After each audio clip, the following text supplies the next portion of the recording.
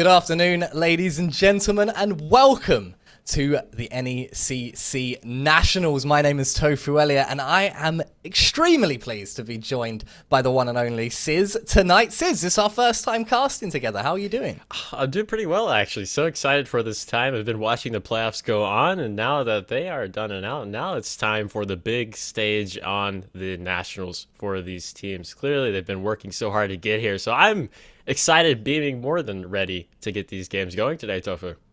It's going to be absolutely fantastic. And as you mentioned, right, this is the cream of the crop right now. Playoffs already done and dusted, and now we're into Nationals, where 175 teams that entered at the beginning of the season have been whittled away to just 29 left remaining in the competition. Who's going to do it? Who is going to be walking away with a share of that $7,500 prize pool? We're going to have to find out. Over the course of today and tomorrow, we're going to establish who is really one of those top teams out of 175 as well. It's really impressive, Sizz. Really impressive. So, of course, watching all these teams play, everyone's like, wow, there's got to be so much raw talent. These teams have got to be so good.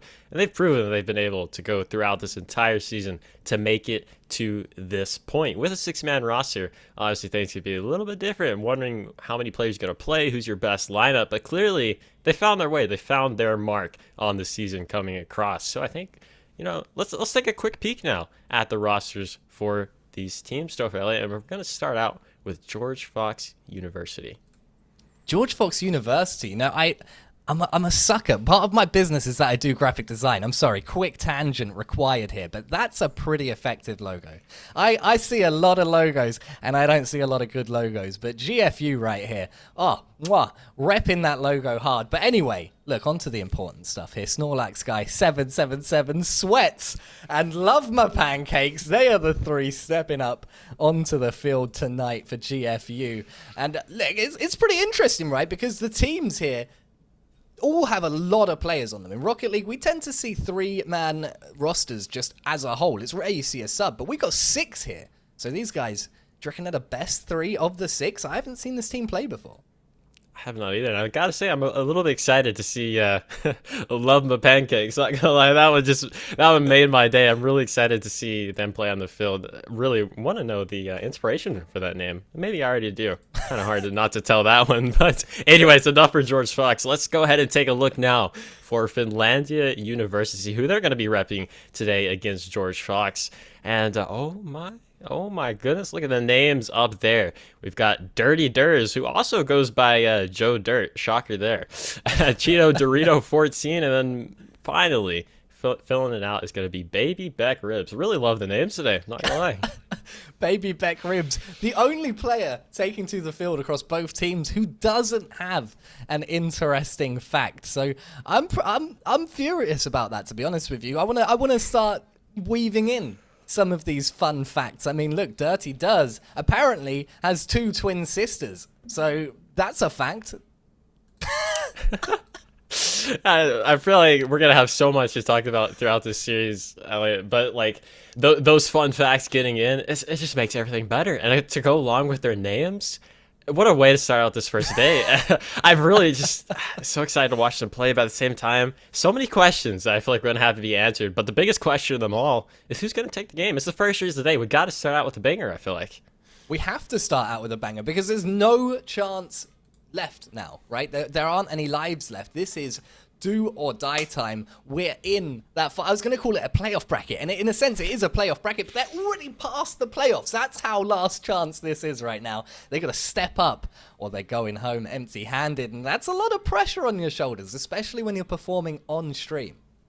Oh, most definitely. And not only are you just performing on stream, not only are you in that setting, you're playing for money. And that just raises the bar this much higher. That puts the pressure just a little bit more on these teams. So the players on the field, they're getting ready to go. The kickoffs happen. Let's see who can take it. Ladies and gentlemen, our first series of the day. First of many. And it is going to be GFU Academy head-to-head with Finlandia Lions. And I tell you what, GFU taking no time whatsoever to get started. They've already taken the lead. No time at all, indeed. What a shot there, top left placement. You can't really ask for a better one from Snorlax, guys. So really, a lot of teams don't really get that early on start. It's something you really want to ride throughout the rest of this game. A great momentum builder, especially so early into the game. Hardly any time for surpass. Maybe that's another one just going to be slightly off, though. Finlandia got to start getting a little bit tighter on the defensive rotations. 30 seconds in, and look, Finlandia are starting to develop pressure of their own, but they're gonna have to be able to maintain it, and they're gonna have to defend their own net. And as you mentioned before, the rotation's not looking the hottest, but we can't be too critical straight away. This is a best of 7, all games best of 7s this evening, and there's a lot of runway still for them to improve, but things going badly at the outset here. A lot of runway to improve, but at the same time, a lot of runway has already been taken by Snorlax guy. That's the second in less than a minute for this player, so clearly he is ready to play. He has the ice right now. The nerves, if they're there, don't really appear to be too obvious. Finlandia Lions are looking to build offensive pressure of their own. Coming up from the halfway line, Dirty Durs just hassling people, causing a bit of a Donnybrook at midfield there, and that's a bit of an awkward rotation in defense, and Snorlax guy sits on it like his namesake there, just dunks it into the back of the net. That's a 3-0 lead for the team in blue. 3-0 and a hat trick already? Okay, it's game number 1, and you've gotten a hat trick in 1 minute and 4 seconds. Just flex on us, why don't you? But no, that's a greatest start that you could ask for right now to a game. Finlandia not really having an answer. The rotations, like I mentioned earlier, just a little bit not tight, kind of awkward on the defensive side of things. Could be the comms, could be the nerves. You really want to start cleaning that up. You still have plenty of time in this game to come back, but you got to start getting some goals on the other side of things if you want to get back into this series. Love My Pancakes takes a heavy touch in defense there, and there are 2 orange players double committing around the corner. Not ideal positioning, but they are making it work. The pressure's good. The shot is absolutely fantastic. Sneaks it under the crossbar and gives a nicely timed confidence boost to his team. Nicely timed confidence boost. That's really what you would need to start. Someone had to get something going for your team. A great shot to the top side of the goal. So now you're on the board, 3-1. A very high scoring game might you want to add for this game number 1. Something you really don't see happen, especially in this type of series with these two teams being so good. But hey, it's a start, and it's a great way to get something going for your team. It's a slight momentum booster, not a huge one, but something to build your team up on. Not even 2 minutes gone here, Sis. It's only game 1. This is a best of 7. We've already seen 4 goals and a hat-trick. This series is shaping up to be very exciting. Indeed it is. So a lot of time and possession now getting spent in the GFU side of things. Something they're not accustomed to early on in this game. Got to get it clear out. Actually not able to get contact, but there's a follow-up there. Infield pass, possibly gets it past 1, gets it past 2, actually. So both teams looking a little bit shaky on the defensive side. I think that's a great infield pass, but it is denied off the ceiling. So Snorlax guy, who's been doing everything for GFU, looks to get possibly a 4th goal on the board. And at that point, that's where you've got to adapt as Finlandia Lions, right? You've got to notice, hey, this Snorlax guy is great, but at the same time, he's doing almost everything, and they're doing well, right? Finlandia brought this back down to 1 goal deficit here. It's nice team play. It's well worked. The defense not ideal from GFU Academy. But if you can now step up and start disrupting Snorlax guy and start taking him off the field, start bumping him, start really frustrating him and just making sure he can't find useful touches, then GFU very likely to fall apart. Let's see if Finlandia are aware enough, have the cognizance in game to make that kind of adaptation. 2:10 left on the clock. Oh, wait a second, Sweats. You just got to snipe that fully from midfield. Let it blink just for a second, and that goes in the net. Just a quick launch. Both players on the same side of the rotation. That's not what you want to see happen. A defensive breakdown there gives GFU a 4th goal in this game with still 2 minutes and 8 seconds to go. Are we going to see a 10-goal game? I mean, not what I was expecting, but it's definitely a possibility. Sweats. Not going to get a second one immediately, is he? He might. It's still awkward.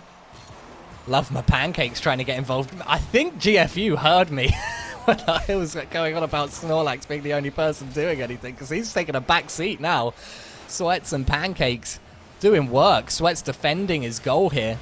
Going to get across, find a touch to just cut out the offending Lion. They have re-established that 2-goal buffer with still plenty of time for the Lions to shut it down, and I'm not sure who's going to be able to do this. GFU looking strong as they come forward here, but Finlandia Lions could score on any transition, so GFU need to be careful. Oh, need to be careful. Almost gets that one. That would have been a nice insurance goal as we're just now approaching a minute 18 left to go in this game. Bryson up early, keeping it high, trying to take control. You want these control touches, but that's a great demo on the backfield, setting up a shot. A nice save, though. To get back to that, another demo coming out. We see a lot of the physical plays start to develop for these teams, and that's really become a key part of Rocket League. At every level you go is how physical you can get, how many bumps you can go for, how can you implement it to your game. As we see another bump coming on the goalie, that's a shot. It's going to be denied, but I love the play styles coming out from both teams as we're now closing down the rest of this first game. I'm starting to think that both teams are listening to the casting, honestly. They're taking our advice very rapidly here. Finlandia Lions stepping up their aggression in terms of the physical plays. And as you say, it's so crucial at every stage of Rocket League development. It's one of the easier things to do in terms of mechanics, but one of the things that never gets any less effective. In fact, it gets more effective, because as you get to higher and higher levels, even up to pro RLCS gameplay, if you can take a player off of the field who is that good, then you're taking away a huge amount of firepower, someone who's absolutely vital to the team. So incredibly important. Great stuff by Lions, but they're not going to be able to bring it back in game one. So we're going to have to hope that they can come out the gates a little bit quicker in game number 2. Of course, they have that warm-up game out of the way. Of course, you don't really want to lose a game at all at any time, but a game 1 is a lot better than a game 5, a game 6, or even, goodness forbid, a game 7. So, you get that game out of your way, you get the jitters out, you get the nerves out. Both teams, oh goodness, look at the shots. GFU Academy 12 to Finlandia's 5 shots. So we can definitely see the offensive prowess a little bit in favor of GFU, and I can't say I'm too surprised, because they really seemed like they had control of that game really from the gates.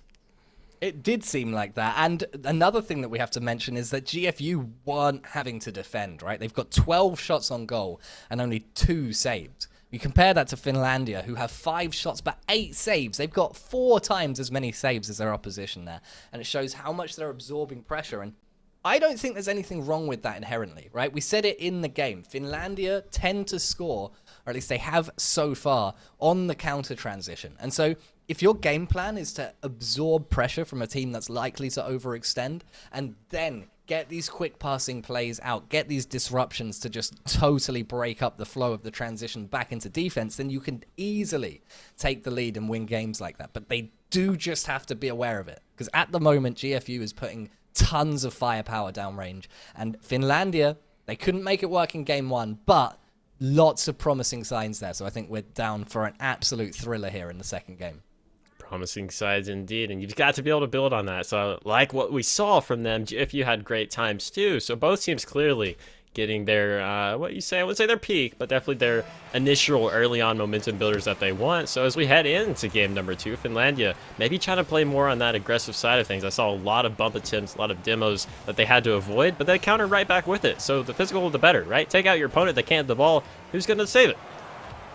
I couldn't agree more. It's so important to manage, and Sweats doesn't need to take anyone out. There's no one here. Finlandia, where's your defense gone?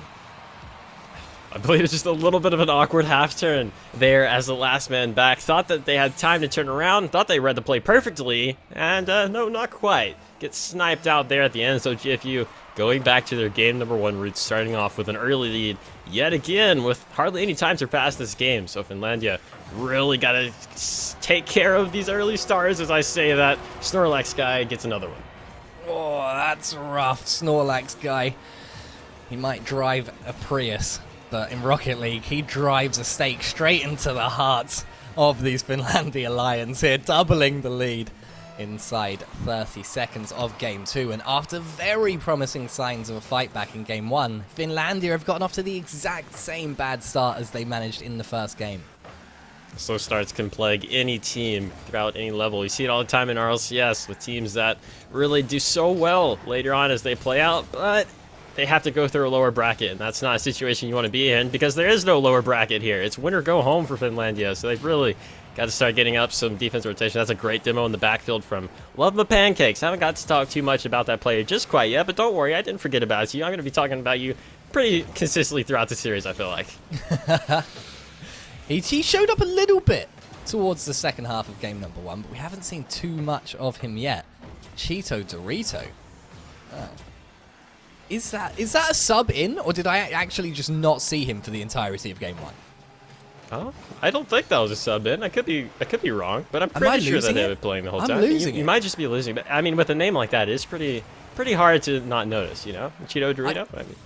Yeah, I don't remember saying his name once in the first game, right? And that's gotta be indicative of an issue that Finlandia Lions are having right now, because I remember both their other players, Bryce and Beck in particular, stepping up repeatedly in game 1, and we actually talked about it on the GFU side, right? That Snorlax guy is having to be the one carrying right now, but maybe that is an issue with Finlandia as well. Let's see if they can all get to work. Cheeto stepping up into the play more and more as things go on. That's an awkward one in defense, but they do manage to get it clear with 2 minutes gone in game 2. Finlandia Lions in an uncomfortable position. At least they haven't given up a goal yet. It's a small victory, but after a lot of offensive pressure, they managed to keep it out of their nets. So trying to set up some offensive counters. We're getting closer and closer to that halfway mark, popping it up, trying to get something going for the team. Wait a second! Cheeto Dorito, hello! We've been talking about you. Get on the scoreboard, get a banger into the net. That was a nice shot. Cheeto Dorito. He plays soccer for the university, but he plays soccer in Rocket League. Look, these are the facts I'm given. I'm just playing the hand I've been dealt. Finlandia Lions bring that deficit down to 1, give themselves a very, very necessary confidence boost, but they need to be careful not to be caught on the kickoff, because they have a habit of conceding at the start of games, at the start of plays. And I think this making it out of defense into offense is going to bode well. Cheeto Dorito! Where has this player come from? Look at that. Look at the play. Look at the pass here off of the backboard. Beautiful aerial. Look at the card control. Nice top left shot. I don't think the person in net expected that first man to get beat. So now Finlandia pretty much did what they did last game. They came back after an early deficit. Can they keep holding on to it, though? Because according to the script, GFU is about to get on the board, and the script pays off. My word. Can you send me the copy you've got? Mine ran out after the intro. This is Sweats. Just picking it out from downtown. There's nobody home. Finlandia Lions. This is what I was saying before. They got a little bit of a habit of conceding at the outbreak of a play, and they need to make sure that they can nip that in the bud, because you don't want to be conceding in kickoff time. Kickoffs can be the bane of your existence in Rocket League, and they can also be the best thing that you could possibly do. So really, really need to clean it up, like you said, as we're approaching now. 2 minutes to go. A quick shot again from Cheeto Dorito. That was a nice one off the crossbar. The follow-up. Beautiful placement from Joe Dirty Dur. Can't really get better than that one. I don't think I could say that. I don't think it's going to work in my voice. He's done very well. There's not a lot to do by the time he gets there. Cheeto does all the work there, but Dirty Dur has to place it well, and he does. He just absolutely hammers it into the corner of the goal. And look, sometimes you just need to do it well. It's not necessarily about doing all that much. And we see them tie it up again, which they didn't manage to do in game 1. So they've definitely stepped up here. And with over a minute and a half left on the clock, they could certainly take the next goal, especially now they haven't conceded off of the kickoff. Most definitely. Got to get the ball to your half, though. It's still lurking around. Dangerous. That's a quick shot on. It's going to be slightly off, so... And then you got to be careful on these double commits. Not something you really want to do, especially in your own half. You're going to get punished for it. The demo and infield pass. That one's nice. Off target, but Sweats is going to take another one. Couldn't see because the smoke screen, but you don't have to see because that one is going in the net. That's a hat trick for Sweats, no doubt. Look at that. Just steps up, picks out the top corner. Nothing left to do. That's the lead again for GFU, but only by a goal, and a goal has not proved enough to keep the Finlandia Lions down so far. Maybe 2 will do it. They concede off a kickoff again, and I don't know how many times they're going to do this before they sort these kickoffs out.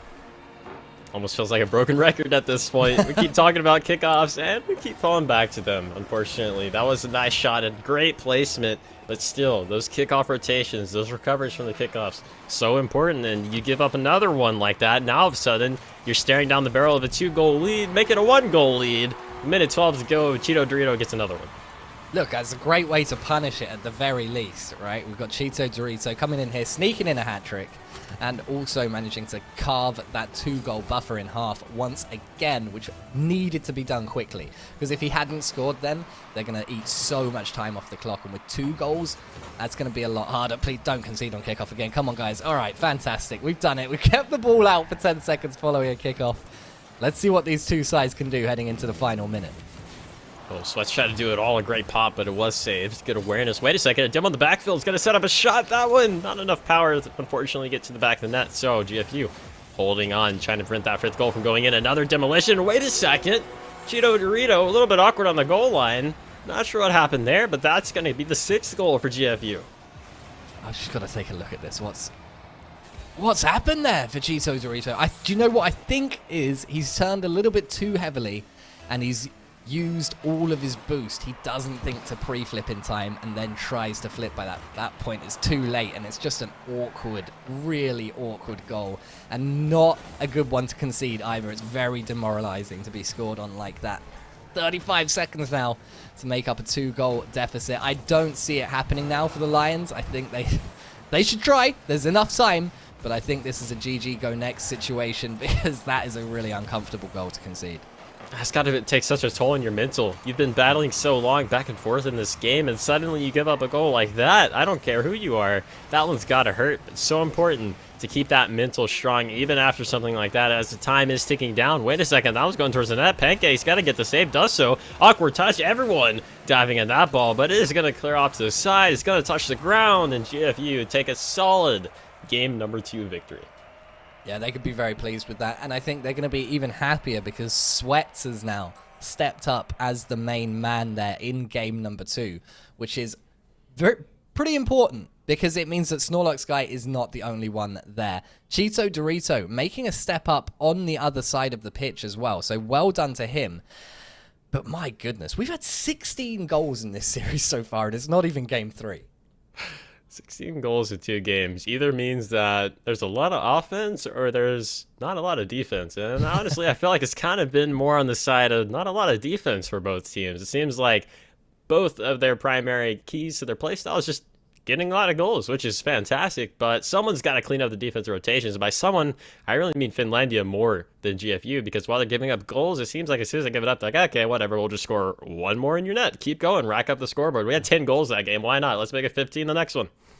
Yeah, and look, I mean, both teams scoring well. They're converting a lot of their shots, right? 9 shots for GFU and 6 shots for Finlandia, which means we've got 10 goals from 15 shots across the board. So, great work, but both teams with a single save in that game. And you'd have to think, if there are 10 goals hitting the back of the net, you got to step up defensively a little bit more. Let's cut these, especially the defensive errors off of kickoff. If Finlandia don't concede kickoff goals in that game, they win it, right? It's as simple as that. They conceded so much off of the kickoff. And the frustrating thing is, we're not telling them to do things they're incapable of, right? These players are more than mechanically capable. They are clearly at the level where they're already doing all of this stuff. I mean, look at that shot. Fantastic stuff.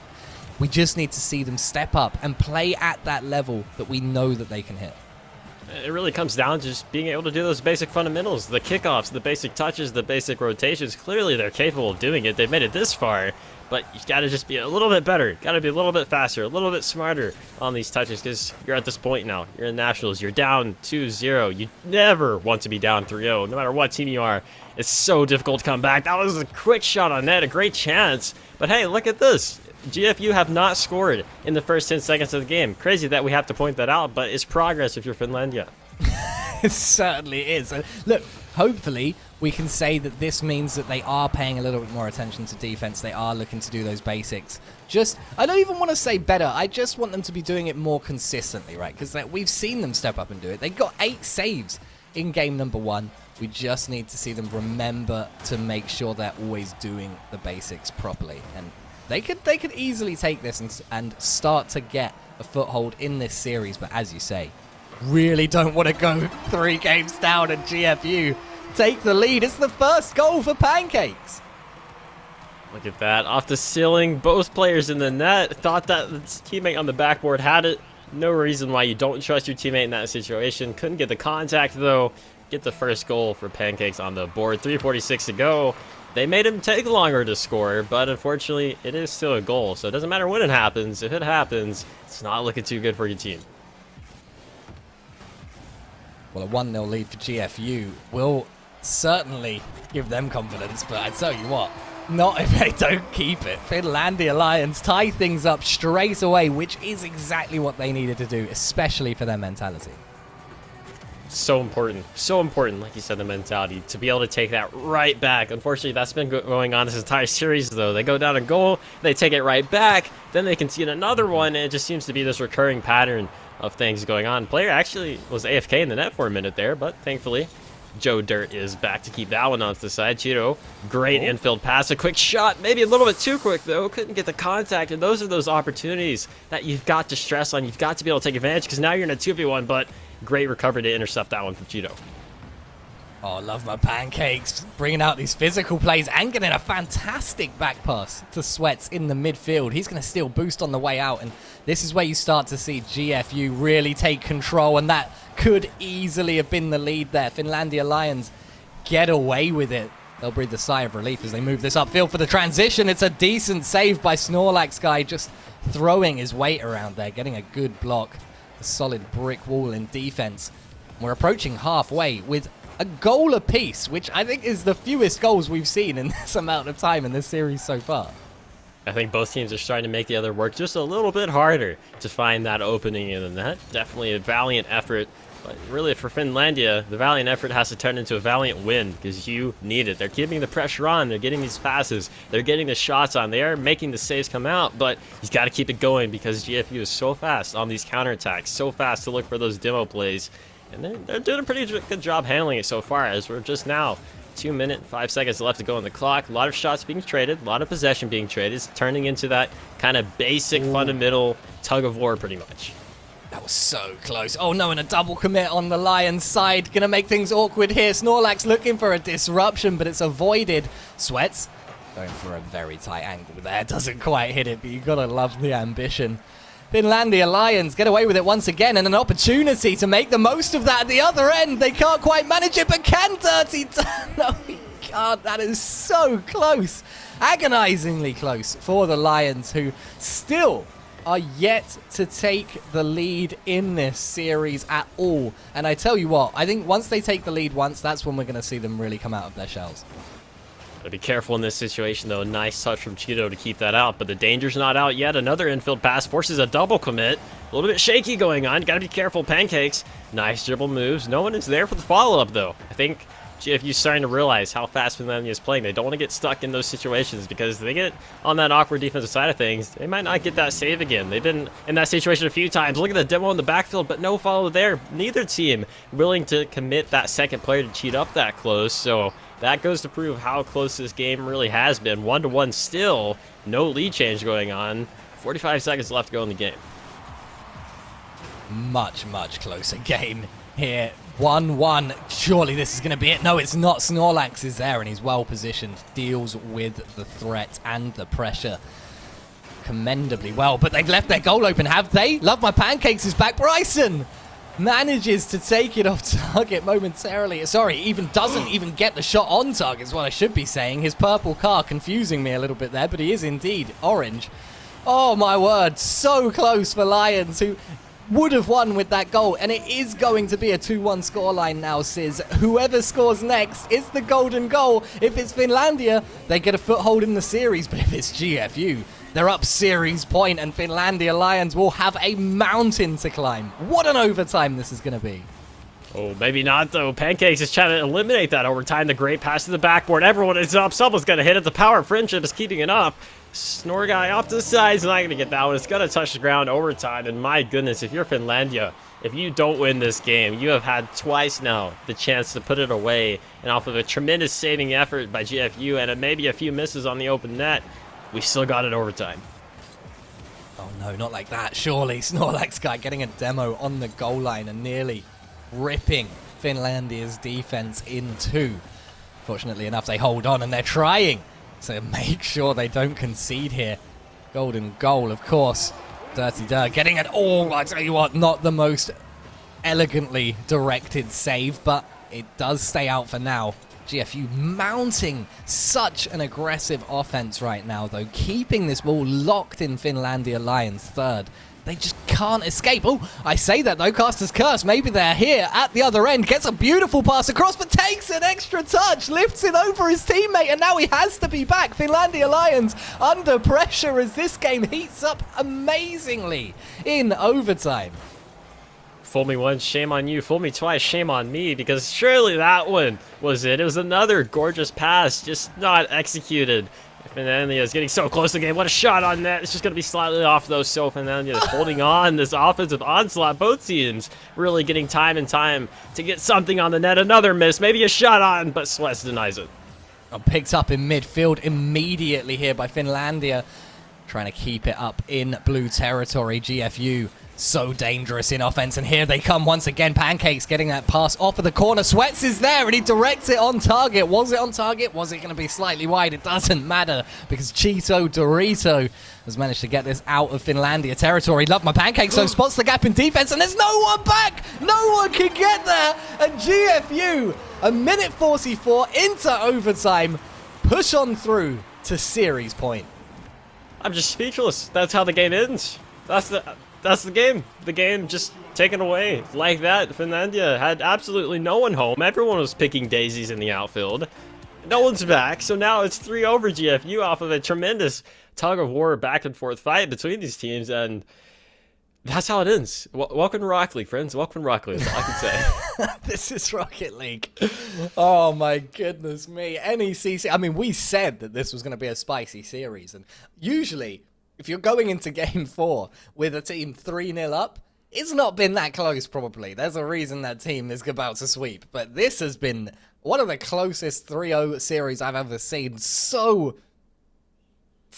painful for Finlandia. And, like, the fans, I can just feel the pain in their bodies right now, watching them so nearly take a game, but just unable to. And they still have never even been in the lead. They're so close. And I feel like maybe if they can do it here, then they're just building that momentum each time, slowly building on it. And maybe we're going to see that compound interest start to pay off here, but maybe it's just a little bit too late, Sis. That's what I'm worried about. They've done so good each game to get closer and closer, like you said, slowly building up, but not having a lead in 3 games, and now you have to reverse sweep? I don't know if I'd want to be in that situation. I don't know anyone I'd want to be in that situation, let alone having to do it now. I mean, that was such a close game. 11-9 shots. Finlandia outshot GFU. It didn't matter, though, because at the end of the day, the numbers don't lie. You're down 3-0. You lost that game. You haven't had a lead. You got to put all of your cards on the table at this point. If not, you're going home. And it's gutting as well, because both teams had 5 saves. So you would have to think that Finlandia, with the 2 extra shots, would find that extra one. But look, this is what we said, right? Maybe this is the time. Finlandia take the lead for the first time in this series. It's just a great shot from Bryson. Great awareness. Sniped at the Eagles' eye to get that one down the field. So I don't think we've seen... Wait, this is a record breaker. Finlandia scored in the first 11 seconds, and they have their first lead. Could they do it here? Absolutely. Is this the time that they need? Absolutely. So they're definitely listening. They took our advice. Can they keep it going through this game? Because GFU is a team not to be underestimated when they're down. Bryson feeling awkward there. There's so much pressure on these teams right now. Finlandia, oh my goodness, you can see them starting to cave in under the weight of the responsibility right now. They are series point down in the quarterfinals, and it's not a place you want to be, having to reverse sweep GFU. But this is exactly how you want a game to start if you do have to reverse sweep. You get an early goal, settle your nerves a little bit. I'd say a little bit. They still look a little bit nervous, but get what you can, try and find a 2-goal buffer, and then sit back, relax, absorb the pressure like you did so well in Game 1, and I think they'll be fine, but easier said than done, right? Easier. Oh my goodness, easier said than done. That save I for sure thought was going in. A double pinch off the goalpost. Not something you see too often. Does get that one out. No, I think you perfectly said it. These nerves, you got to be able to find a way to take that nervousness, take that anxiousness, and channel it into performance. You're always going to have it, so find a way to use it to your advantage. The other team's going to be nervous too. They are trying to take you out, and if you can keep this momentum going, it gets harder on them too. So it's a pure mental warfare just as much as it is a skill time. That's a great demo in the backfield. A nice shot on net. Pancakes, though, a great defender on that side is not going to allow that to go through. And something that's really interesting about the psychology of a best of 7 particularly is that, do you know what, not a best of 7 particularly, this works in best of 5s as well. It doesn't in best of 3s, there's not enough time. But like, if your series point up and the team you're playing against takes a game, there really does start to creep in this horrible feeling in the back of your mind of, we might get reverse swept here. And once that comes in, everything becomes so much higher stakes, because it's one thing to lose a game, but it is another thing to be reverse swept. So you're still in obviously a much better position than your opponents, but to some extent, that is a really horrible feeling to have to deal with.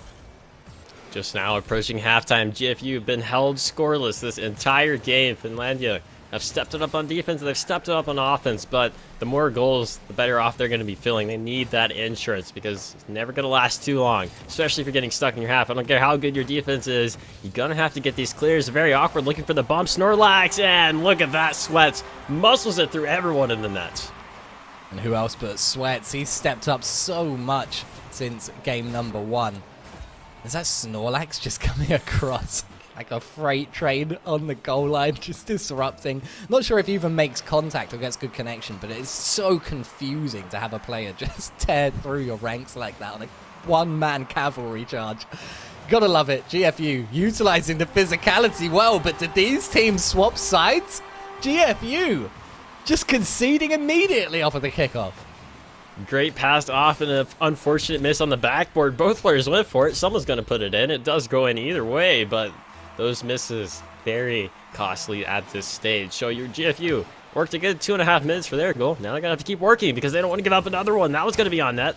A nice block from Snorlax, but this is a situation these teams really got to find themselves in. They got to find how they can take their way out of this, because that's very dangerous. A nice save from Bryson. I thought I was going to have my words taken out of my mouth again by GFU, but thankfully Finlandia does hold on, so their tournament lives are still up, and maybe they're going to get one for the road. No one is home for GFU. What in the world is happening with the rotations?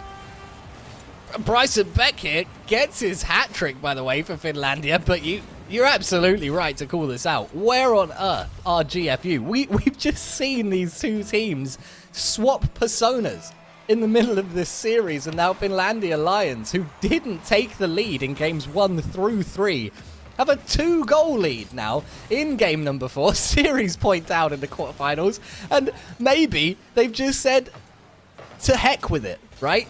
Who cares anymore? If we're gonna lose, let's lose, but let's have fun with it, let's go out and do it, and they just look so much better for it.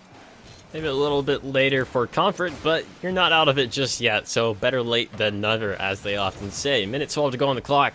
Double commit's going to send that one out. It does work. Not something you really want to see too much, but they're really trying to get one more goal if you're GFU, because you need it pretty quickly. It's very difficult to score 2 and 3v3s with a minute left to go. Not impossible, but very improbable. That was a good chance, but great patience on the backboard for Bryson. And just see that time all but ticking away here for GFU. Shot after shot, attempt after attempt is just getting denied. Met at the goal line. Almost a 4th goal for Finlandia. Can't get it to go. They're still coming forward, though, aren't they? The Lions not had their fill yet. Looking for more meat. What the hell? Oh my goodness. Not helping each other there at all. Goodness me. Bryson Beck, he's got his hat trick. He doesn't want his teammates scoring. Just launching it back into his own defense there. But it's worked out okay. 22 seconds left. Finlandia Lions with a 2-goal cushion. I think they'll be absolutely fine. They're keeping this offensive pressure on, keeping GFU anchored in their own territory. And unless we see a goal right now from Pancakes, we're not going to. Sweat sends it wide. That's going to be a W on the board for Finlandia Lions. And they're not going to get swept in the quarterfinals. Definitely a little bit sloppy, a little bit shaky at times, but a win is a win nonetheless. So you keep your tournament hopes alive. You keep yourselves in off a great performance the first time we've seen them have a lead, and the first time we've seen them have a 2-goal lead. So you just hit a lot of milestones in this game. is that going to carry over? I mean, we've watched them build up and up and up every single game. So now if I'm GFU, I might just be a little bit scared of this team. I might just be a little hesitant after the performance from that because, like you said, it looked like we just literally swapped teams right there.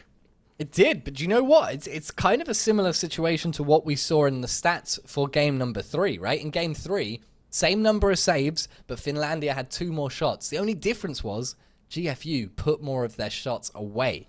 But here in game number 4, we only have 1 more shot for Finlandia, but they've scored 2 more times. They've scored 3 times as many goals as their opponents. They're making the same number of saves, 3 saves apiece. So just being a little bit more clinical in front of goal, taking your opportunities when they come, such a big part of making sure that you win consistently. And it's good news and bad news, right? Because the good news is for Finlandia, look, you can win a game. If you can win 1, you can win 4. And if you can win 4, you can reverse sweep and move on to the next round. But the bad news is nothing really has changed here, right? So if in a similar situation to game 3, you lost it, right? And game 4, you win it. It's maybe a bit of a coin flip.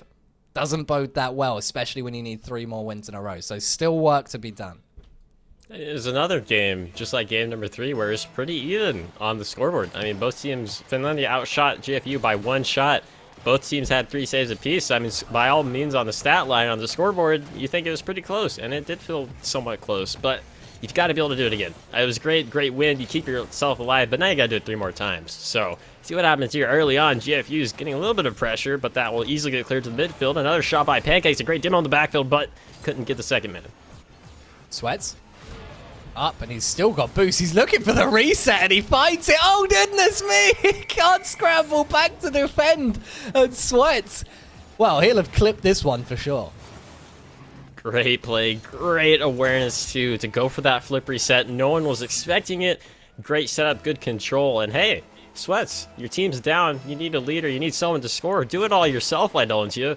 Great start now. Just eclipse 30 seconds left, or to start, rather, in this game. A quick early lead for GFU. We might just be falling back into the games earlier on. GFU playing a little bit of passion now, it seems.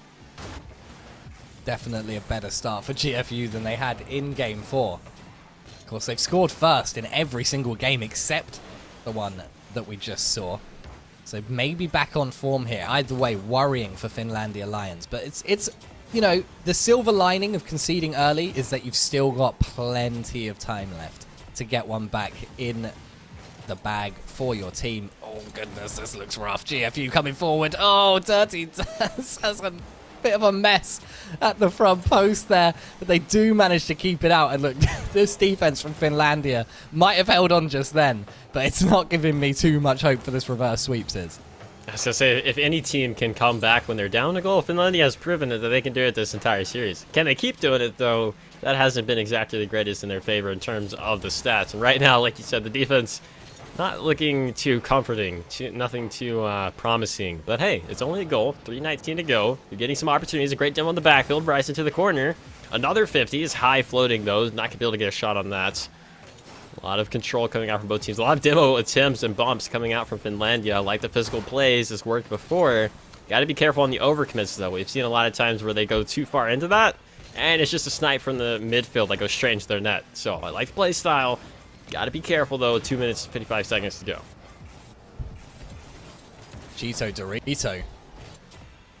Trying to spice things up in the corner. Needs Dirty Durs to come, but he doesn't get there in time. And Bryson backs up awkwardly at the back line. Oh, it's not good. Finlandia Lions concede again. Sweats is just, well, sweating. See what he did there. Nice shot from Sweats. Just completely dusted out the second man, or last man, really, I guess I should say. And, yeah, it's JFU Academy playing, but I think it's just Sweats playing right now for the team because he is doing everything. And he really wants to get the series over with. He said, we gave up the last one. Let's not give up another one. That's another good chance, but unable to get the contact. But they got the next best thing, a demo in the backfield. I really thought that was going to be goal number 3. I'm not going to lie. GFU did so well to work it. And a fantastic demo on the goal line. Left it open. But they're not incredibly consistent when it comes to taking their chances, and that's the one sort of boon that Finlandia have right now. Unfortunately, 2 goals down, 2 minutes left. Very uncomfortable spot to be, especially when your series point down in the quarterfinals. What can they do here? Double committing in the corner, and the demo from Sweats, opening up their defense entirely. Love My Pancakes can't make it work in the air. The Finlandia Lions get let off the hook again. Let off the hook, but the bait is still there. They almost fell for it again. Not quite. Minute 45 to go now. You really need to get something on the scoreboard, and definitely not one in your own nets. Here, Sweats looking for a third, looking to put this series away. Beats one, can't beat the second one. A great 50. Dangerous on the goal line still. Awkward clear to the midfield. Quick shot by Snorlax guy, and right now I think GFU can sit to get a lot of these high arcing touches because they are wasting so much time off the clock, and they are looking pretty solid on the defensive side of things too. So I think they're fully in control of where they want to be right now. They just got to hold on. Bryson Beck moving out to meet Pancakes in the midfield. Sweats is there, but Chiso gets the better of him, and a demo in midfield. He took his touch over to the wing before he saw it. Can he get it anyway? He certainly can. It's under the crossbar and in the back of the net, and Finlandia back within arm's reach of a tie. I said you just got to hold on, and I saw all three players in the defensive side of things. That doesn't matter because that was a great shot from the sidewall, great placement. So Finlandia not quite out of it yet. A minute 8 to go. Kickoffs, maybe they could turn it into their favor, but everyone jumped for that. You got to be careful. Now you're in a 1v2 situation, going for the bump and a great save. Wait a second. Oh, I thought that was going to be an accidental own goal on the backside. Doesn't happen, so now you got to get something going. Maybe an offensive pass, not the greatest touch. Got to set up Snorlax for a quick shot to the crossbar. Cheeto will clear it out, and a lot of these touches from Finlandia aren't really passes or outlets. They're just trying to get it out. A little bit of panic going on, it seems. You really got to look for your teammates on these outlets. 38 seconds left on the clock. Finlandia needs something right now, and I don't think they care where it comes from, even if it's lucky. Sweats, doing work, but it's fantastic defense there. Finlandia, 30 seconds left on the clock to make it work. Pancakes coming down. Bryson Beck's up mid. Oh, goodness, he can't find the shot that he needed, and Sweats will take a heavy touch here. A demolition play would have been fantastic, but Love My Pancakes is there to send it downfield. Steals a canister on his way out as well, and Snorlax meets it in mid, holding it in orange territory. No, not like this. Finlandia get one last save. Pancakes is up, but he's triple committed up. GFU have no defense right now. If Finlandia can keep this up and send it downfield, can they? The spike has come, but it's in. It's up. It's in the air. What can we see? Cheeto Dorito gets underneath it, but they're going the wrong way. Wrong direction. They kept it up still. Somehow it's not, but it is. It's down. And GFU take it in 5. Oh, no. It was great. It was a great effort. I was like, no way they're keeping it up, but they were going the wrong way. I mean, everything about that was about as good as you could do. You're popping it high. I mean, really high, but like, you're going to your goal. You're going to the wrong goal. They're definitely not colorblind. They knew they had to go the other side, but just wasn't going to happen. So GFU, after they gave up one game, they said, nah, let's take it 4-1. Dominant performance. Finlandia really just took, I feel like they just took too long to really find their groove. They found it late, but you're going to have that mental setback when GFU responds to it. They countered it, and they just didn't have an answer. They ran out of games. They ran out of time. So a commanding win, honestly, for GFU.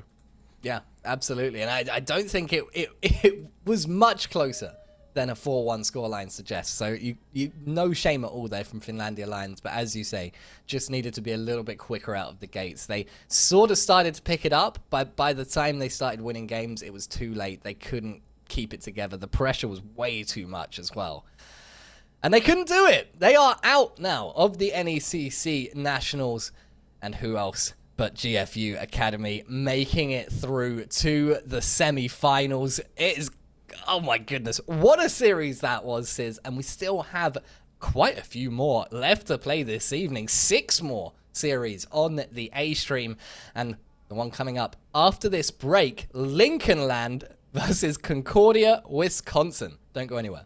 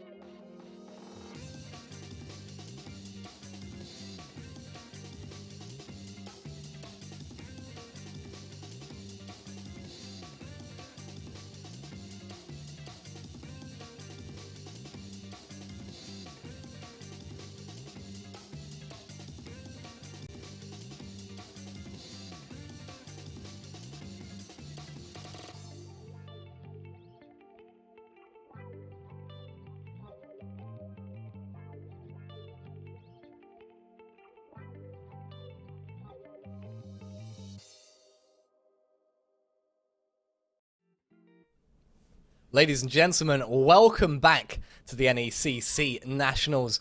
My name's Tofu Elliott, and I am joined, of course, by Sis. And what a first series we saw, Sis. An absolutely magnificent performance there from GFU Academy, taking down Finlandia Lions and moving on to the semi-finals of the Navigator Division. But now, it's time for us to turn our sights over to the Emergent Division. So perhaps a little bit of a higher standard here. And immediately, let's take a look at the bracket and see how things are shaping up in these quarterfinals. We're going to see Lincoln Land and Concordia, Wisconsin, the next matchup, and they're at that bottom side of the quarterfinals, waiting to punch their ticket to the semifinals, then even possibly the championship.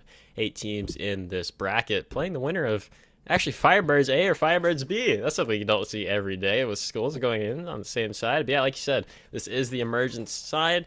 The pace, the level of expectation, the bar gets raised ever so slightly higher. So maybe the first series was a banger. Hopefully the second one is going to be just as good. Very unpredictable. Do you know what? The only thing I can predict with absolute certainty is that whoever wins this series will be playing Firebirds in the next round, because Firebirds A and B sitting pretty in that quarterfinal matchup. You're going to be pretty frustrated if you meet your other team in the quarterfinals, right? Yeah, I wouldn't say that's got to hurt so much, but that's definitely one of those situations where I'm like, all right, cool. So if I lose tomorrow, I'm gonna wake up and I'm gonna get trash talk, or if I win, I can hold it over their head. You know, sort of something you never want to be in. But hey, that's just how brackets work. That's just how these tournaments end up being in. If your teams are that good, well, you're gonna end up playing each other. So they get to see the best of who wins that. But that series we are not seeing right now because we got the other teams coming on. Let's go ahead and look at the brackets today, or the rosters, excuse me, for Lincoln Land Loggers. What a name, right? What a name. Fantastic name, Triple L. And we've got some fantastic names in this team as well. Wonka, Relic, and Becky. Wonka, of course, famous cousin of Willy Wonka. But he's a computer science sophomore, not a candy shop or a chocolate factory owner, I should say. And no interesting fact about him, which is just, what are you doing? I mean, isn't there though? I mean, it's Wonka, But I mean, keep going on though with Relic and Becky, of course, coming in. Unfortunately, I didn't get to see Becky on the roster. I don't think anyone had them on the sheets, so we get to have a little bit of an air of mystery about the player Becky to see what they can bring out. Who knows? Might be the star of this team. We'll find out later on, because now we're going to go over to another great name for a school, Concordia University of Wisconsin, who also had roughly the same exact performance for the spring 2022 season in playoffs, which is going to be Two Dog, Lucky, Zerm, and Akray, and Kerr, sorry. Zerm has a very interesting fact, wouldn't you say, Elliot? Do you know what? I think I would say Zerm is the hot dog eating champion of his high school. I'd have to imagine it's his high school. He just said high school. Maybe it's all high schools. I don't know. But look, Zerm coming out here ready to feast upon the Lincoln Land Loggers. And I tell you what, look, you did better than me, because I was totally ready to call Two Dog Lucky Two Dog Lucky. I just read that before my brain kicked into gear at all. And of course, Aker, that third man, bringing it up. All three of these players with interesting facts. So in my books, they're already off to a better start. Oh, definitely. And of course, the interesting facts always just make everything better. I'm not sure how we could really implement the hot dog eating champion into the play style, but who knows? That's what makes it exciting. So interesting names, college names, even better. I think both teams are actually getting on the field soon, so we're about to start it off. But really just wanted to go back and think for a moment about those performances. Both teams in the fall 2021 finished first after playoffs. 7-1 for Lincoln Land, 8-0 for Concordia, Wisconsin, and they both went 5th through 8th spot in the spring season. So these teams clearly, based off stats anyways, are literally neck and neck in terms of skill. That's going to make this such an exciting matchup to watch. Ladies and gentlemen, a best of 7 series here, our second quarterfinal matchup of the evening. Lincoln Land Loggers, Concordia, Wisconsin. That's the team in blue and the team in orange, respectively. And I think we are in for an extremely close series. Already, some quick pressure going on, a few shots on, nothing too dangerous, but just poking and prodding, as you expect to see. The double commit is going to make things awkward, but no contact on the follow-up. So Kerr on the counter, gets 50'd away by Becky, down to Relic, actually leaving it back to Becky. Becky off the side, looking for the double.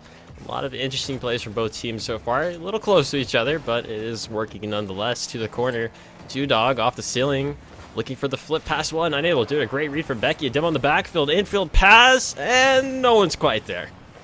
Not quite. Demo coming out, and Relic looking for that pass inside to Becky. Oh, it's off of the upright. Relic's there, hanging around to take the lead for Lincoln Land Loggers. Great pass down to Becky. That one was a shot on net, but it does get counted for an assist nonetheless, because Relic right there for the follow. So there wasn't a follow on the infield pass for the first time. The second time they made up for it completely. A lot of pressure from this team early on. So they get a goal.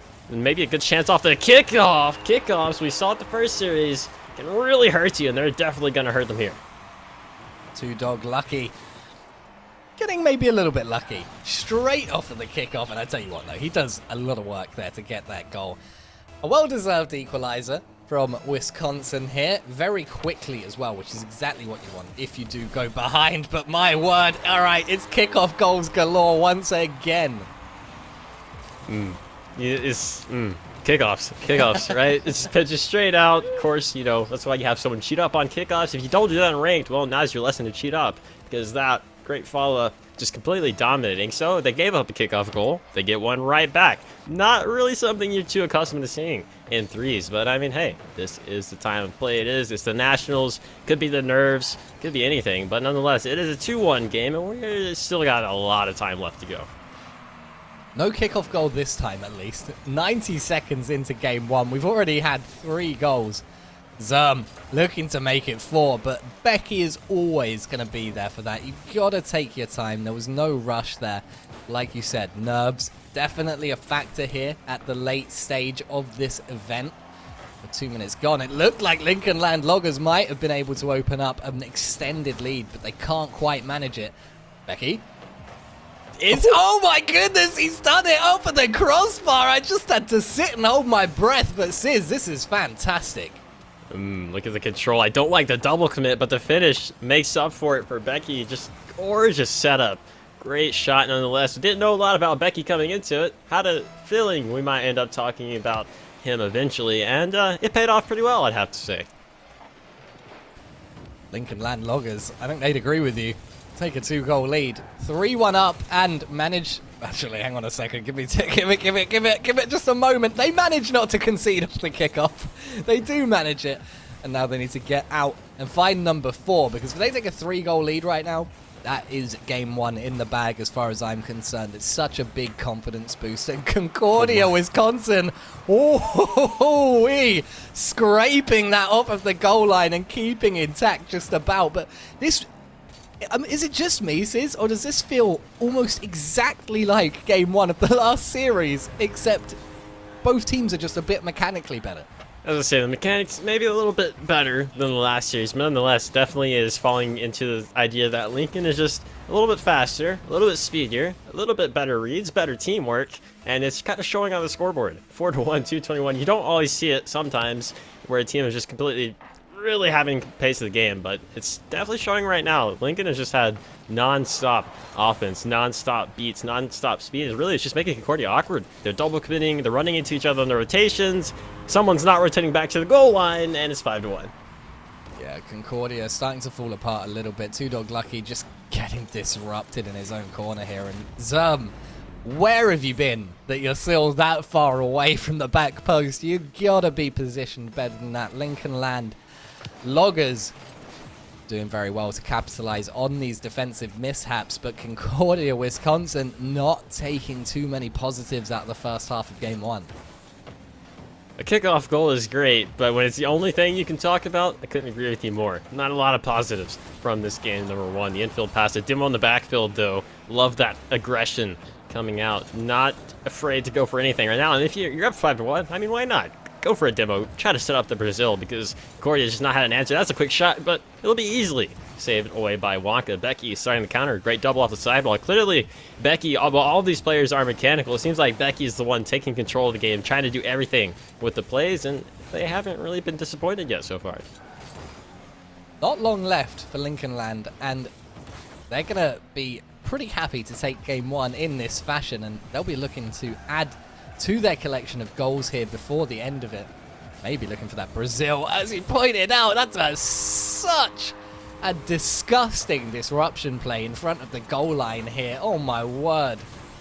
What are you doing? It's so rude. Becky with the shot. Relic just bumping the keeper out of net. It's into the back of the open goal. And that's going to be 6 for Lincoln Land Loggers.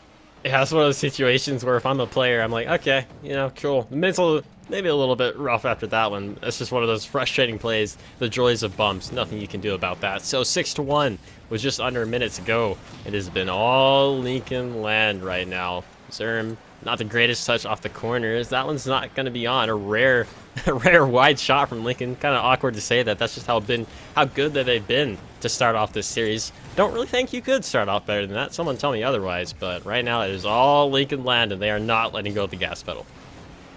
2Dog Lucky not able to make it work at midfield. Wonka off the back of a demo trying to move the ball upfield.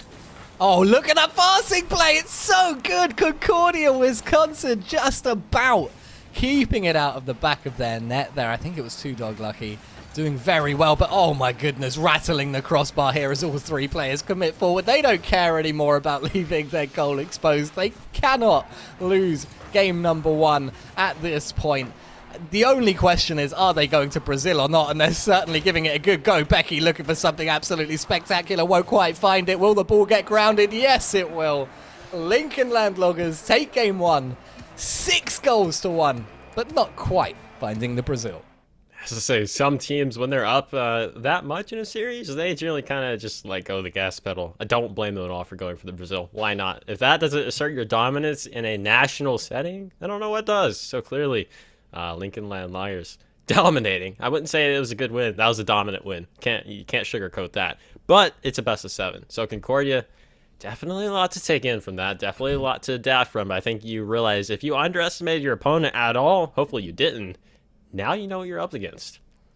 And that's a really tough mountain to climb. It's only been one game, and we've got Wisconsin with only 4 shots on goal. They've got fewer shots than Lincoln Land Loggers have goals, and this is not even remotely close to what I thought we were going to see heading into this, Sis. Because, I mean, as you pointed out so thoroughly before the series, these teams on paper are basically neck and neck. Even the best teams on paper, quote unquote, the best teams, even then, they can get dominated by another team. The stats don't lie, but right now the gameplay doesn't lie either, and it has just been all Lincoln Land, especially with Becky, who we literally knew nothing about, has come in and taken the show for their team. So good job, Becky. Way to come up as what your team needed. Can they do it again, though, as this game number 2 is underway? Let's see what they can do. Relic just sneaking it under the crossbar. I didn't think that was actually going to make it down in time. I thought we'd see this come out off of the frame. Oh, yeah. Wow. What a placement. What a placement by Relic. I for sure thought, like you said, maybe just a bar down, bar out. I don't think anyone on Concordia thought that was going in. But maybe a little bit too much of everything. You still got to try to get that one. But great placement early on for Lincoln Land. And they're going right back to another one. Another shot by Relic is going to get put in. A little bit of help, but it's going in either way, I think. I hope so. It's the worst possible start for Concordia, Wisconsin. Oh, no. They needed to have a good bounce back at the beginning of game 2 for their confidence as much as anything, but immediately they're 2 goals down. It's barely been 20 seconds. They managed to get one back. Maybe. But they did this last time as well, and it was the only goal they scored in the entire game. Yeah, I'm really questioning that touch from Wonka. Maybe just a little bit too awkward. Aerial the wrong way, flipped the wrong way, not sure, but that's not really a touch you want to make on the goal line. But nonetheless, it is a goal. Concordia did that last game, like you mentioned, so it's nothing too crazy. And they've really had no offense the entire series, other than that one gifted to them. A Kurt going for a demo on the back, is going to set up the net, and just like that, make me eat my words, great play. Okay. A very early wake-up call has been answered. I mean, Aker, got to give him so much credit there. I'm not sure he actually found a touch on Becky or not, but pushed him so far out of where he wanted to be that the goal's just wide open for 2 Dog Lucky. And Concordia's worst possible start to game 2 has been turned around as quickly as it went against them, and they're looking like a completely new team. Now, can they keep their defense up at the back line? The passing plays from Lincoln Land Loggers are really starting to work wonders, and they're very, very incisive passes, so they need to be careful about that. But promising signs out of Wisconsin.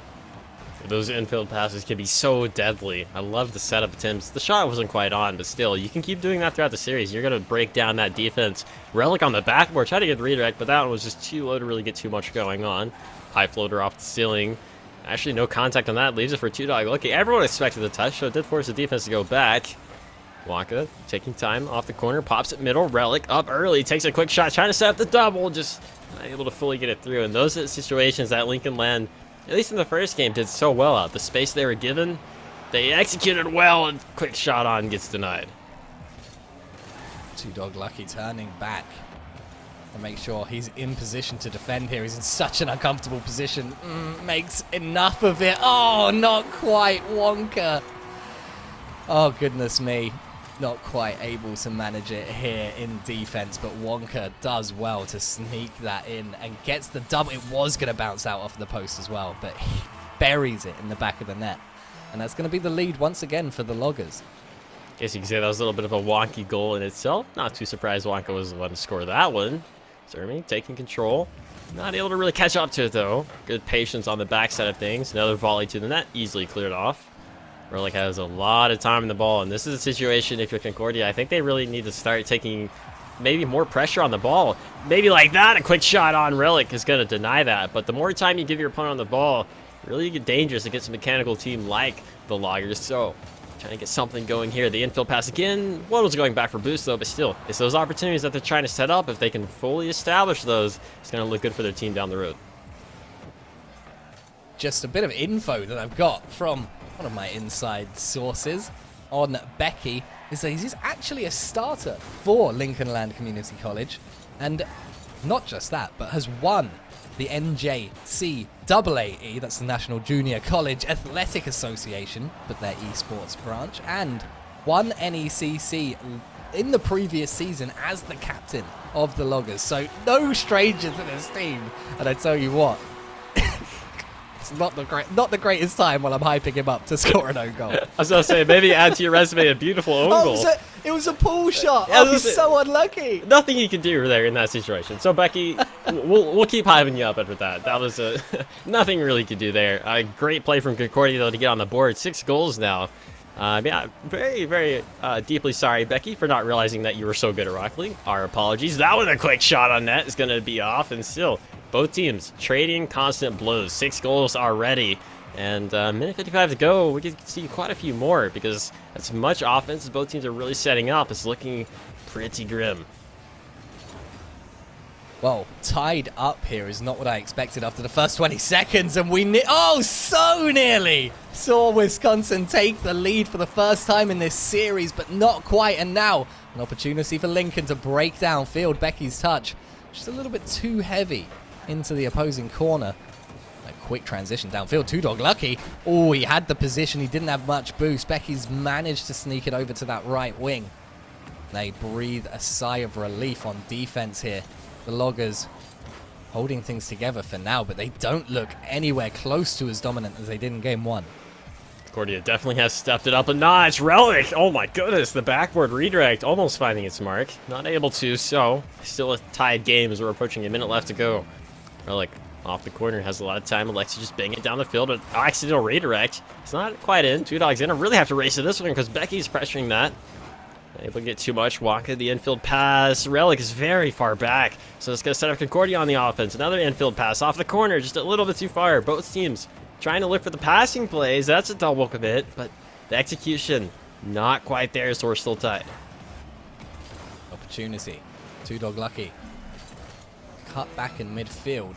Now Relic with lots of boost here. This is dangerous for Concordia.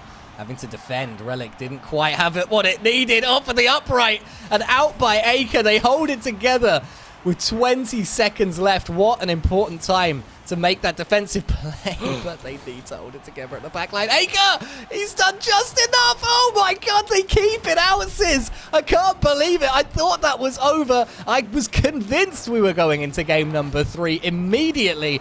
But we might be heading to an overtime. Let's see if they can keep it up. It's on target once again. Aker kills the ball, and we have OT. What a lunging effort by 2 Dog. I for sure thought that was in. Barely gets back to it. A phenomenal effort. So we are into an overtime, but it's not quite done yet.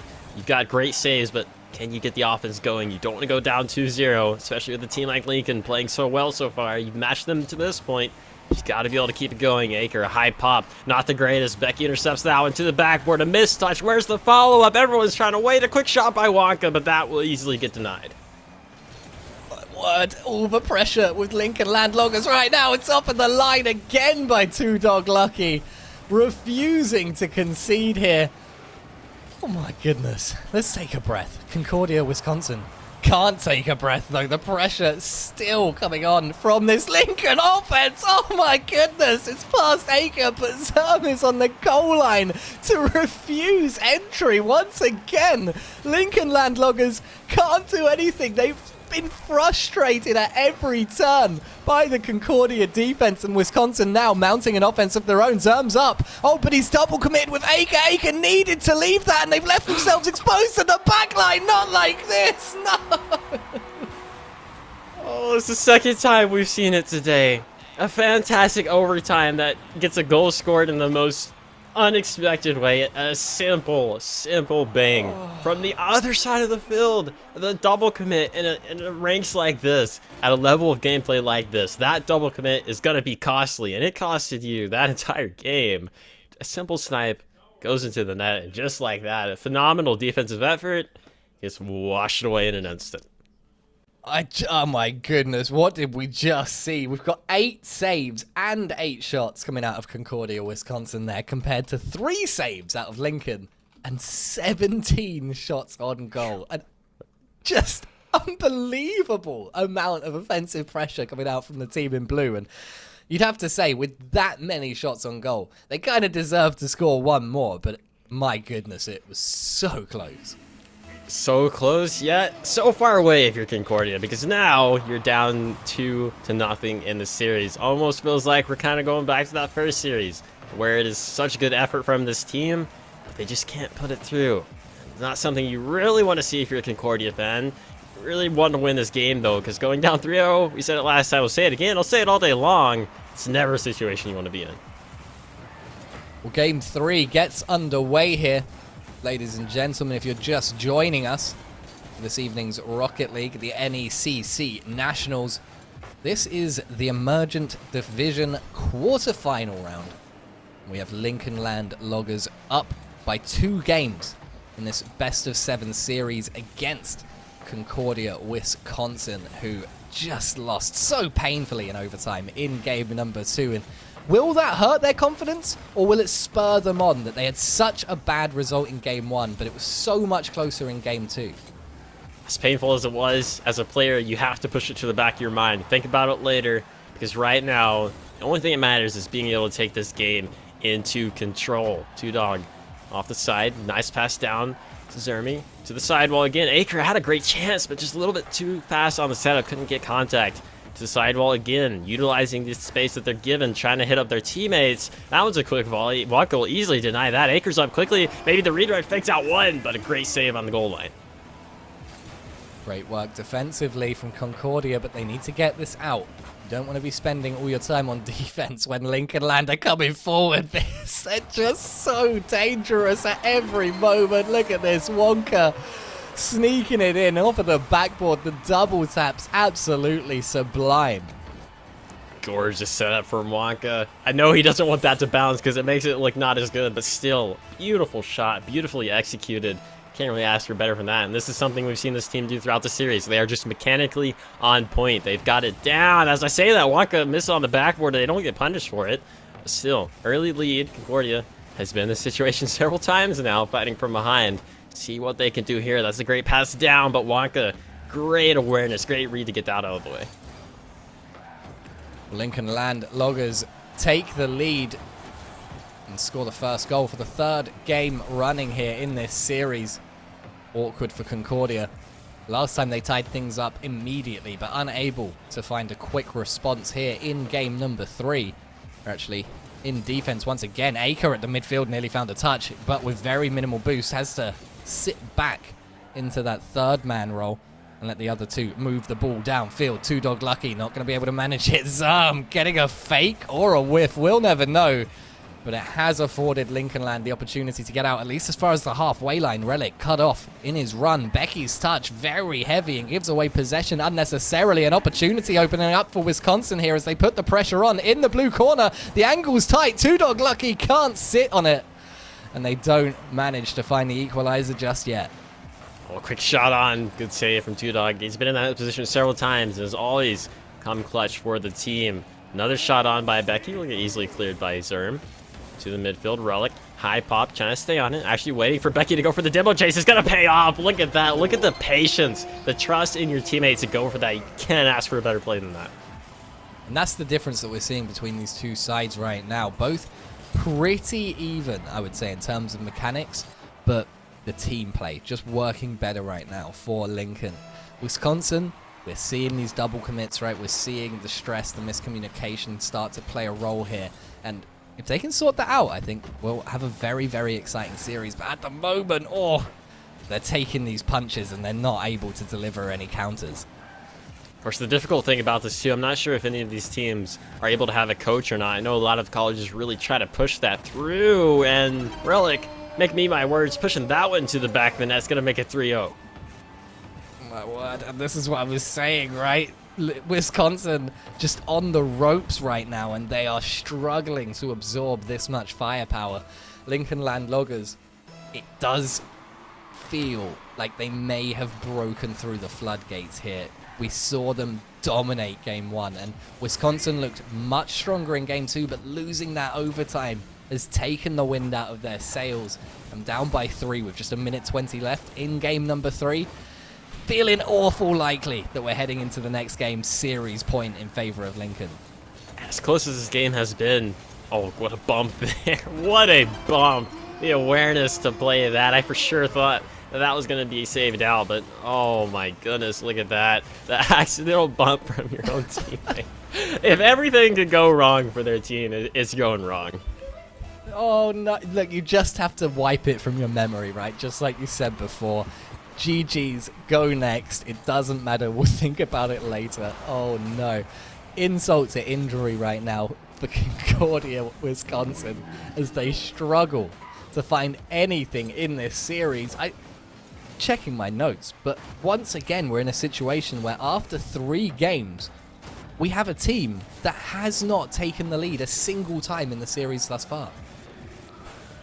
Honestly, as crazy as that sounds, I'm not surprised. The way that Lincoln Land has been playing, it's not shocking. Concordia, while they've been meeting blows, it feels like they've been kind of playing from behind almost the entire series long. They just haven't found their footing. They haven't been able to up the pace. Their mechanics not able to catch up to this team. They are simply getting outclassed right now.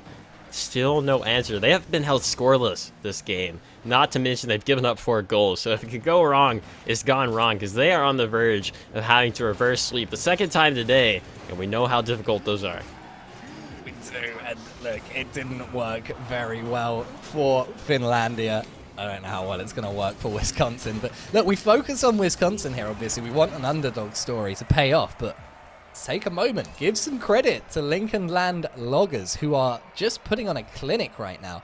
Nearly having the series tied up there in game number 2, but they've come back, re-established their dominance, and held a clean sheet all the way through game 3, now sitting pretty on series point as we head into the 4th game of the series.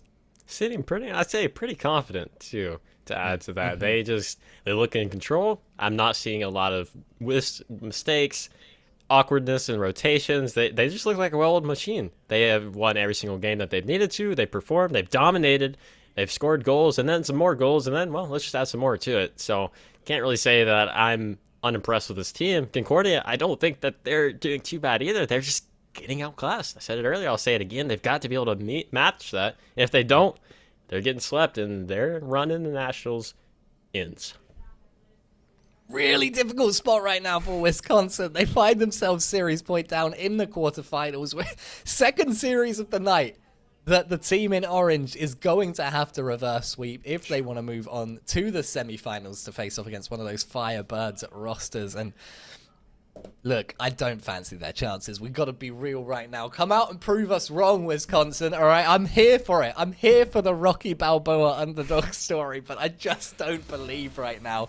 The Loggers, they just look so strong.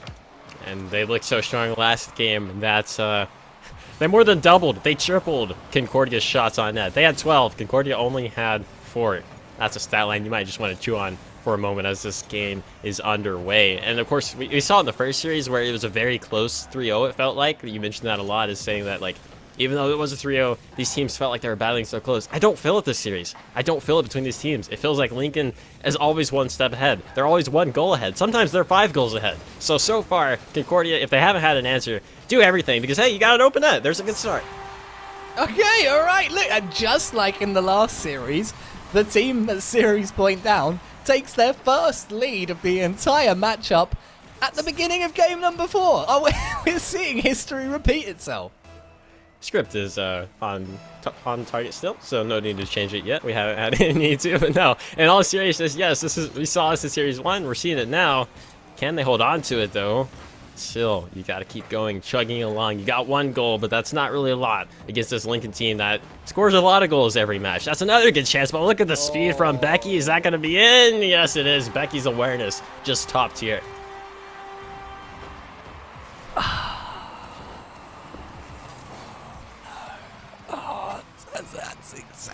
That's exactly what you don't want if you're a Wisconsin player. Lincoln Land Loggers tie things straight up here in game number 4. And maybe a quick kickoff goal into the back of the net. Wisconsin take the lead again. Well, things just got a little bit more interesting. When was the last time we saw a kickoff goal? I'm not really sure, but we're going to go right back to it. Great kickoff, great awareness to get that through. So Concordia, this is the first time that they've had a 2-goal lead on, or sorry, 2 goals in the game, possibly, I think. I might be wrong on that, but it's a good start nonetheless.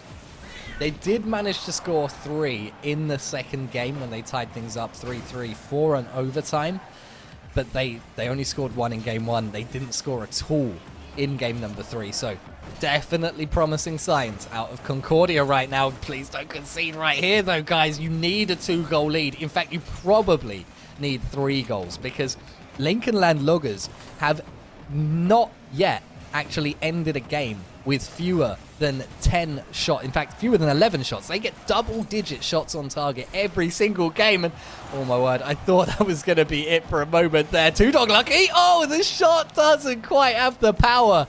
But signs of life yet from Wisconsin. Signs of life. Need to really keep chugging along here. Another infield pass will be denied, but Lincoln a little bit on the back foot right now. Good control from Becky. Almost gets it past 1. Zerm off the side. Gets completely beat on that 50 by Wonka. Dangerous infield touch, and no, you never want to make that touch. That one is very costly. That's, yeah. 2-Dog lucky. Not feeling super lucky right now, is he? Bang on the 2-minute mark. Gets that pass across his own net, and it's absolutely buried by Relic, who does not need to be asked twice. Tied up once again. Concordia lose the lead the second time in game number 4. The pressure is mounting, and they're not behind yet, all right? So let's not get too ahead of ourselves. We take the small victories right now if you're a Concordia fan. It's getting smaller and smaller as this game goes on, but hey, you're still not behind. So Wonka looking to set up a 3rd goal. Is denied by Aker, but Becky's right there. Not the greatest pop, so it's going to fall down to 2-Dog. Has a lot of time in the air looking to get the flip reset.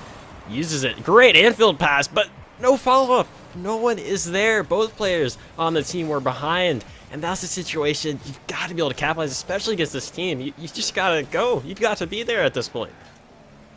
Maybe they'll get... Oh, no. Immediately cut out by Becky on the way back.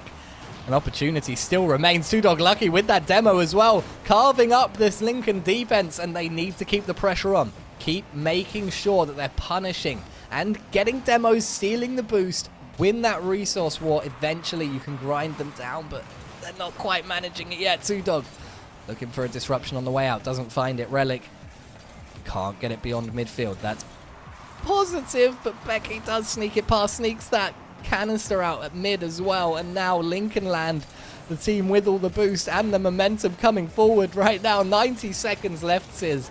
And I can't call this game. It's going to be down to the players to pave their way through. Concordia trying not to go home, and Lincoln Land is trying to punch their ticket into the semifinals with a clean sweep.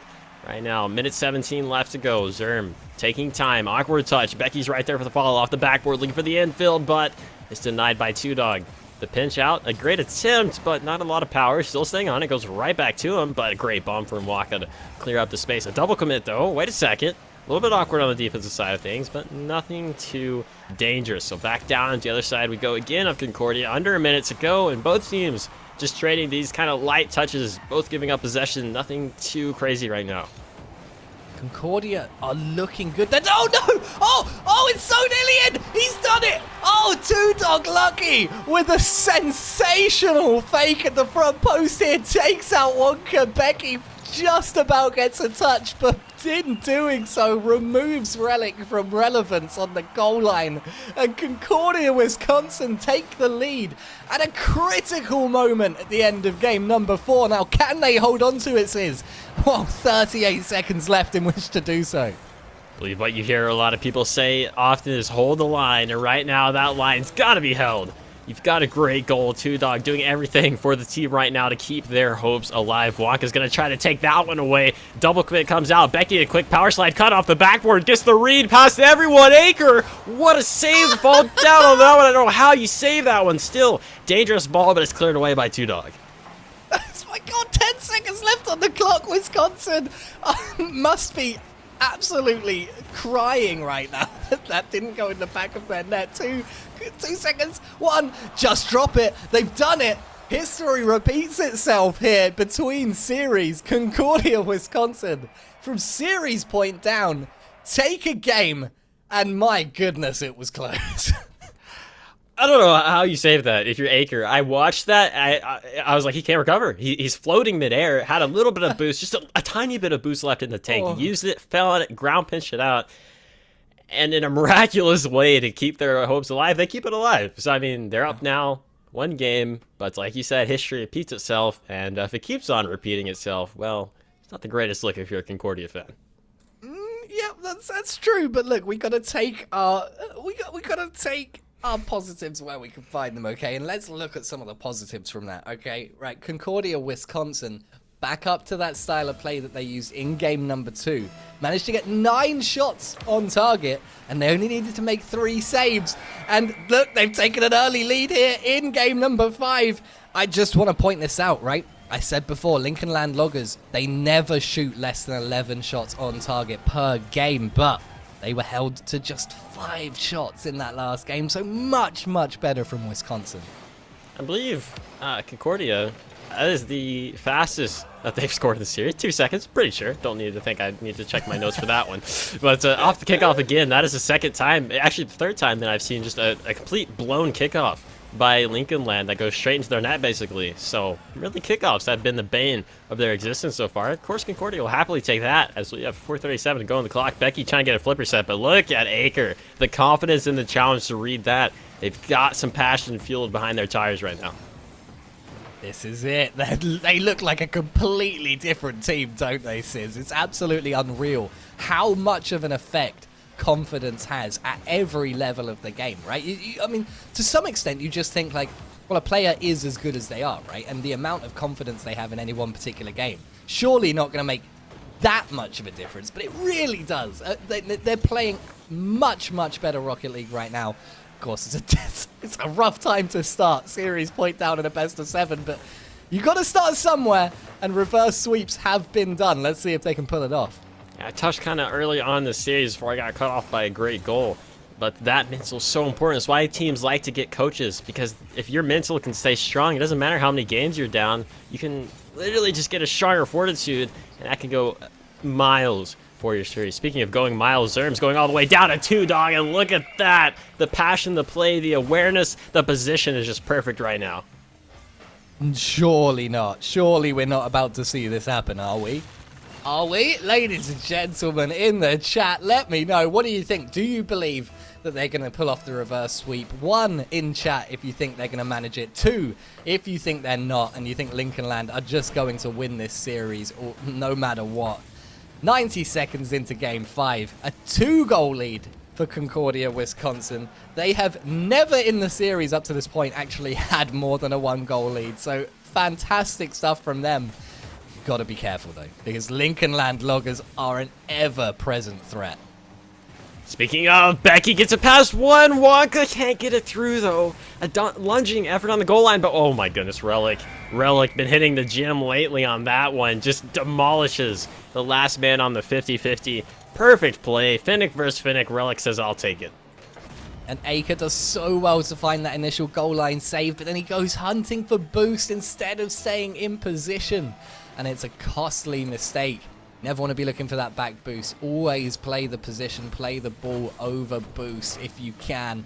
Concordia nearly taking one straight back though, and it's crazy how much of an effect we're seeing kickoff strats having in these series so far.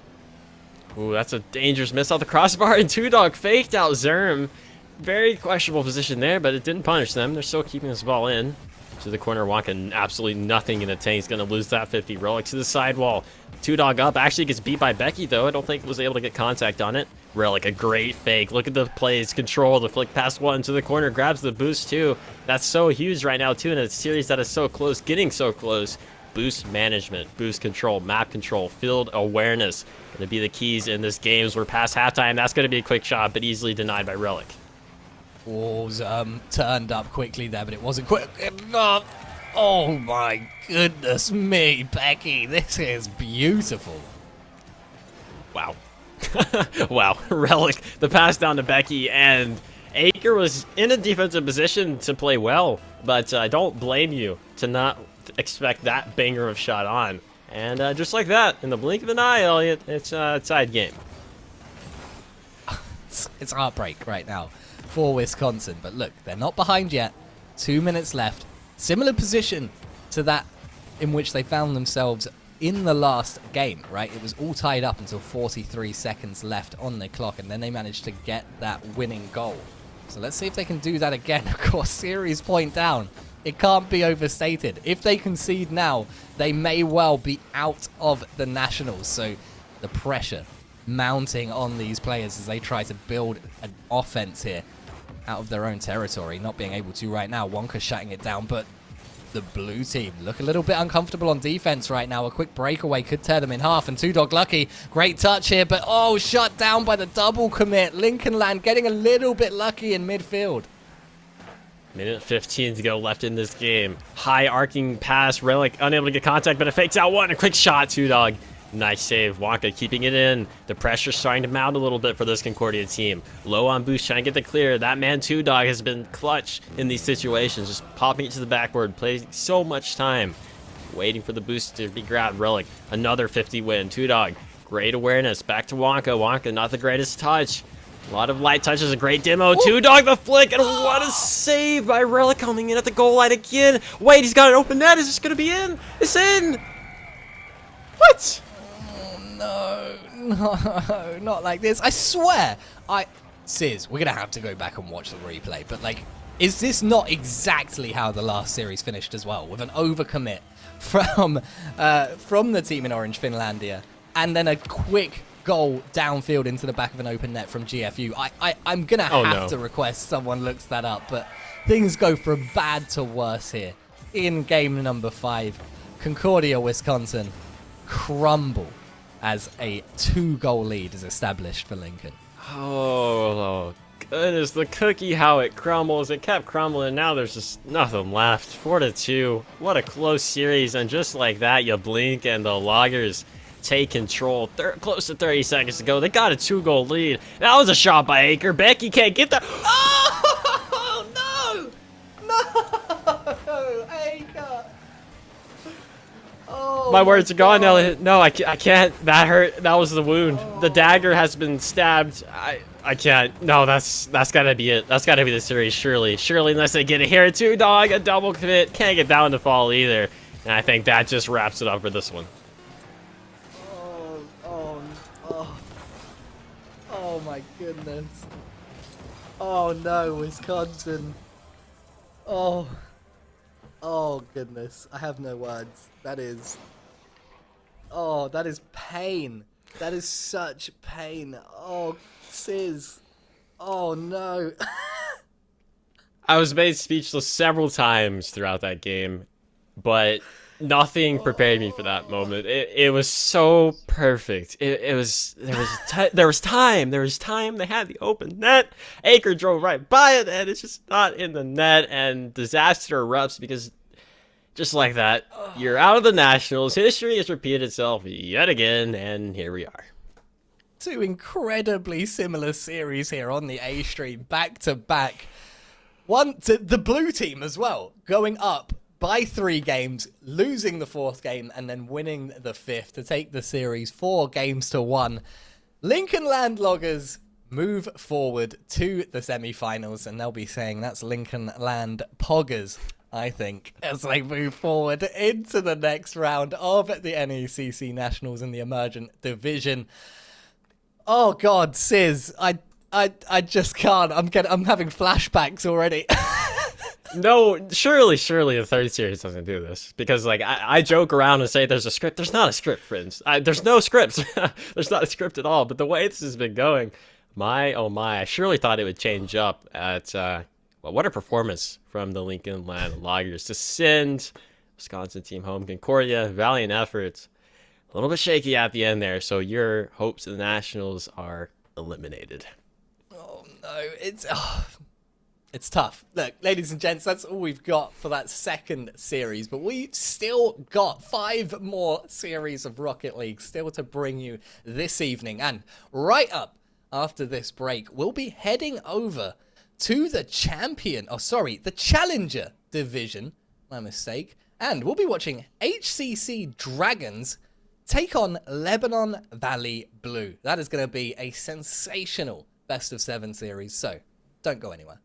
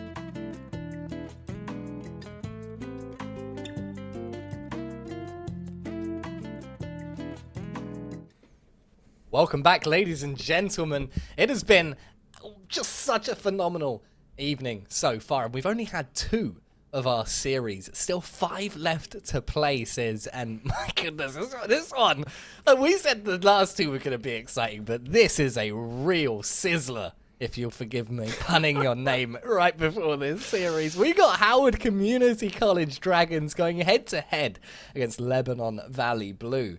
We've got a bit of a grudge match on our hands.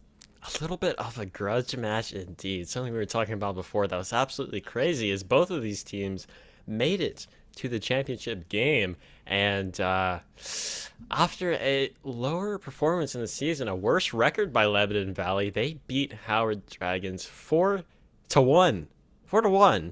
in the championship game. Even with a 6-3 record compared to 8-1, they kind of, what would you say, dominated their opponent.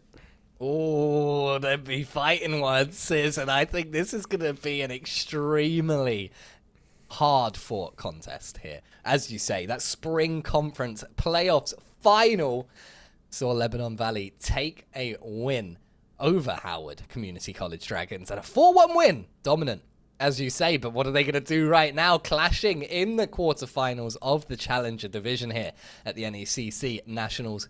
Only one team can make it through to the semis. Who's it going to be? I can't wait to find out. It's a best-of-7 series, ladies and gentlemen. And, well, I don't know. Do you think Lebanon Valley are the favorites here?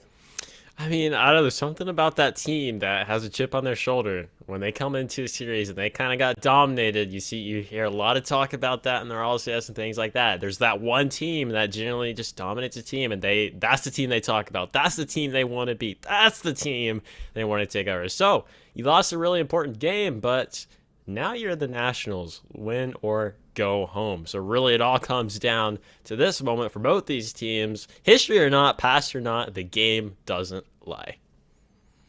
Ladies and gentlemen, we are just about to get started. This is the Challenger Division. It is the quarterfinals, and we're gonna bring a team, a roster lineup graphic on screen probably, which I've forgotten because I was so excited to get into the game. Let's take a look at these teams, shall we? Dragons lining up with Aero, Logs and Trees, and Nooble. And I'm just saying, Logs and Trees would have been a more appropriate name for the last set of teams. Most definitely. Aero, a very solid player. I recognize the name, so I'm going to be so excited to watch this team play there. Didn't have any interesting facts for that team, so a little bit bummed out because that's just been my favorite thing so far at casting today. But nonetheless, we're going to move on to see Lebanon Valley Blue. Who are they going to be matching up today against this Howard team? It's going to be another name I recognize, Magars, Frenchie, and of course Fuzzy. So some players I recognize on the pitch, some very high level players, some very good players. Oh, so excited for this matchup. Can't wait to see these teams play. Just please don't be a 4-1. Let it last longer, please. Well, look, history says that it might be a 4-1. Lebanon Valley taking the last series. These two teams played 4-1 in that best-of-7 final. And look, I'm going to give them the advantage here. You know why? Not because they already beat HCC, but because all 3 of these players have interesting facts, and HCC do not have a single one. So, ladies and gentlemen, heading into our 3rd series of the evening, the quarterfinal matchup between Lebanon Valley and HCC. That's Howard Community College Dragons, the team in blue and the team in orange, respectively. And Aero not quite able to pick out the opening goal off of that kickoff. Something too that you're going to notice as you get up higher and higher with these leagues is the cars start to get a lot more basic, which means it's probably a lot more sweatier. It's a lot of common decals, common presets we see in the pro scene, and wait a second, that was rolling toward the net. No one's home. Blink of an eye, I got busy looking at the cars, not the ball, and the Dragons go on top. And I think the blue defense got a little bit too tied up looking at the cars as well. Logs and Trees sneaking that one all the way downfield. And the team in orange take an early lead here in game 1. Yeah, I think Fuzzy on the back end of things right there didn't maybe realize that they were last man back. Dove instantly and said, oh, wait a second, probably not the smartest idea, so will be an early lead for the Dragons. The demo on the backfield clears up some space. Logs couldn't quite get the dunk. A good attempt Great clear down the side of the field. Noob looking for the pinch off the corner. Did get it. Not too much power. Arrow secures the boost flick over one. Nice shot on net, but Frenchie, great control to clear that to the other side. Oh, but lovely demo there from the Dragons, and they do manage to keep this in, at least in the midfield for a moment. Fuzzy Wuzzy coming up forward, trying to build up some offensive pressure for Lebanon Valley, but they need to be very careful. Frenchie's at the back line. Oh, he didn't find the touch, but he put Noob off enough. Is it enough? Arrow can't sneak it in. Fuzzy Wuzzy finds a pass over to the wing, and Frenchie gets it clear, but that could have been a 2-goal lead for Dragons. Dangerous times indeed. Oh, what a dunk by Magars. Couldn't quite get it to go, though. Great chance there for Lebanon Valley, really just to get something going. Another shot at a team bump, and that is not the type of goal you want to give up. Arrow doing what needed to be done, finds a shot on target, but whoa, that's rough. That's a goal conceded more than it is a goal scored. Lebanon Valley just taking their time to get started. I think at this pace of Rocket League, at this level, errors like that's really coming down more to communication and maybe a little bit of nerves more than anything else. That's something you're really not accustomed to seeing. So maybe a little bit panicky, a little awkward to start. That's all right. You have plenty of time left in this game to get something going. Fuzzy, infield pass to Frenchie. Frenchie, a quick shot, top left, not quite off the post. Another demolition comes in, trying to clear up some space, but it is going down to that blue side again. 1v1 Noob, a quick flick. Fuzzy, you got to get back for this one. Crossbar down, the follow, not there. Magar thought it was there. That was going to be in. Chaos is erupting on the field, but it's another goal for the Dragons. What on earth is going on at the Lebanon Valley defense? This is just a mess. Frenchie can't get back. It's a sensational bump there on the goal line to stop him getting back. You have to Dragons, I thought they were going to put that in the back of the net about 87 times before they managed it, but they got it. And they're 3 goals up in just 2 minutes in game 1. Whatever's happening so far in this game, it's got to keep going. A little bit chaotic, a little messy, but it's still 3 goals for the Dragons and nothing for Lebanon Valley. So getting the fair end of the trade so far to the backboard. Arrow looking for bumps. Noob up very early. Maybe he has to recuperate after that one. Frenchie chasing this off the corner to the ceiling. A great infield pass denied by logs and trees. Just now hitting the halftime mark. Lebanon Valley, a few shots on net is really all they've got to their name so far. A demolition is just going to clear all the way back down to that familiar side we've seen the ball in. Tied up in midfield here, Magars trying to sneak one on for Lebanon Valley, can't quite manage it. That's Magars, of course, the captain of Lebanon Valley for over 2 years, former semi-pro player for M&M Esports, who are a top 90 team in NA. Back in the day, according to himself, back in the day, of course, means probably within the last couple of years. What happens when you get people this young saying the phrase back in the day? Interesting to see. Speaking of him, he's going to have to make the save and does so. Of course, he does have that alpha boost, which you had to play the game pretty early on to get. So I guess his back in the day is a little early on in the stages of Rocket League. But right now, early on, or actually later on in this game, you could say, they still have yet to find the back of the net. 90 seconds left in this game. That's a nice bang towards the net. It's going to be high, though. Noob can't get the read. A faked out one. You've got to respect those touches, and sometimes it's going to cost you because Arrow gets another one. Exactly what you don't want if you're Lebanon Valley right now. You're coming forward. You think you maybe are developing enough aggression to find a goal of your own, and just like that, the ball straight down Route 1. You turn back. You realize there's no one there. You give up hope. It's 4-0. To HCC Dragons, and they're off to a very good start. So, correct me if wrong, how many game 1s have just been like this, where it's just one team completely dominating the other one? I just don't understand anymore. I don't understand, but it's happening anyways. Another bump on the back. Wait a second. My goodness, the miss is coming out. It doesn't cost them, but it's just been all Dragons so far. The time of possession heavily in their favor. So many chances, so many shots, so many attempts. That's a great shot from Frenchie, but just a little bit too low to get in. Goodness me. I mean, this would be the first clean sheet in a game 1 that we've seen if Dragons do indeed manage to hold off Lebanon Valley Blue. See what they can do. Looking for goal number 5 here. Logs puts it up to the backboard. Arrow can't sneak in a touch before it's cleared. Noob won't find a shot on target, but this looks dangerous here. Fuzzy Wuzzy getting back, getting a bump and finding possession, sneaking it out to the midway point.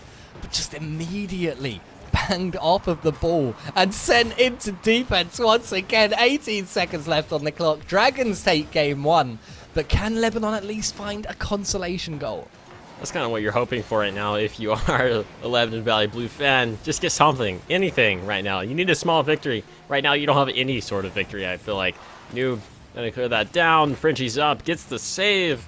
Nothing going too crazy right now. Fuzzy is trying to keep it up. It actually gets kept up by another one. Finally, it hits the ground. And the Dragons, playing with the chip on their shoulder, sure showed off this first game. That's exactly how you want to start if you're the Dragons, right? You come out, you've already got this playing on your mind. Hey, we lost to these guys 4-1 in the finals of the playoffs, probably not very long ago at all. And you come out and you slap them around a bit. You get 4 goals. You don't even concede. No better way to open up a best-of-7 series, but they've got... Like, just in the same way as Lebanon right now, they have to go back into this next game with a clear mind, right? Still 0-0. Don't worry about that. It's behind us. Well, Howard have to do the exact same thing, because if they get complacent, that's when Lebanon could start to find the weaknesses, right? The chinks in the armor, and it can turn around very quickly, right? It was 4-1 when they lost last time. It could be 4-1 here right now as well. So let's see what these teams can do, but very strong start for Howard. I was going to say, I wasn't able to watch that last game between them, but I'm wondering where that 4-1 came in. When was that first win? Was it the first game? Was it the last game? Well, it couldn't be the last game, clearly, but it makes you wonder because, you know, strong starts, teams generally have a strong start. Can they keep it through, though? That's what separates you from being a good team and a great team. So we're going into game number 2. And something really interesting from that first game. Dragons had 9 shots and Lebanon Valley had 8. It didn't feel like it. I just didn't feel like they had that many shots on net. I guess they did, but stats don't lie, I suppose. Nonetheless, Dragons looking to carry through the momentum from game 1. Really interesting thing to build off of what you just said as well is that only 1 shot difference, but they had the same number of saves. Both teams with 4 saves. The difference is Howard bagged 4 of the 5 of their other shots, and Lebanon couldn't get a single one over the line. So crucial that you take your opportunities when they are presented to you, and Lebanon Valley Blue not able to do that in game 1. Let's see what they can do in game 2. Sometimes quality is more important over quantity. You'll see teams only get 1 to 2 shots on net. That's all they need. They win 2-0. Shockingly enough, just welcome to the esport of Rocket League. A quick 50 by Frenchie off the sidewall. It's a good setup. There's a quick shot. That one's just going to go off of the crossbar. The first really good look that we've seen from them, and it is a good start to game 2. So maybe they're starting to make those adjustments. Look at the 50 from Frenchie. Apollo through a great save from Arrow. Quick little pass into midfield there for Dragons. Does get turned down. Magars looking to do what he can. Frenchie will take that pass across to Fuzzy Wuzzy. I think he was hoping to make that a 3-man play, but this could be the first goal. Oh, no, it's not going to be the first goal for Lebanon Valley. At least not yet. Magars looking for the crossbar there, hoping to find a double touch. Frenchie inside. Fuzzy Wuzzy's not there, but they're completely exposed at the back line. It's not in. How is it not in the back of the NECC? How have they not been punished? What? I don't know. I'm speechless. The game plays on. The game plays on. No goal is scored.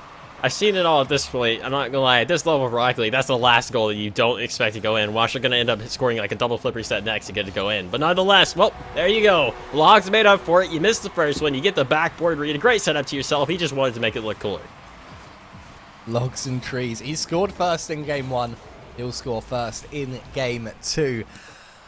He had to as well. He had to make up for that mistake because I tell you what, look, Lebanon Valley left their entire defense on the other half of the field there, and you'd have thought the clear would have found the back of the net. It didn't, but then he's got an open goal on the follow-up, sends it wide, redeems himself shortly afterwards. This, surely not. No, oh my goodness, Lebanon Valley downfield with an open net, but they miss. They're not able to find it. And they remain with 0 goals, not just in this game, but in this series so far. I really suppose open nets are the hardest to score after all at this point. Oh my goodness, Magar's getting bumped in net. Does get the save, so not quite able to get a second one for Dragons and Lebanon Valley. You are very happy with that outcome. So want to get on the board. You never want to be held this scoreless, especially once you're already halfway through game number 2. Magars from the backboard. Good control. Pass one, pass another. Quick shot. Look at the play. Look at the control. You said you're washed. I don't think so. Lovely stuff here from Magars to find the equalizer and the first blue goal of the series. It's exactly what they needed. Brilliantly worked play. You've got to ask better of the Howard defense, but to their credit, this is their first concession, and now maybe that's the wake-up call they need. Now they know Lebanon Valley are dangerous.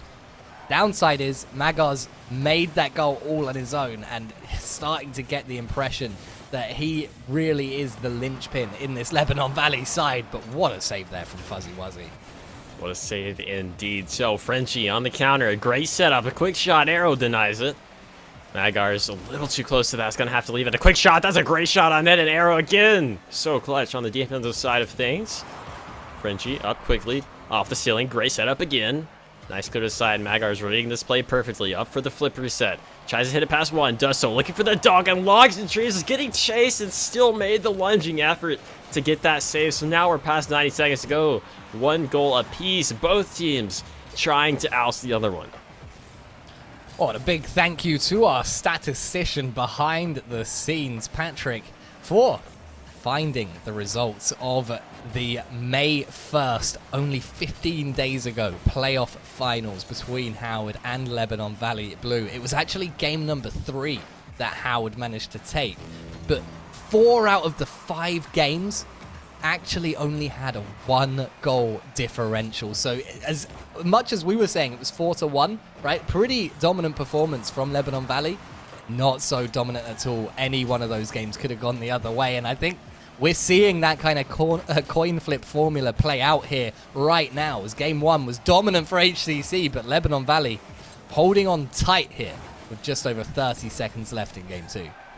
Time all but over if these teams don't hit it. Oh my goodness, what a bang. Magar's on the back line, thankfully there for his Lebanon team to save that one. Like trees just spawn there, gets a touch. The double demo comes out. An accidental bump by Fuzzy on Frenchie. A quick shot on net. Noob can't quite get it to go, and somehow after all the chaos, we get a goal. Fuzzy Wuzzy, nationally ranked top 50 male singers in high school. I don't know how they've ranked that, but he can also play the guitar very well also. You know what else he can do? He can bang it into the back of the orange net pretty handily. 15 seconds left on the clock in game number 2. Lebanon Valley with a 1-goal lead, their first lead in the series, looking to tie things up. What can Dragons do? Oh, nothing off the back of that demo. Frenchie steps up to the plate. He says, hold up, Magars has scored. That's my roommate. Whoa, I've got to find a goal too. Surely haven't I? Magars with the pass inside to his roommate Frenchie. Steps up, bags the 3rd for Lebanon Valley, and that's going to be the series all tied up. The roommate chemistry coming through. A gorgeous pass from Magars off of the backboard. Frenchie obviously there to finish that one. So, Lebanon Valley Blue repeats. Well, I would say repeat, but definitely come back from a rough start, and they had 13 shots on net. Clearly, the ties shifted just a little bit in their favor. No, let's not say a little bit. It was definitely heavily in their favor that game. But still a tight game nonetheless, but a flurry of shots on the net. Yep, that is really sensational stuff. 5 more shots than they managed in that first game, and 1 fewer save, right? So they didn't need to do too much on defense, and Howard not getting as strong a start in game number 2. They did actually manage to take the lead, of course, Logs and Trees doing what needed to be done eventually, but they couldn't take the result. And Lebanon Valley, they've tied up the series, and it looked stronger and stronger towards the end of that game as well, so you'd have to give them the momentum coming into game 3. A few demos coming out in the backfield, cleaning up a lot of space. Log and Trees unable to get contact. Frenchie read that play from a mile away off the ceiling. Very awkward Noob. Very awkward to get off the save. Fuzzy getting there to try to keep that in. Looking for their first goal. Early on, too. This is not something we're too accustomed to seeing. It's really quick pressure for Lebanon Valley. They started heating up that last game getting shots, but it took a little bit to start. So clearly, this momentum is carrying over into this game. Setting up. Dragons on the back foot here. Magar is keeping it again. A great infield pass, but no one is there. Arrow will bang it down to the other side. Clearly a much better start for Lebanon right now, and that game 1 well and truly in the rear view mirror right now, and we're not going to see history repeat itself again. This is at least no series point straight away. No one going to be going up by 3 games to nothing this time. An all-square series in Game 3. Lebanon Valley just about keeping it out of their own goal here. Shortly after a minute passes, and back down to the other end. Magars, oh, the save from Logs and Trees is good enough. HCC Dragons, hang on. They might still concede yet. Fuzzy Wuzzy looking for a demolition on the goal line, doesn't find it. Lebanon Valley, though, says, whoa, what a step up. Step up indeed. It's what you like to see for a team that struggled so early on in this series. They have climbed their way back into it, trying to pave their way on to the semifinals. Magar's off the side, great pass. Fuzzy almost had the read. For sure thought he had it, just not quite able to get it. This is several times. Oh, what a pinch there to get that across the side. I mean, Magar's is right to clear it, but respect for going for it. Still not really getting it out of your hat, but finally, Log and Trees is there to clear it down. Arrow to the backboard. A quick shot denied by Frenchie. Maybe not actually, but there. Fuzzy's there for the cleanup. Lebanon, you gotta be careful here. That's not the first time you've left your net exposed like that, and HCC can punish it. They've struggled to punish it a few times, but they absolutely can. So don't be giving away any situations like that where you give them such a prime opportunity to take an easy lead. And halfway through Game 3, neither team managing to find a goal yet. This is becoming a battle of the Titans. A lot of fundamental basics back and forth. Great saves from both teams on the goal line when they need it most. Still held scoreless. We're way past halftime. It feels like these games are starting to fly by right now with how fast-paced both of these teams are going. Frenchie takes the boost, trying to get it past Arrow. Arrow wise to get it around 1, but can't follow that one. Magar's great control. Flicks it past 1. Frenchie wasn't quite there. Back pass. A great shot from Fuzzy. Can't get the save. And look at that 3-man plays from Lebanon. That's exactly what you wanted to see if you're a Lebanon fan here. Magar's doing so much work. Takes it round 1 and then bounces it back. The back pass in field for Fuzzy Wuzzy. Sends it flying into the back of that Dragon's net. And I tell you what, how the tides turn. How the turntables. We've got Lebanon Valley with a goal, holding Dragons off of the score sheet since they found that first goal in Game 2. They haven't been able to find anything, and Magar's just going demo crazy right now. The physicality coming out, going to be adding to the frustrations of Howard. Approaching 90 seconds left to go, and they have just been unable to do anything. The Dragons of Howard really stuck in their half the majority of this game. That's a good bump. Infield pass. Actually, no, just beats out 1. That one's bouncing off the post. Still dangerous. Logs and Trees to the backboard. Infield pass. Where's the follow-up? Noob. Just too far over to get that. Arrow, another shot. Beats out 1, but it's going to go right down to Magar's. Frenchie's waiting. Quick shot on the counter. Look at the chemistry. That's a great play. Now this is the team I expected to show up from the start of the series. I don't even need to pretend anymore. I was disappointed. Game 1, I thought, well, this isn't the Lebanon Valley that I expected coming into this, but here they are. They just needed a little bit of warm-up. Maybe they gave it away intentionally. Give them some room to adapt, and they'll take a sneaky kickoff goal here as well to make it 3. This is something I was a little bit concerned about. I was like, that's a great start from Howard for a game number 1, but I was a little concerned because like a team like Lebanon Valley Blue, all it takes is a little bit of warm-up, get the axles flowing a little bit better, get the controller warm, then what happens? And right now it has been all of their team dominating, maybe getting another one. Magar's fakes out 1, unable to get through, but I mean, at this point it's just beating your opponent while they're down if you keep scoring. They're going to. Oh, up for the crossbar and down, but it's not in the back of the net. An opportunity for Dragons to break down field. They can't. Magar's, he wanted Fuzzy Wuzzy to turn there, and I know Fuzzy doesn't have boost, but he's got to turn up and try and make the most of that pass. You've got to play the ball over looking for that back canister. I know it's not going to matter right now. Lebanon Valley looking comfortable to close out Game 3 with a W, but it's all about making sure you are just playing the right option every single time, or at least as consistently as you can. And my goodness, what a way for the Dragons to break their dry spell. Can't really ask for a better pass. Can't ask for a better shot either. My goodness. My goodness. Might as well round it up to 100 kph there. Beautiful shot. Beautiful pass. Maybe 4 minutes and 40 seconds too late, but it's something. It's a momentum builder. A small victory. This team could possibly build a great infield pass again. And hang on, there's still time in this game. And Noob, I haven't seen him step up at all. I don't think I've said that name yet, but he finds his first goal of the series. And I tell you what, Caster's curse, right? I said it was comfortable for Lebanon Valley to close it out. And just like that, in the blink of an eye, there's 10 seconds left. And Dragons just need one to force an overtime. Can they manage it, though? Out of defense, Aero sends it over to the right wing. Frenchie's going to get there first, but opts not to and leaves Aero with the option to take this downfield. The pass isn't enough.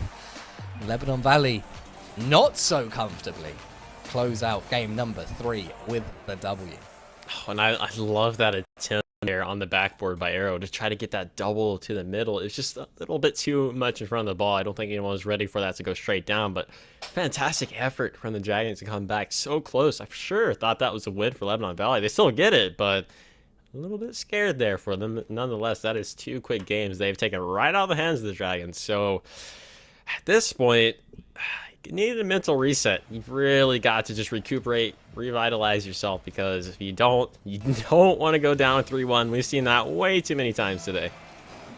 This is a really interesting game right now. Lebanon Valley take this, and they're up series point. And not just that, but Dragons, although they had a bad game, they're in game number 3. They had the momentum coming out of the end of that, right? That last 30 seconds was theirs. So if they can build on that, find the opener here, maybe find the opening 2, then we're going to see this series really start to pop off. But conversely, I think their mentality right now is reliant upon them building off of that momentum and finding a good start to game number 4. Because if Lebanon Valley take this game, and especially if they take it dominantly, I think they win it 4-1 again. I'm sorry to say it, Sis. The script stays true, unfortunately, if that does happen. So we're going to see here, though, Fuzzy Wuzzy, the infield pass. I love saying that name every time I see him on the ball. Frenchie has to make the save and does so to the corner, but it's the Dragons now kind of flipping the switch, getting a little bit of pressure on the ball here. Nothing too crazy. A few shots on like that, but that one's easy cleared away by Frenchie. Arrows up quickly. Top right shot denied by Fuzzy Wuzzy. Still dangerous. Logs a tree. Beats out one to the crossbar, but Magar's too quick to read that one. Very, very hard fought first 60 seconds here. Logs and Trees can't get it. Aero up at midfield, sending it. Logs and Trees down to Noob. It was a beautiful 3-man passing play, but they can't send the shot on target. And honestly, they're lucky not to concede from the quick counter-attack. In fact, there it is. Look, Lebanon just needed a moment. Magars takes the lead here in game number 4. That was a fantastic passing play, but the bad thing about those 3-man passing plays, if you don't capitalize on it, if you don't get that goal, likely it is you're going to get scored on that counterattack. The recovery just wasn't fast enough. Can't blame them there. Beautiful shot from Magars nonetheless to get them on the board. And here we are again. Lebanon Valley Blue with an early lead on. The Dragons going to have to fight their way back into this one. Minute 40 gone. Only 1 goal in it so far. Dragons need to tie it up here. They really don't want to go 2 goals down. It's going to make it so much harder. Here it is, the opportunity.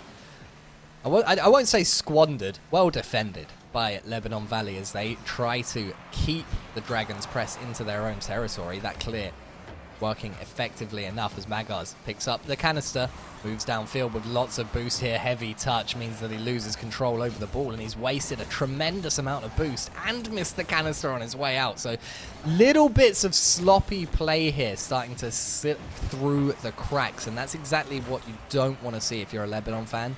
You want to see them tying up all of the loose ends and just making sure that they're playing solidly.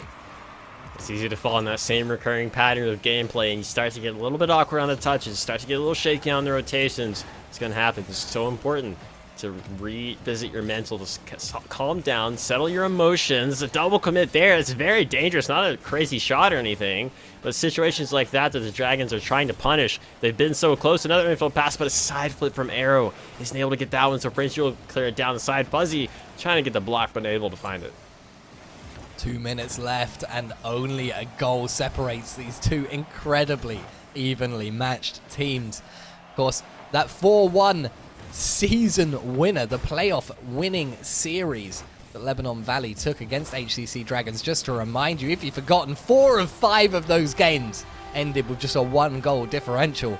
So Lebanon Valley will be very pleased indeed to make it 2-0. I didn't realize Frenchie also had an interesting fact that they could bench press 415. Not actually true, but it looked like it there. Great 50, just absolutely dominating. That last man gives Lebanon Valley Blue a second goal with a minute 45 to go. And the way the series has been playing out, things are looking grim for the Dragons. They really start needing to capitalize on offense like this. This is a great chance, but that's just way too high.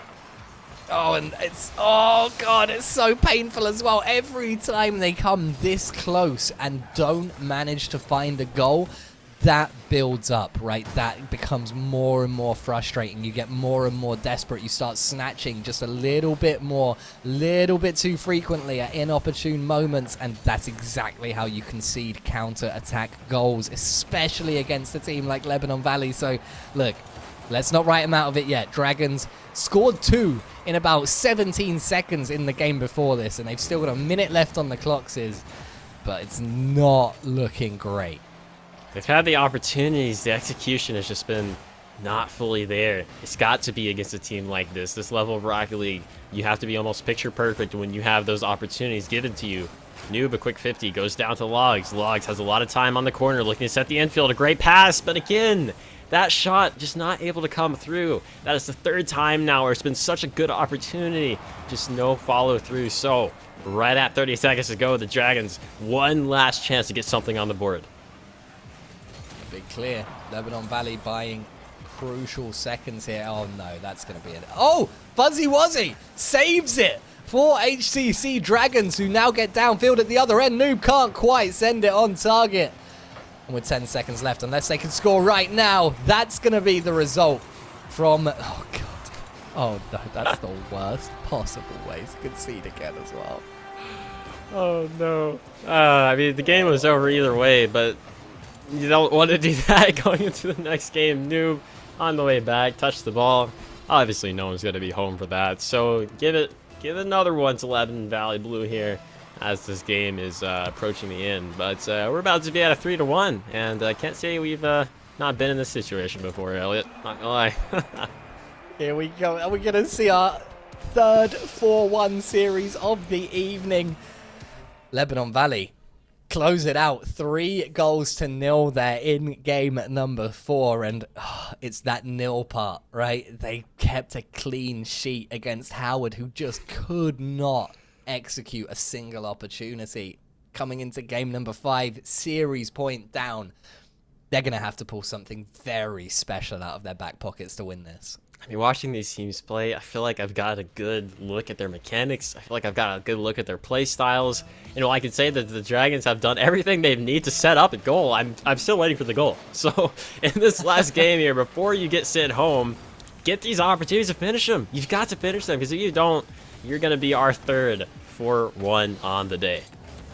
Oh my God. Oh, this statistic is absolutely outrageous. Lebanon Valley with 4 shots in that game. 4 shots and 3 goals. Howard had 13 shots on target and did not get the ball over the goal line a single time. That is pain. So much pain. That is absolutely crazy. The defense, crazy for Lebanon Valley Blue, but also the execution wasn't there either for the Dragons. So no matter if they have 13 or 3 shots this series, you got to get one to go in. Early on, nothing too crazy happening. A quick shot will be denied by Logs. Frenchie's waiting. Pop over one. Not a lot of power, though. Arrow's waiting. We'll bang that one back. Lots of hits back and forth between the two. Magar's off the backboard. Heady hit to the sidewall. Logs awkward. A double commit again. A lot of awkwardness coming on the defensive side for HTC. A quick shot denied, but still, it's not looking too pleasing on the defensive side of things. That one. Oh my goodness. Look at the snipe from Fuzzy. Yeah, this is just... Oh, they're crumbling. You can feel it. That defensive rotation is all over the place. Fuzzy Wuzzy slots it home in that bottom bottom left-hand corner from his perspective. And Lebanon Valley take the lead at a moment when Dragons desperately needed to score first. It's going to be very tough. And look, just to follow up on the stats from game number 4, Lebanon Valley actually had 11 saves from the 13 shots that Dragons put on goal. So when you see that statistic, if you're a Howard player, you got to take that as an invitation to physicality, right? If they're making that many saves, you've got to start taking players out of the equation. Stop them being able to make saves by just taking them off of the field entirely, and we are not seeing enough bumps and demos coming out of this orange side. We're seeing the occasional demo come out from Lebanon Valley right on cue, but none out of Dragons, and they will find their first goal since game 3 and tie up the game. But is it going to be enough? Maybe you don't get a demo, but the physicality comes into play. Great 50-50 on the goal line from Logs and Trees to finally get them closer in this series. I'm not quite done yet, but yeah, I really think I have to agree with you in that they've got to start bringing out some physical play, some demolitions. If you have a team that is performing so well on defense, take them out. They can't play defense if they're not on the field. So 2:52 left to go in this game. Tied early on. Arrow beats out one to the backboard. Nagars will easily have that, and that's something that we've seen so much. A high volley to the backboard or towards the net is always getting easily cleared away. I think they've got to start changing up how hard they're hitting it because no one's back. You've got to stop leaving your goal open. It's every time. Look, Lebanon are going to punish this, and it's fantastic positioning, or maybe lucky positioning. Either way, it doesn't matter for Frenchie there to just be underneath that. Catches it right. He just needs to put it on target, and he does. And now halfway through game 4, the team with series point has a 1-goal lead again. 1 goal yet again. How many times we've been here today? I don't want to count. Someone get the stat for me, please. But Dragons, really, if you don't want to go down in history as every game being the same today, you really need to get something going. You did it earlier in the game. That's a great double from Arrow down. But again, look at the speed from Lebanon Valley. Everyone's pushed up. Infield pass, but no one was able to get that. So Noob will pop it to the midfield. Can't beat out Fuzzy Wuzzy. That midfield presence all series long has been so tight, so fast from this team. And oh, Frenchie, that's just dirty. Beautiful stuff by Frenchie here. The touch is fantastic. Takes it from Arrow, down off of the wall, immediately into the flick, over the top of Logs. Noob, nowhere to be seen. And Lebanon Valley, on the 2-minute left mark, go up by 2. Goodness, this is looking No. grim. That's an open net. Fuzzy's going for a double, and that's just... Game. Yeah, that's... I really don't want to just end the game like that, but that's... When you have an open net and you're getting a double tap scored on you, yeah, that might be the kind of the mental deflate. The mental is gone. You're over. The controller hasn't been thrown. This one's going to be tough to come back from.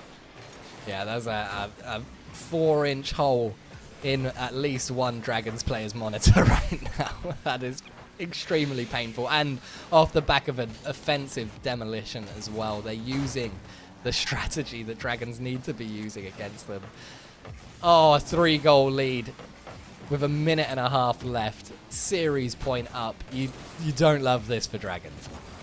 It feels like everything this series that the Dragons at some point did better than Lebanon Valley, which wasn't a lot. Lebanon just turned right around and did it better. That's a great infield pass. No one is home again for the Dragons. Everyone is just way too far away from the net. 5-1. Hardly any time left in this game. I would say go next, but you're going home, unfortunately. Brutality in the booth and brutality on the field. Dragons can't catch a break. And yeah, like, you get the feeling right now that they probably not believing in themselves, and with a minute 11 left and 4 goals to make up just to force an overtime, it's pretty easy to see why it's been a tough road. And Lebanon Valley, to their credit, have looked stronger and stronger as the games go on.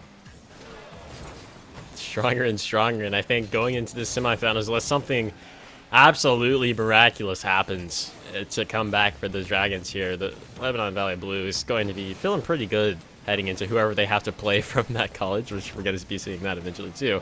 That's a great infield pass. Logs and Trees. Nice redirect goal. Maybe time a little bit too late, but it does give you something to look back into the series and be proud of. Hey, look, we saw them score 2 goals in 17 seconds, and if they can manage it at that rate again, they've got time, all right? Just about, sort of. If they can keep it up at 0 seconds, look, let's see what they can do. They're finally getting demos, and look how well it works! Why haven't you been doing this for the entire series? The question of the year possibly for this team. Where was this? Where was this all series long? That's a gorgeous pass, a gorgeous demo. 3-man passing play. Put it through, but all right. 36 seconds to go. They heard us talk. They're not quite done yet. You really got to get something fast. You don't want to give up a kickoff goal, though. Arrow has to avoid the bump, takes control, flicks it past one. Noob on quickly, can't get the dunk, but Arrow's right there. Arrow can't get contact, and that's going to shave off so much time on this clock. Yeah, very rough there. 20 seconds left on the clock. Dragons apparently incapable of stepping up before the final 30 seconds of a game. Last chance saloon here. They need a goal and they need it right now. 10 seconds left on the clock. Arrow sends it up to the backboard. Noob is not well positioned. Logs and trees just hoping something's going to come his way. But they left it too late. And unfortunately for Howard Community College Dragons, history does repeat itself. And just 15 days after they lost to Lebanon Valley Blue, 4-1 in the playoff finals, they will lose to Lebanon Valley Blue 4-1 in the Nationals quarterfinals. I don't think in my entire history of watching and casting Rocket League that I've ever seen this happen. I don't think I've ever seen 3 series look so similar with the same stat line over and over again at every different level Rocket League. I think that might genuinely be the first. And unfortunately for the Dragons, that will be their last. Lebanon Valley, a dominating performance, repeating themselves again. 4-1, 4-1, back and forth, they say. It doesn't matter if we had a worse record. We've got your number right now. They just, look, Lebanon really didn't look incredible coming into this. Like, frankly, I was worried. I thought Howard maybe were just going to steamroll. Lebanon didn't score in the first game, but they stepped it up. They recovered better than any other team we've seen tonight so far. They turned it around and they dominated. I mean, goodness me. They only conceded 1 in game 2, 2 in game 3, didn't concede at all in game 4, and then got the result over the line in game 5. And I tell you what, we thought this was a grudge match. Well, wait until the next time these two teams face off. Possibly, you know, the third time's the charm, but we're not going to be seeing that for a while because that wraps it up for the Dragons' time in the Nationals. They're going home. They're going to have to be watching from the stands like all you fine people at home will be. We've got one more final matchup, Elliot, to maybe just be another 4-1. Hopefully not. I don't want to speak into existence. I'm not even going to say the numbers. Not going to say the numbers. We'll be right back as quick as we can.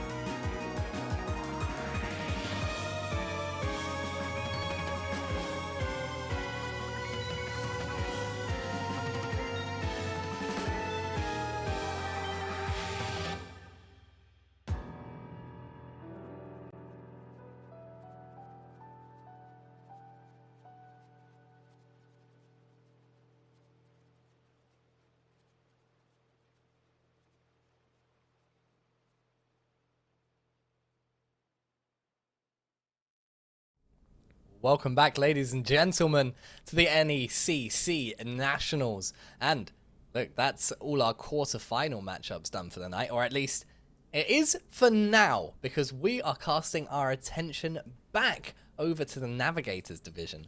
And we have a semi-final matchup between Morningside Esports and New England College. Sis, I'm hoping this one's going to be not a 4-1, maybe. Well, you already spoke the stat line, so might just have spoken to existence the way it's been going today. But nonetheless, some really interesting facts that I just really wanted to point out about these teams before we jump into like any rosters or anything is Morningside Esports went 5-3 in the regular season, and New England College went 9-0. But Morningside is the one with the playoff bye. However, New England College is coming off of a very hot 4-1 victory over U Ottawa Blue. Pretty dominating, too. A lot of 4-0, 3-0, 3-0s. They gave up one game and then won the last one 3-0. So I definitely think that they have some momentum behind them right now. Without a doubt. And just before we deep dive into this semi-final matchup, I do want to round up what we saw before just a moment ago with Lebanon Valley taking out Howard Community College Dragons. And we have confirmed that UAH White took down Miami University. So that means Lebanon Valley going to be going head-to-head in the semi-finals of that Challenger Division against UAH White. So massive matchup there. But look, let's take our attention back to these rosters. Let's take a look at the rosters, shall we? Morningside Esports. Tonight's lineup comprised of Nelly 30, Flexer, and 2 Tune Malone. Yeah, try saying that one fast. I think we're going to be fumbling that one several times throughout this cast. But nonetheless, still great roster there. Excited to see these people play. And, of course, hold on, not just quite done. Let's look over at New England College 2, the 9-0 in the regular season. Going to be rocking Mr. Nick, me like Rice too, who put, for the fun fact, likes Rice. Shocker there. And Fishy to finish it off. So, excited for this matchup here. Fishy. Not actually seeing that in-game name listed on the roster on my end at all, but that just makes it more exciting. I don't know. It's suspicious, isn't it? It's a little bit fishy, Sis, to be honest with you. Remember Becky, who we thought we knew nothing about, who apparently was cracked at Rocket League, and we saw how that turned out. So fishy, you know, some anonymous behind there, some mystery, like you said, maybe a little fishy. Goodness gracious, people are gonna hate us after that one. But no, this is fantastic too. I always love seeing it when we really know almost nothing about a player, because it generally gets us a good surprise. So trying to get the players in the lobby, get everything started up. Any predictions for this game? We haven't really done that yet. Give me a prediction for this. Right, I'm gonna have to give this one to New England College, I think, just because, not even related to their history, but just related to the fact that Morningside are coming into this off the back of a bye. As we get underway with game one, I do think that they're going to be just that little bit slower to get up into gear, right? Because they haven't warmed up. And yeah, sure, they've warmed up. They maybe been scrimming, maybe they've been playing ranked or whatever, but nothing warms you up like actual championship play. And New England College already made it through the quarterfinals. They are raring to go. And look, maybe I'm going to eat my words in a second, but I think that gives them the momentum heading into this series. Sometimes it's better off to not have a bye, and sometimes it's better off to have someone back for defense, because Fishy just snipes that one. And Demo here didn't really see what happened. Just looks like a 50, and no one was back home for that. So an early goal to start, not something I really expected, but hey, it's a goal nonetheless. And that's kind of sus there. Fishy scoring the first goal for New England College, and they do indeed get off to a stronger start. But that doesn't necessarily mean everything. I mean, after all, we had Lebanon Valley Blue fail to score a single goal in game one, and they still managed to take the series 4-1. Let's see what Morningside can do here. Trying to play out of defense, but me like Rice having it straight back into the blue penalty box. That's going to be the goal. Mr. Nick making it 2 for New England.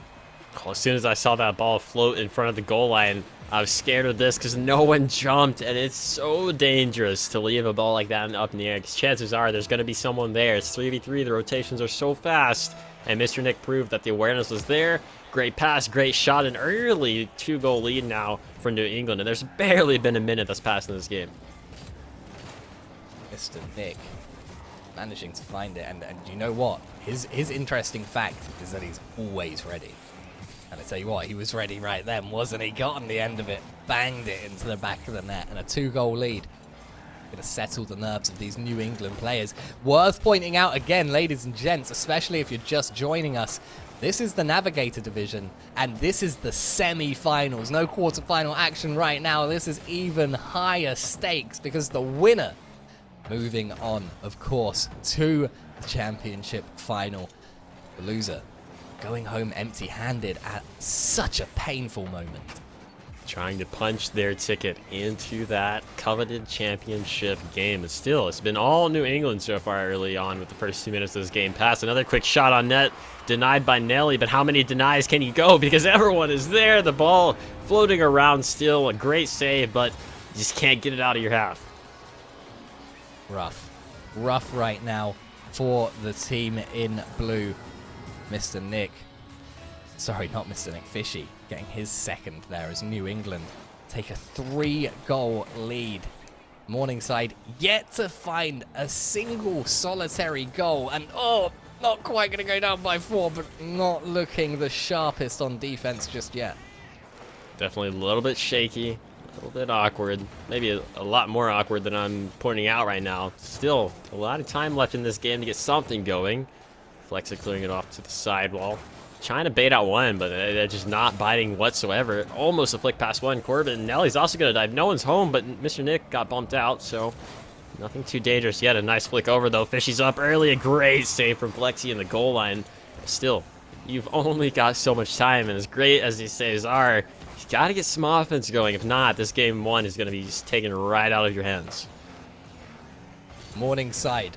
No goals yet, but an opportunity to build an offense all the way from their back line here. Nice little passing play between all 3 teammates. Nelly 30 trying to get on the end of it himself here. Can't quite ram it beyond the front post. And New England get this out of their own danger zone into the danger zone of Morningside JV here. And Flexa had to be back for that, or that would have been 4. Oh, and a bump attempt there. Actually pops the ball really high. Flexa thought that Fishy had that ball. Follows it down to Corbin. A light touch. Not the greatest, Mr. Nick, for the follow. Quick shot denied by Nelly. Approaching 90 seconds left in this game, and it's really been all New England. The first big bang that's been inside of New England. It was like forever that they've not had the chance to get a shot on. Speaking of a shot on, denied. A little bit off slightly towards the post. Nelly taking time. Hits it around 1. It pinches out. Corbin there for the follow. Good midfield pass. Their follow-up non-existent for Morningside, though. Still held scoreless as we're still chugging along in this game in their half. New England, looking to make it 4, but it's cleared into their defensive half. Just a minute left on the clock and a 3-goal deficit. Morningside have work to do here on the way back. Flexer's going to see it into the corner and finds boost on the way out as well. It's a fantastic play, and it's going to be all the way down the field into the back of the orange net. And that's quite a way to find the goal that you needed. Me like Rice just caught lacking at the midfield. Not ready for that bang from Flexa. So a good start. Something to get your team back into this game. 45 seconds is doable. And as many kickoff goals that we've seen go in, there's a chance you lose that one over to the side. Nelly off the sidewall looking for a quick shot. Beats out one. This is a great chance, but Mr. Nick just so fast. Said he's always ready. He's been showing it off this game number 1. New England coming forward. Looking menacing right now. Very hungry for that 4th goal, and they will find it. They've made the most out of the momentum that they found coming out of the quarterfinals. But I'm curious, is this going to last for the rest of the series, or are we going to see Morningside start to step it up now that we are, past that first game, or at least we will be once we hit into game number 2. It's going to be interesting to see. I think if New England take the second game, it's a much harder series for Morningside immediately. Well, we saw the Dragons last series completely dominate Lebanon Valley Blue, And we saw how that series played out. So, plenty of time left here. Plenty of games left for Morningside. They've kind of got pummeled in this first game, but it's only game number 1. They do get a goal, so it's something to carry over to the next round. But nonetheless, New England, about as good of a first game that you could ask for them, really. Yeah, absolutely. I mean, a clean sheet would have been nice, but I don't think they'll be complaining. They had 10 shots, only had to make a single save there, and scoring 40% of your shots is absolutely fine. You know, I talk to my statistician friends, and what they tell me is that their general bench line for what is a good shot conversion ratio is 30%. If an RLCS team is converting more than 30% of their shots, that is what they consider to be solid play right there. So a 40% conversion ratio from New England, nothing to sniff at, and putting themselves in a very advantageous position coming into game number 2. Well, if anyone keeps up with North American RLCS lately, you could say G2 has been doing that, and well, the results pay off for themselves. New England, though, that last game, completely outshooting Morningside JV, dominating the stat line there, more than tripling the shot count. So if you're Morningside JV, it really comes down to just playing some more offense, because we really didn't get to see a lot, and when they finally got something, they scored. So you see how it goes off, as they actually are starting off the New England side for this game number 2. And talk about momentum. I just want to cast everyone's attention back to the game, or the series even, that New England had before this in the quarterfinals against Ottawa Blue. They actually held a clean sheet for 4 out of 5 games, and would you have guessed it, Sis? They won 4 games to 1. Oh, the stats never lie, do they? Never lie in Rocket League. Flexa looking to keep it in. Past 1, possibly, but no, it does get around. Fishy, clear out, but Nelly's right there. Beats it past 1. Me like Rice, a quick shot at the open net, but that one off the crossbar. Unfortunate touch, just a little too high. The joys of why I don't use the Dominus, just gets too much power sometimes. A minute in, and signs of life from Morningside JV. Need to see them find a goal. That could have been it there. Had that been on target, that would have trickled all the way over the line. A wake-up call, hopefully, for New England to make sure that they are always capable of covering the danger option, and Morningside with a defensive error that has cost them hugely here. Yeah, Fishy, great touch off the backboard. I for sure thought Nelly had it, but Mr. Nick clearly just outguessing me, because played the miss the entire way, jumped right before they could even hit the ball. Great read, I suppose. He's always ready. Always ready. Always ready. I feel like we're just going to say that every single time that he scores, waiting for him not to be ready. But so far, he's kept his word. And he's looking for that pass inside. Not going to find it. Not going to find a disruption on the way out either. But love this momentum from New England. They are keeping it going, and they are looking to set the pace in this series. They're not going to be pushed back by Morningside JV. And I'm starting to like Morningside's chances less and less as this goes on, but it's only 1 goal, and it's been less than 2 minutes in this second game. So by absolutely no means is this settled yet. Something I've been noticing a lot from Morningside is not enough spacing. And as I say that, 2 players got caught lacking, actually kind of bumping each other on the sidewall. You see Flexa and Corbin just running into each other. They both run past the ball, and that is an issue that has been plaguing them so far. They've really got to work on that spacing, because a team like New England is going to punish you for it. 2 goals up, 2 minutes in to game number 2. All the 2s here for New England College. They're looking good, aren't they? Mr. Nick, ready for that snapshot, sends it up to the crossbar. Morningside defense holding steady just about, but they are looking wavery at the moment. Is that a word? They're wavering at least, and New England capitalize. Wavering, panicking, flailing, everything that's going wrong for Morningside is still going wrong. That's a great shot from Me Like Rice, but still, those are the situations that are coming from awkward defensive touches from Morningside. They get it running into each other, not sure where to hit the ball. Just looks like they're a step behind. Kind of seen that all day. It's how this series is playing out, because we are just now approaching halftime, and it's a 3-0 lead. Nelly really needs to try and make this work for Morningside to get back into this, both in terms of score and in terms of their mindset right now, because this is a horrible place to be in terms of your mentality as a team, your confidence taking knock after knock here. As New England set up for goal number 4. The pass inside is good. Me Like Rice can't find the target. Fishy can, but the double commit just about keeps the ball out of the back of the net for Morningside. Oh, Fishy, I don't think he realized no one was going to take a touch there, and with 2 minutes left, me like Rice not going to find the pass inside. Morningside not quite going to go down by 4. Minute 50 to go, and it's still been all New England in the driver's seat right now. Not letting go of anything. Rice is just going to bang that down the other side of the field, wasting a lot of time. Flex a lot of boost off the sidewall. It gets to 50, straight down to Corbin. Taking control, but it was getting demo chase. Had to take the 50. Nelly, infield pass. Corbin had this shot, but side flipped the wrong direction. Good fake from Nelly. Actually didn't contact. It was a good idea. Just execution not fully there right now for this team. It's been showing. Minute 23 to go, and it's just nothing being generated for Morningside except a lot of defense.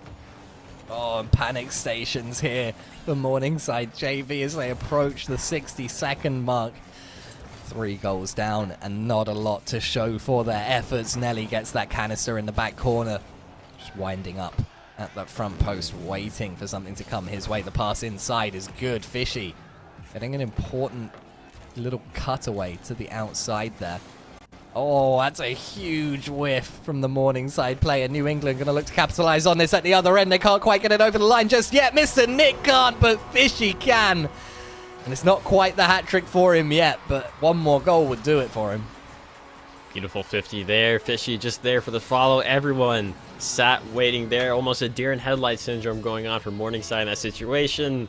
4 goals now, 45 seconds, and I kind of want to say it's pretty much secured at this point for this game number 2 for New England. And the way they're playing, I'd be pretty scared heading into game number 3. Morningside JV. Oh no. There it is. There's Fishy's hat trick. He found it. Look at that. That's just, goodness. Great shot though from Fishy. I mean, the pass was great. The aerial was great. And I mean, this team is proving to me, I had a question coming in, you know, was this team as good as their record? I mean, 9-0 is pretty hard to beat. And, well, they have yet to disappoint me. Only conceding a single goal in the opening 9.5 minutes of regulation time of this series. Are they going to keep a clean sheet here in game 2? Let's find out. Only 17 seconds left on the clock. This result well and truly in the bag. The only question is whether or not Morningside can find a single goal. It hurts right now if you're a Morningside fan. And I tell you what, look, this is shaping up to be our first not 4-1 series of the day. The only problem is, looks like it might be 4-0. Well, history is changing. Maybe not the direction if you're a, well, I'm not going to go there. I'm not going to jinx it. But New England just having their way right now with this team. This Morningside JV team is really just been playing defense nonstop. It's been defense, and they've had saves, but it's been breaking down a lot. And New England has capitalized almost every situation that they've needed to. So New England really playing well. That's what it's coming down to at the moment. Morningside only had 3 shots in game number 1. They only had 2 shots in game number 2. They have been absolutely, utterly closed down by this New England side, who have had 10 shots in each game, putting away 4 in game 1, 5 in game 2.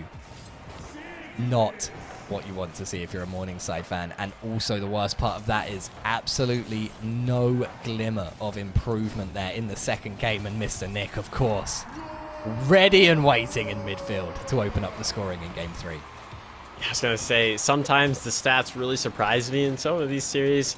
Not that one. The shot count absolutely staying true to how the series has been playing out. Mr. Nick gets just completely open net. I didn't get to see what happened on the rotation for Morningside.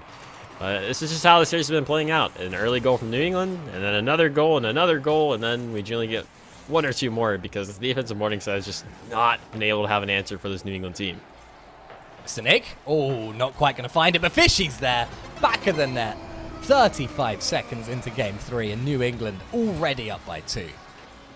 Running away with this, it appears. Just neither player for Morningside able to get contact. It almost seems like the mental is really low. I'm not going to say it's gone, but it's just taking a huge toll right now. The contact with the ball really not there, and it's just showing. Fishy obviously gets a goal, maybe looking for a third here. A double fit on the backside of things, and New England still keeping the pressure on straight off the kickoff.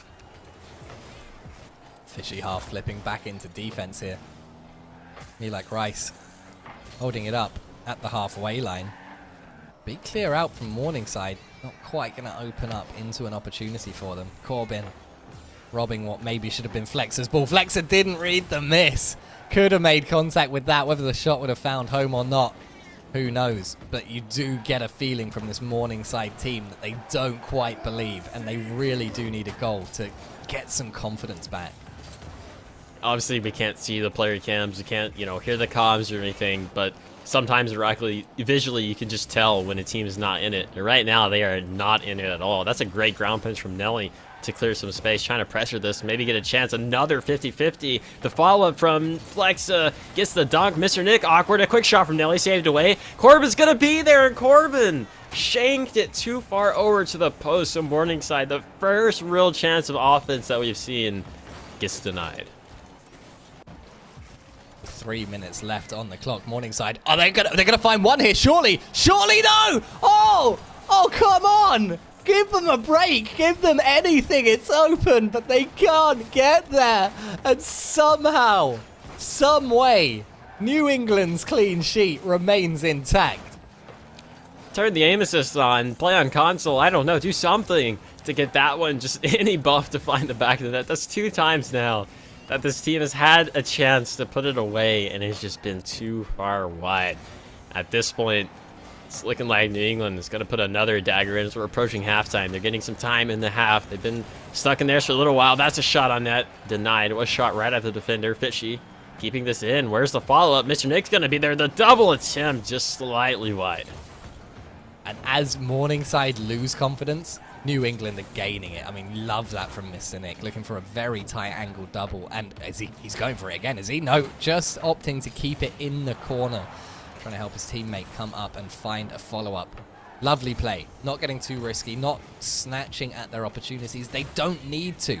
And the worst thing you can do when you're ahead is panic as if you're not, right? So really good performance here from New England.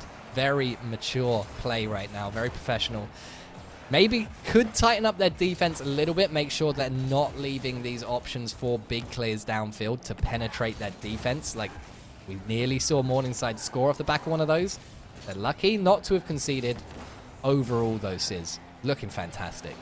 And we're getting that situation where Morningside has had chances, but not being able to capitalize on those, even when you're kicking up your offense, can worsen your mental so much. If it's already bad and you didn't get that follow through on what was basically a wide open net, that one's got to take a toll. Fishy almost getting a third one for the road. A pre-jump in the back, wasn't able to follow it through, but again, they are just wasting so much time, pelting shots, taking a few here and there, grabbing the boost on their way out. It is just a recurring pattern at the time.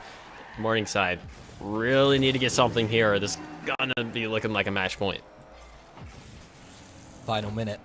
Do or die time now for Morningside JV. They don't want to be heading into game number 4, staring down the barrel of a sweep, and they especially don't want to be off the back of 2 games in which they couldn't score a single goal. So even finding 1 goal here would be good, but they really need to tie this up and force an OT. Maybe even score 3 goals. I'm getting ahead of myself. Let's score 1 first, Morningside. Come on, out of defense. Flexer finds Nelly. The touch is very heavy, though, and Corbin's not quite back in time. They're extremely lucky not to be down by 3 right now. Fishy holding it up in blue territory. Nelly can't find it inside. The touch is heavy once again. Corbin sends it downfield. The result got to be in the bag now. Just a question of whether Morningside can find a consolation goal here or not. Flexer can't get it out of defense just yet. Finds a great pass to the inside, but Fishy's there. Mr. Nick's ready. Of course he is. And it's a beautiful little give and go between Fishy and Mr. Nick to add insult to injury at the end of game 3. Well, Morningside had a dream. Fortunately, that dream has been crushed, and the reality is New England is dominating right now, about to head into a 3-0 series lead on you. A few chances for Morningside has been taken right out of their hands. New England purely dominating, holding Morningside scoreless. And it's looking rough. Out of all the chances for a reverse sweep that we've seen today, this one might be the most difficult one to do. Without a doubt, because you've got a situation where Morningside haven't scored since the 4th goal of game number 1, heading into game 4, and they're not gaining ground. Do you remember at the beginning of this, right? The very first series we had, the series between GFU and Finlandia, we were saying Finlandia are losing, but they're losing by less, right? They're getting better and better, and then they managed to win game 4, and you thought maybe that could be it. That's not what's happening here. Morningside not putting a single dent in the armor of this New England College team. Managing to get at least more shots in that last game, getting 5 compared to 2 in the game before, but just not doing enough defensively, and they can't hold New England off. New England with 11 shots there compared to the 10 they had in game 1 and 2, and another clean sheet. Just, yeah, I don't see it. On to the beautiful Utopia Coliseum. We are started on a quick shot by Nelly. It looked promising. It was saved away. Corbin, very awkward touch to the corner. You got to race back. A quick shot by Rice. Oh my goodness, look at Nick. The pre-jump. That one slammed off the post, but that's the confidence that New England has been playing with all series long. The next time that happens, probably going to be in the net. Oh! Speaking of. Morningside take the lead for the first time in the entire series in game 4. I think for the 3rd time tonight. That exact statistic is true. Look, it's something. What is it about this map? I just don't understand it. At this point in the series, I don't get it. It's always 3 down, and the team that's been getting clapped scores. Morningside waited all series long to do this. They get a goal, and they get it very quick. I don't understand. The script is just perfect today. It honestly is. All of our actors doing very well to stick firmly to the script as written and directed. Just 60 seconds in, and Morningside find one of those long, clear goals, right? Exactly what I was warning New England about. And look, I think still great position for New England to be in. They're only down by 1. It's the beginning of a game. They look amazingly strong, but that really is the way that they are leaving themselves open pretty consistently. Is that a rule 1? It is a rule 1 on the blue goal line. It's in the net too. Who does that favor then, right? Who are the better twos players? That's the question you got to ask yourself, because a lot of players hate twos, especially at this level. Most players just love to grind 3v3s. It's kind of that stage where they really want to get that team play going. So it's going to come down to a lot of ball control, a lot of possession. Who has done that so well throughout this series? It's been New England. That's a quick shot on. The miss on the back. Try to break the rule number 1 to save it. I don't blame you, but still, New England tie it right back up. That's what you get for breaking the rule 1, whether it was going in or not. You never break rule 1. And look, as soon as I realized who were the 2 players left, I knew New England were going to equalize. It was Fishy and Mr. Nick. No, don't take out me like Rice. Take out Fishy or Mr. Nick. They work so well together. And look, I said New England were in a decent position, and they're already back in the lead. Already back in the lead, and you're just talking about him. Fishy, gorgeous shot. No one home, unfortunately, for the team. And Morningside had a great start, but well, it's kind of started to tumble back down because New England used the rule 1 well, then another quick shot on, and in a blink of an eye, they've got the lead. 3 minutes left for Morningside to... do you know what? They need a miracle. They need an absolute miracle, not just now, but for the next 3 games in a row after this one as well. Can it happen? Well, look, stranger things have happened.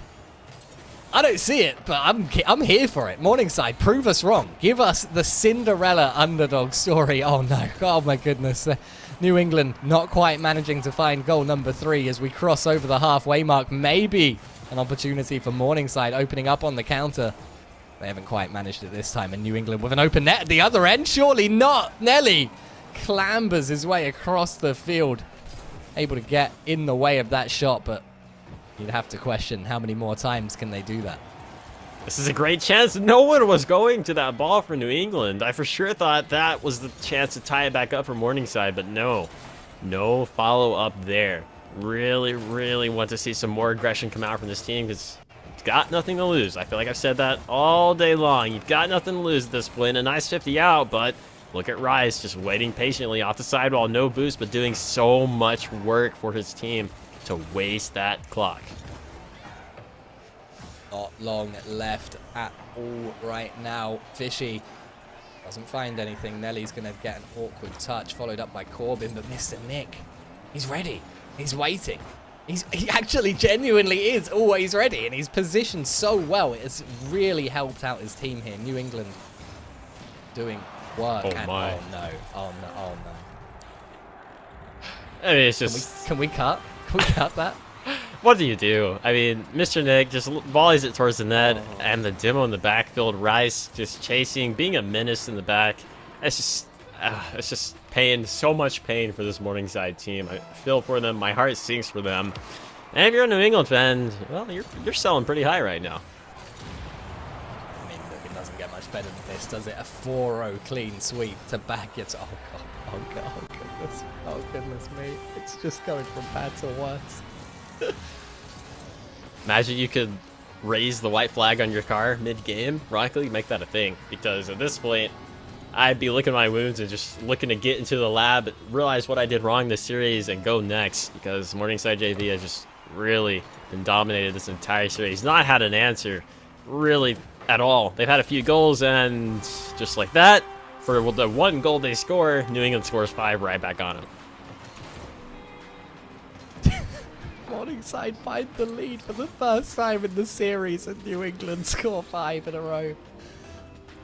Oh man, it's a bad day to be a Morningside fan. They made it all the way to the semi-finals of Nationals, to be fair to them. Like, give them a lot of credit for that. That is a huge W in its own right.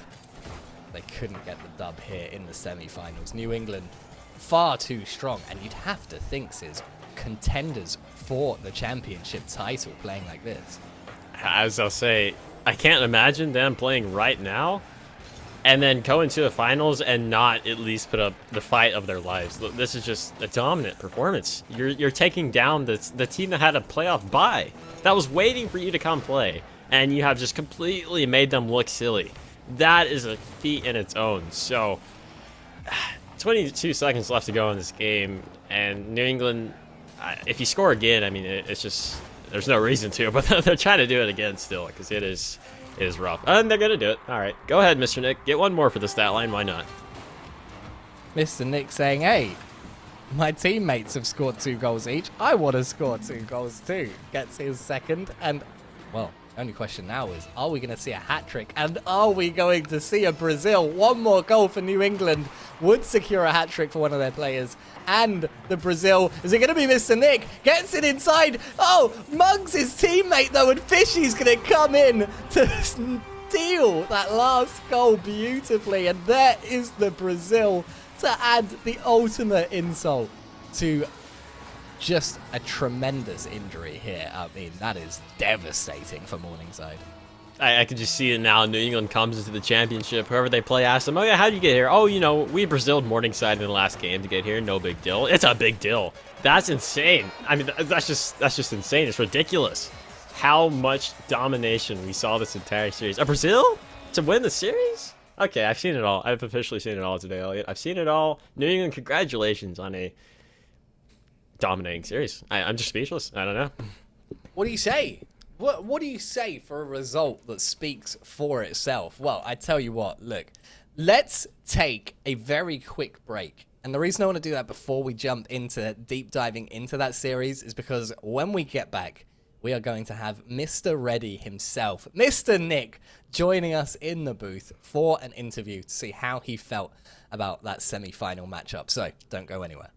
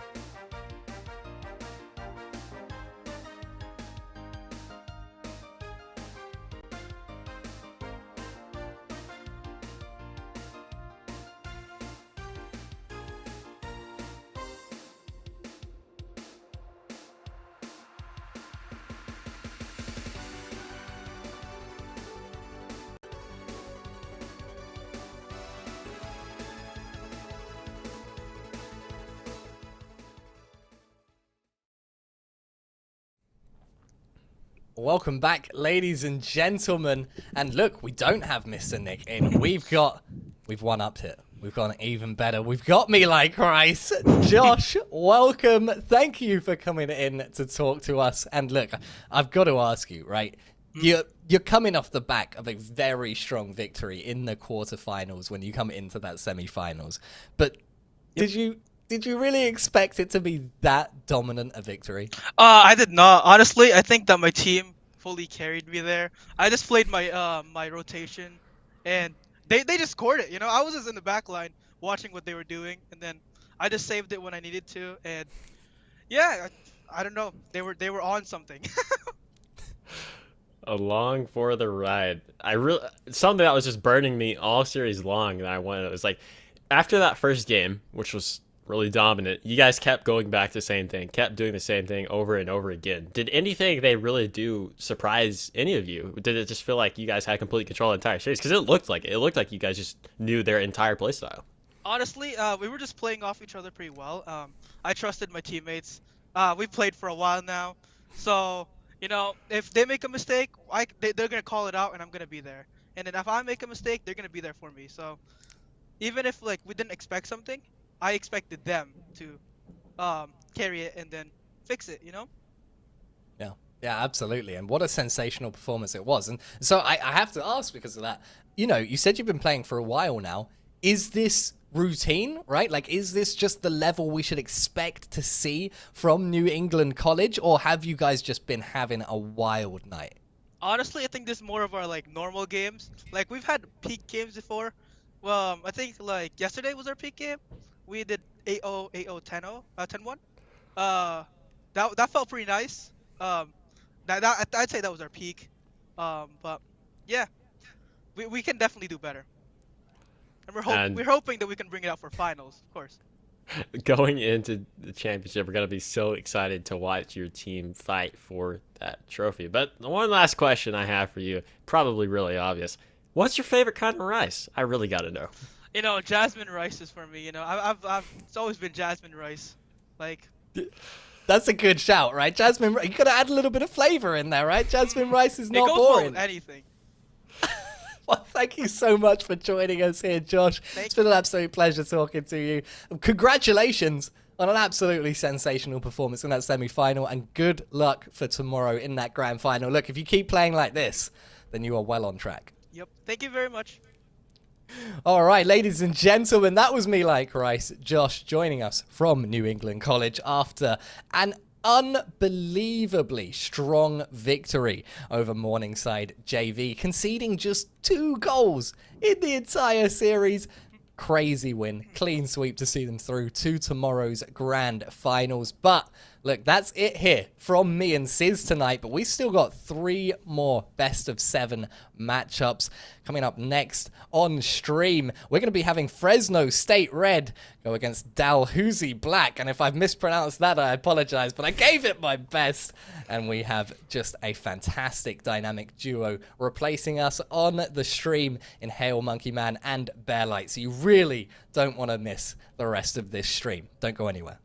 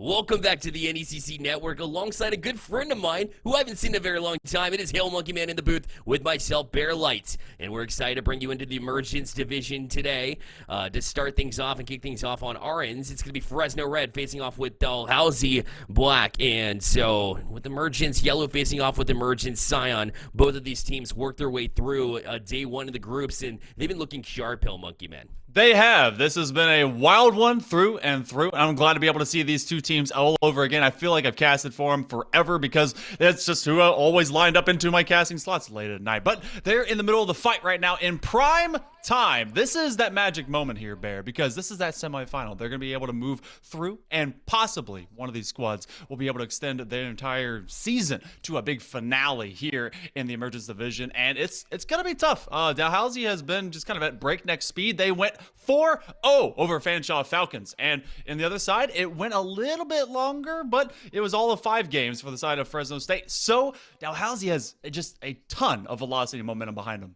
Yeah, not only that, and you bring up a good point with that sweep, but then you take into consideration when they faced off with Fanshawe as well, that they only allowed 3 goals through those 4 games. That's right. Their defense on point, and they're going to need it here. Fresno State came in with a Game 1 win against Firebirds at 8-2 on the scoreboard. That's right. They put up 8 goals. They're going to need a lot of defense. For me here, Hail Monkey Man, Dalhousie, that's going to be a tough battle here on the defensive end of the ball. So keep an eye out on that Dalhousie defense. Are they capable of taking down such a high-octane offense in Fresno State? Let's go ahead and take a look at the lineups right now and check out who will be on the field for these two teams. As we saw them a little bit earlier in the day, we will see them again. Dalhousie coming in with Luck, Jaro, and a Perched Peach. And, of course, freshman, sophomore, respectively. So another young team.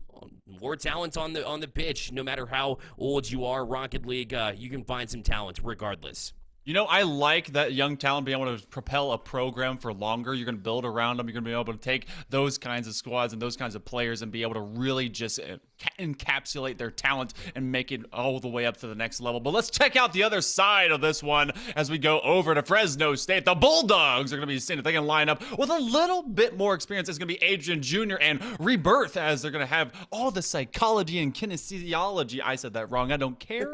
But they can say it right because he's a senior and he's going to be graduating hopefully with that as a major. And this is going to be a stout Bulldog offensive. But both these squads, you had a straight sweep, shutting down the kind of offense that Fanshawe we know them to bring. So maybe they have the exact same level of ability to be able to shut down Fresno State.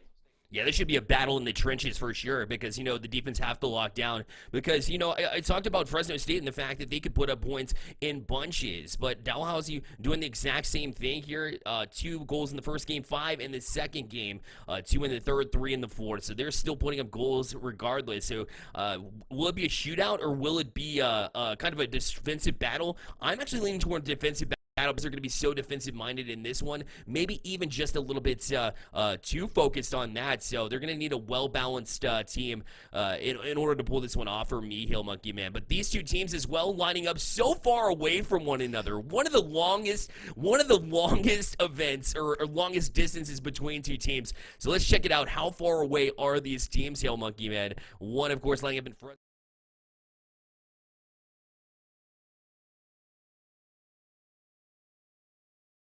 Against Nova Scotia all the way in the northeast. Man, that's quite the travel that they would have to do if this was a LAN. That's about a ping difference of 4, I think. Is that how my math checks out? No, 40, 50, whichever. 400. Okay, it's a lot, regardless. Maybe not that far. Yeah. So we're gonna be switching back and forth between servers, but right now it's switching back and forth between pressure, connections, and possessions. That's what I want to see is Fresno State starting on the offensive. Dalhousie, though, with a big punk to stop that one off. Then Adrian going to carry it over 2 members of the defense here for Dalhousie, so they're going to elect to kind of sit back and play back from their own end. Rebirth able to challenge, but no, he's beat to it by Perch Pouch. But back out of the zone again. Jaro will look to settle it here for Dalhousie as they'll look for their first real offensive possession here, but instead they'll give it away to Adrian. And he will play right back out, trying to beat the defense, but it will be a battle in this midfield, as you've seen already. This one bouncing back towards the net. A follow-up there as well, but the 50-50 going to hang there. And finally, Junior will get to it, try and play out, but Dalhousie right on the gas pedal yet again. This is what I love seeing about Locke. The last time I got to see him play, he loves just control. He loves being able to go from side to side, see if he can set things up, a little bit of a war of attrition, and playing for the best placement possible to hand it off to either Perch Peach or Jaro, who will go downfield striking. But Fresno State, very patient on their own right, as they will get this one away, but it's been more about getting that physical pressure. They find one, but it goes way back the other direction, and Perch Peach, he's going to be that initiator time and again for Dalhousie to strike. And Adrian right back into the zone, but it's given away kind of loosely there, as Locke will jump on it and leave it for Jaro. He'll play back down the field, but again, although intended for Locke, just didn't have enough velocity here. And the passes, they're trying to stretch the field both ways, but really, when you have the defense in the middle of the field, maybe you get away with that in the last battle, but both of these defenses are too strong to have a weak pass that far down the field, and so far it's been a struggle to find any kind of passing lanes because of it. There's not been a lot of secondary and tertiary connections from Fresno State if they've been able to advance them to the Dalhousie half. They've been more of just kind of booming it up, seeing if they can be able to chase after and what will connect thereafter. Junior, though, looking for some control. Gets it away from Jaro, but he does get bumped in the process. That's a shot on target. Double commit on the defense will open up a gap as they try to recover. Rebirth has basically no boost, but the shot will still come on. It will follow after Rebirth, and he has to be able to get to this corner safely. We're already, how did we get here? We're already at the halfway mark of game number one, still scoreless on the scoreboard.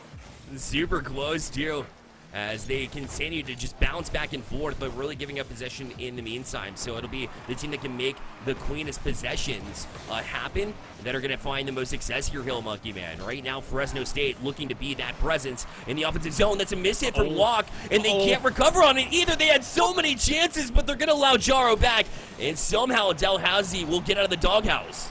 That was wild, and that was very, very just anticlimactic. I thought something would have happened, but bang! Flick the other direction. It's Locke that is controlling it, and though they got away with murder, they're trying to commit another. Man, oh man, that was quite the flick. The velocity there for sure. And up and over the defense. Dalhousie gonna strike first, and in aggressive fashion, as they were the first one to gain possession. You know, you hold on to it a little bit longer, you be a little bit more patient, and it's definitely been paying off for them as you see them rewarded. With 2 minutes remaining on the clock, they'll have the 1-0 lead. As Birch will go back to work, but you know, he forgot the ball. It unfortunately bounced past him, so not able to do much with it. It'll be Adrian right back out. Jaro waits for it. Again, patiently playing it. You can tell that they're adjusting, trying to catch and play a little bit more patient and really gain a little bit more control. They recognize that that's going to be the difference maker here after that Dalhousie shot on, but a great save to follow that one up too, as Dalhousie's defense showing up yet again in this series. You definitely kind of pinned it on the head. They have, there's much better velocity shots coming out of the side of Fresno State, and they are connecting and collecting a little bit better in these corners, but Dalhousie has been able to go a little bit one-on-one, one-on-two, one-on-many with better control on their foreheads with just a lot better just takes to these possessions. They run upfield, they give Jaro or Locke a great look. This one will be nearby, and double commit from the defense. That's Perch Beach over to Locke. He's going to scream forward a bit errantly as he hops over two, and this will lock Jaro back into that defensive box. He has to win this 50, and then he actually picks it up. What a great take to be able to keep any other opportunities from Fresno. This one dangerously hopping on in. We are at the 45-second mark, still all of one goal. You said to be defensive, and oh boy, has it. Yeah, no doubt. And now in the box again, but they are able to get out as Jaro will push back in. He just strong-armed on the defensive side of the ball earlier, and now trying to show up on the offensive bouncers, and Dalhousie up 2-0 in game one. Perched Peach perched in a very particular position, and that's one that will be personified by a good performance. They go through, bounce it in, and that's a pounce to be able to get this one to a 2-goal lead just beyond the half-minute mark of game number one. Dalhousie, they almost have this one all locked up.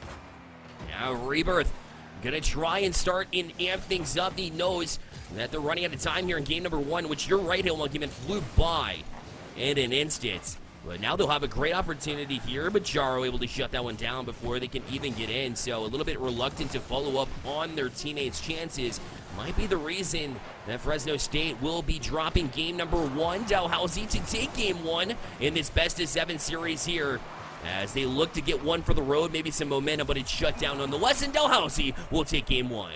Dalhousie will protect this house, and they'll keep any Bulldog from being able to get into it. And though they did have plus of chances, they just weren't able to make, the better light of them. There was something bouncing literally, I think, 3 straight times vertically, and it was slowing down. It was exactly what I do on the trampoline when I realized I shouldn't have eaten chili before I went outside. So they need to be able to go in there and just make the Dalhousie defense suffer when they give them those opportunities, but otherwise, good counterplay, good control, and Dalhousie will take game 1.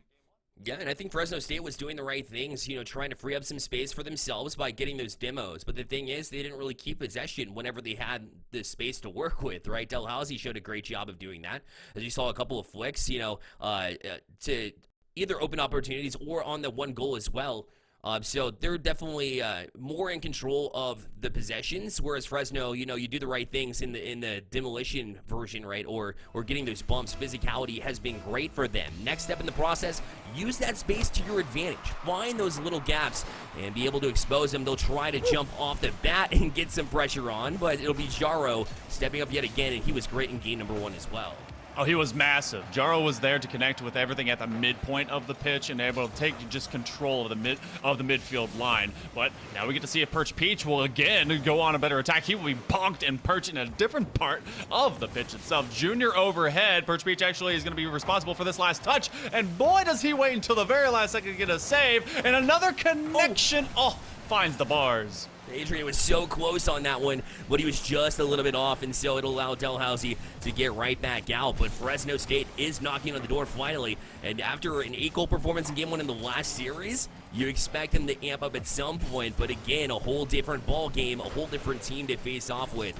It's a style of play maybe they haven't seen so far in this in the Nationals for NECC, so they're looking to maybe change the pace, find some adjustments. Rebirth looking like he was left with the gift, but Burge Peach able to get to it there as Locke will shut down the back line and get another touch that'll elude Adrian too. Burge Peach trying to jump on it too, but Rebirth on the rotation able to get back to it. Jaro now beat to it himself as now Fresno State will push across.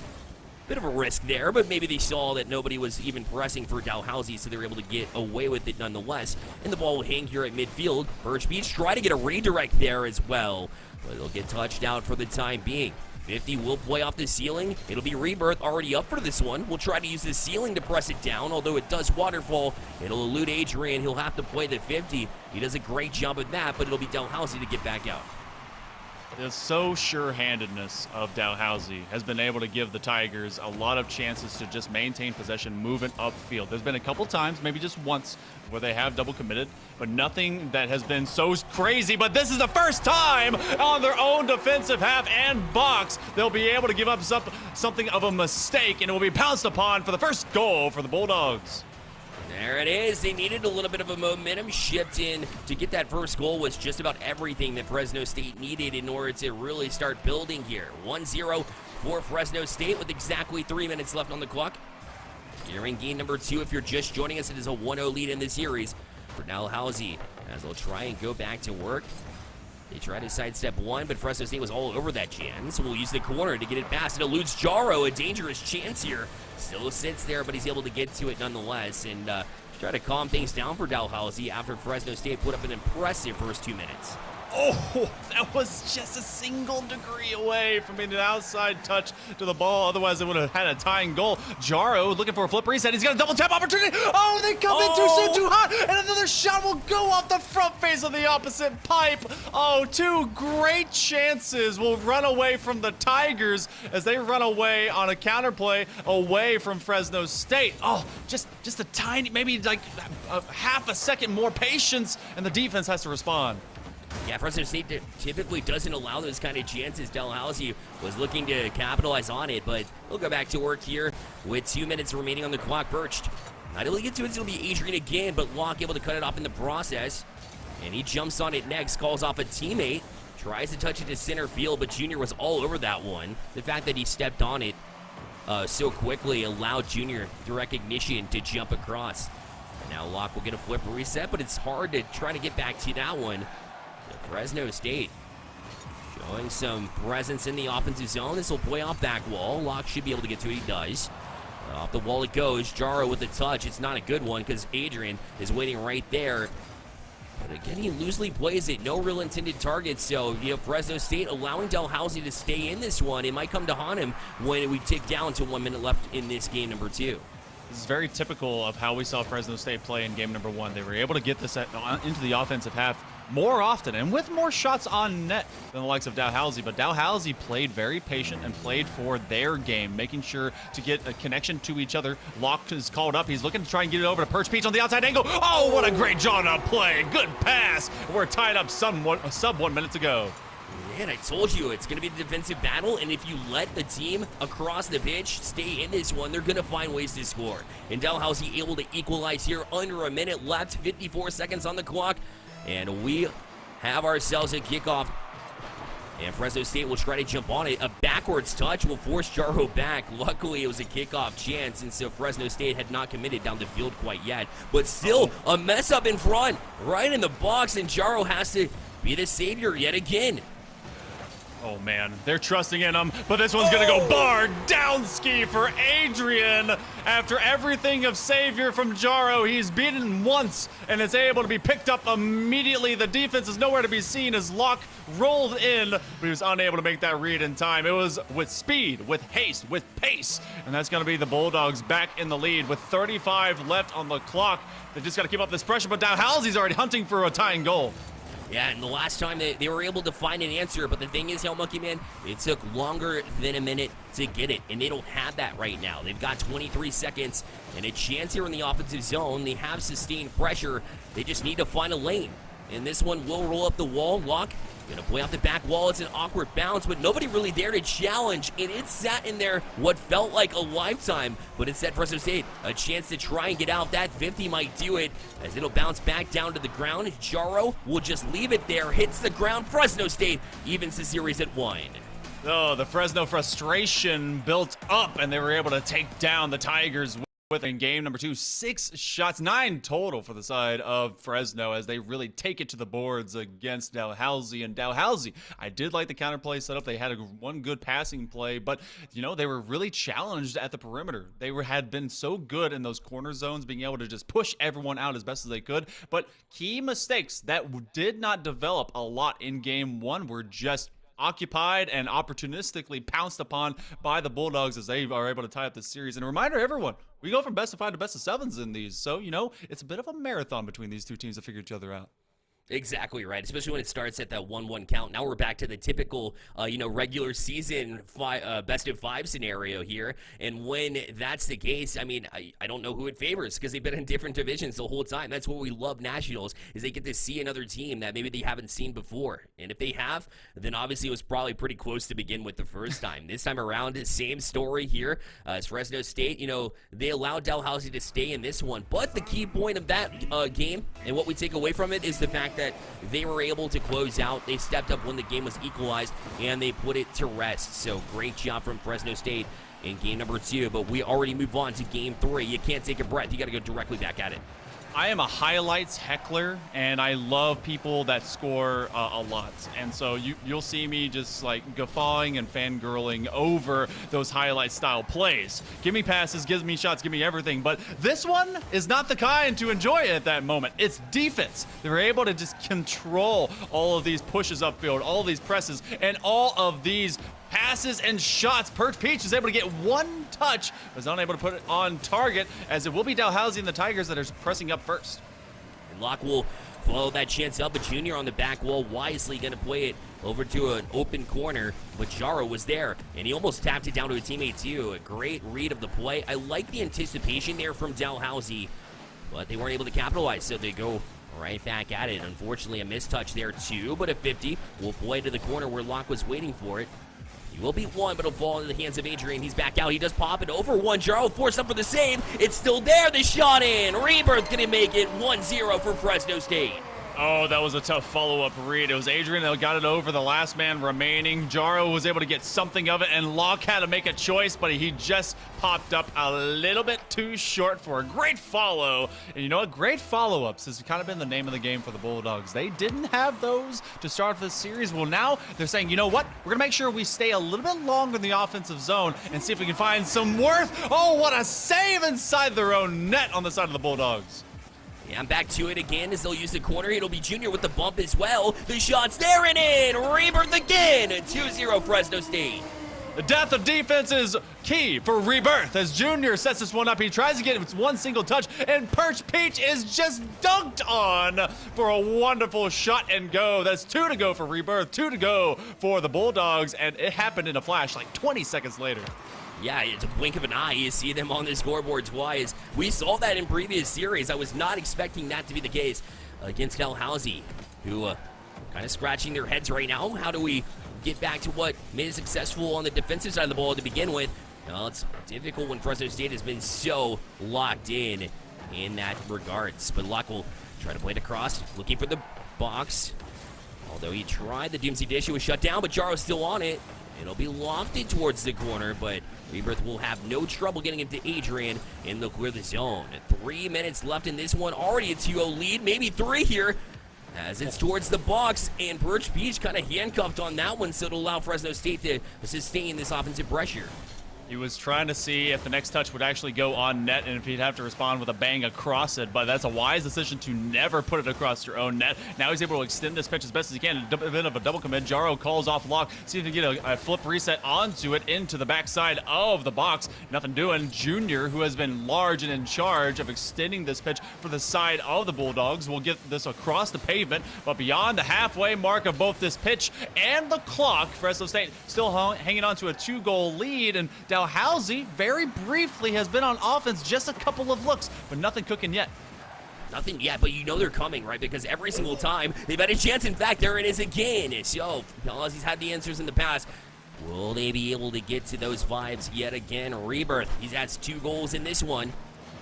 And we'll try to get back to it. This will be left in the box. He'll be allowed the chance to beat Locke to it. And he's got numbers the other way. Somehow his demo looked like he was the one that was going to dish it out. But either way, it'll play into the hands of Dalhousie, and they'll look to control. But already B2 with Junior was on that one quickly. It's left in the box, but a miss there from Rebirth. A rare mistake will keep Dalhousie in this one, at least for the time being. It's been Fresno that has left a few open possessions, but then been able to get what counts in those clutch moments, get these strikes. Oh! Junior's a senior. He comes in hot and is able to get a 3rd one now for the Bulldogs. A minute 34 remaining, and that bouncer just caught the defense off guard. He put it exactly where in between Jaro and Locke. They had no chance to get to that ball. Otherwise, it had to be a double commit, maybe a pinch, at best. So that was great placement to put the defense in an awkward spot, and they go up 3-0 and make a statement there, riding the momentum from the last game. But Birch Beach able to end that streak there. Might be important there for Dalhousie as they saw 3 back-to-back-to-back from Fresno. A great answer. Oh man, that's how you shut down all the offensive push. You're able to give yourself at least a chance within this. A minute 27, plenty of time, I think, because they actually had to be able to score within this margin just to catch up with 1. Now down 2, and now an individual play. Rebirth with a setup to anyone. It will be a skirt up, but nothing doing. What? The follow? Oh, he's locked down. He doesn't lock it in. Oh, that was so close. You feel him too. If you have experienced any kind of misfire there, unfortunate. But they keep the pressure on, though. This will be across the bouncers there. Locked up and in. He'll be back within 1 with 1 minute remaining. It just took 4, right? He had 3, and so he just was like, all right, I'll be here for this final one. Thank you for letting me redeem myself. Putting that one through. They do not let a good opportunity go to waste, but it's only 60 seconds remaining for the Tigers to be able to pounce upon the Bulldogs while they still have the chance. And the Bulldogs held this one down for themselves. Yeah, looking to settle here. Jaro beat to it by Birch Beach, his own man. They got time now, and they've had the sustained pressure, but Adrian, a great job to get the 50-50 to go directly back into Dalhousie's zone and force the defense to play it sideways. Jaro didn't really have a great chance for a clear, but he does have a chance now to move it into the zone, and that's exactly what he'll do. Junior off the wall. Birch Beach not able to get to it, but Locke allowed plenty of chances to get back into the zone. Down to 30 seconds left. Jaro looking to settle, trying to pop it past 1, but a great job to get that 50-50 to go. Another shot, but Jaro able to get the save. We're down to 17 seconds left. Large Demo is able to make this defense squander, but no, they will wander up. Jaro has to get a touch. He does. Looking for the double. It's going to be set to Lock. He's got to take a strike on target, but it's found by Rebirth. He's had 2 goals here, and he gets the biggest stop of the entire game. This one will be airborne for all of another moment, and it would have otherwise found the Dalhousie net, but Fresno, they keep the pressure up just in the nick of time. They take game number 3, 3-2, and they had just a slight in the shooting to be able to take it over the legs of the Tigers. Yeah, they were holding on by a thread, though, so now Dalhousie has a little bit of the momentum going into the next one. You love to see it in Rebirth with those early goals, and if he didn't put those up, it would have been a Dalhousie win. They were coming on a mission to take down Fresno State at the very end of that game. Just weren't able to finish the job here, but they have a new mission. It's game number 4. They're excited for it to get back on this field and say, hey, we have the momentum rolling in. I'm pretty sure we can get it done. We'll just have to get back to it. Game number 4 underway now, as Fresno State has taken the 1-1 lead in this series, rather. And we'll look to get back to work against a Dalhousie team that was striking in the second half of that last game. I want to see Locke continue with the momentum he found. He had so much confidence, and he had so many great beats. He's going to set this one up over, and he said, you got to be able to follow me almost immediately, which was done.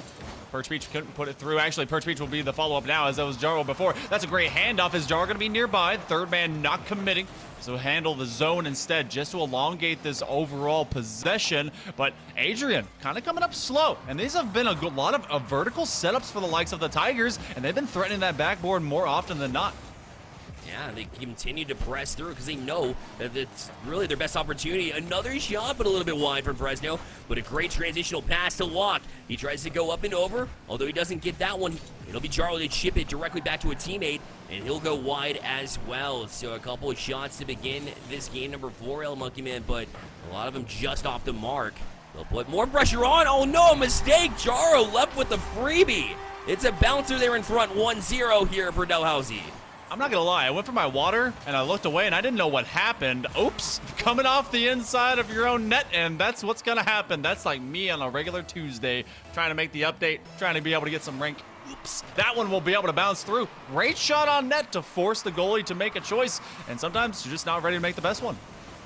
Yeah, exactly, and that's the importance, right? Because they hit posts consistently throughout the last 2 games. Just put it on net, and sometimes it'll find the back of the net. Just roll in or bounce in that case, and that's exactly what happened here for Dalhousie as they're up 1-0, and Jaro with a great job to pass. Remember game 1 where they weren't able to really find any kind of passing.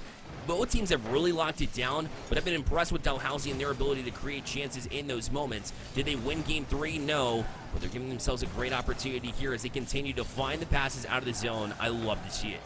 Team connections have been a little bit more consistent and constant for the Tigers. Fresno, they've been hunting more for perimeter pushes and just opportunities. Can they be able to get a demo? Can they be able to just beat someone at the wall? Which is really good. It starts to get a little bit more readable. I don't think anyone's able to read that, but Perch Peach is somehow able to just get it near beside the box. Locke is going to loft this one to an available player, as it will be Jaro that comes up again.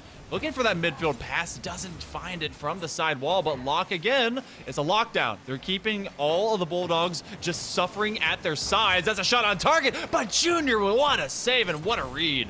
He held that flip in his back pocket as long as he could because he knew the shot was coming and he was going to use it to adjust to it. What a play.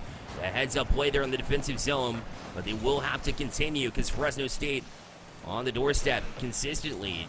Although Junior going to miss here, and now Adrian left with a top 50-50. Locke already up for that one as well. It'll play back down to the ground. Another touch here from Junior. Does not get past Locke, but this one will. And Perch Beach forced up to make a save. He's low on boost too. He'll try to grab the corner, and for some reason Jaro allowed him to do it. I'd like to see a boost still there as well. But bumped off it now. Fresno back into it. It's Adrian as he tries to fake Perch Beach. Although he did get him to bite, he ended up getting it nonetheless, and now Dalhousie back out of the zone. Their defensive comes up big yet again. Perch Peach's recovery on that play, by the way, was fantastic. He was the one that got bopped to the sky, made a quick flip, got to the backboard, and then dropped down to get a defensive save. That was great. That was like Ottinger from the Stars yesterday. I'm just saying, no one saw that game. But Locke trying to set this one up over to Jaro. They connect a little bit. Right into the hands of Locke, but Adrian Well, bounce that one out with a purpose.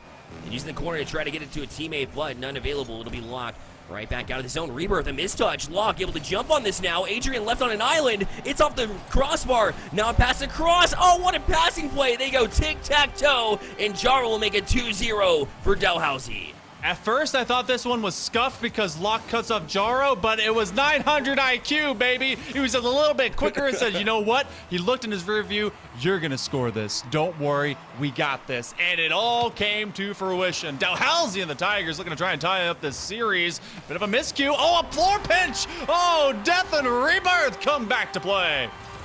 Rebirth able to put this one in, but they shouldn't have been allowed the chance to do it. Oh, they worked a fake, actually. So Rebirth able to get the defense to commit there. A bit spotty there on the defense, but regardless, Fresno always seems to have an answer. And here it is again, Dalhousie allowing them to stick around.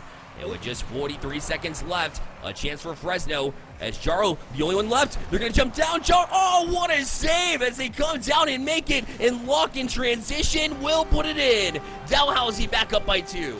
An over-the-shoulder poke to keep it from going in. Perch Peach, the savior, and Locke able to punish. Everyone went up for the Bulldogs. They thought it was a sure thing with how slow that was coming through. They committed numbers to that zone space. They never realized that Perch Peach was going to be able to get that tiny little angle and piece just enough to give the Tigers now a counterplay and a better lead.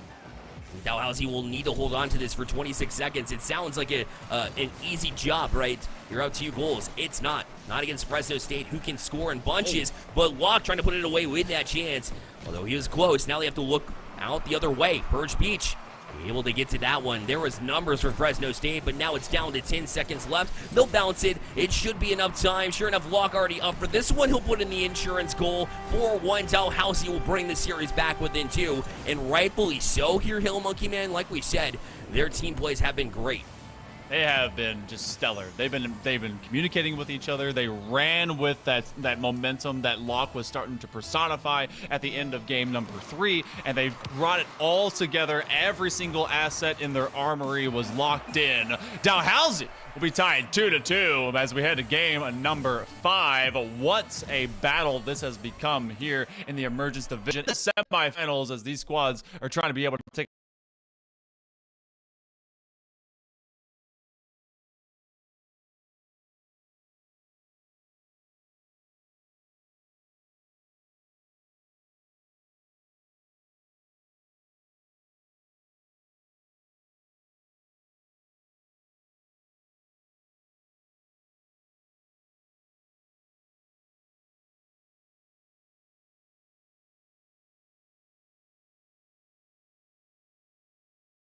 of Fresno State. As they came back in, were able to just have better pushes when they just kind of forced themselves into the corners. Now, it's been Dalhousie that's been able to move up to game speed. That's what I like. That's what I want to see. But they got to be able to be consistent with it as we head into game number 5. Match point available to the victor.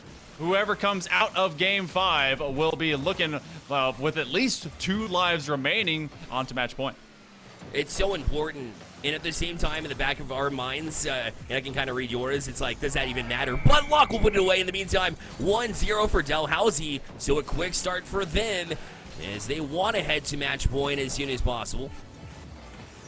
I often, you know, I do want to put myself in a better position if I can, especially if it's a do or die situation when it comes to the semifinals. But with the way these two Titans have been just throwing haymakers at one another, you know, I wouldn't doubt that this is gonna maybe go to a game 7 regardless.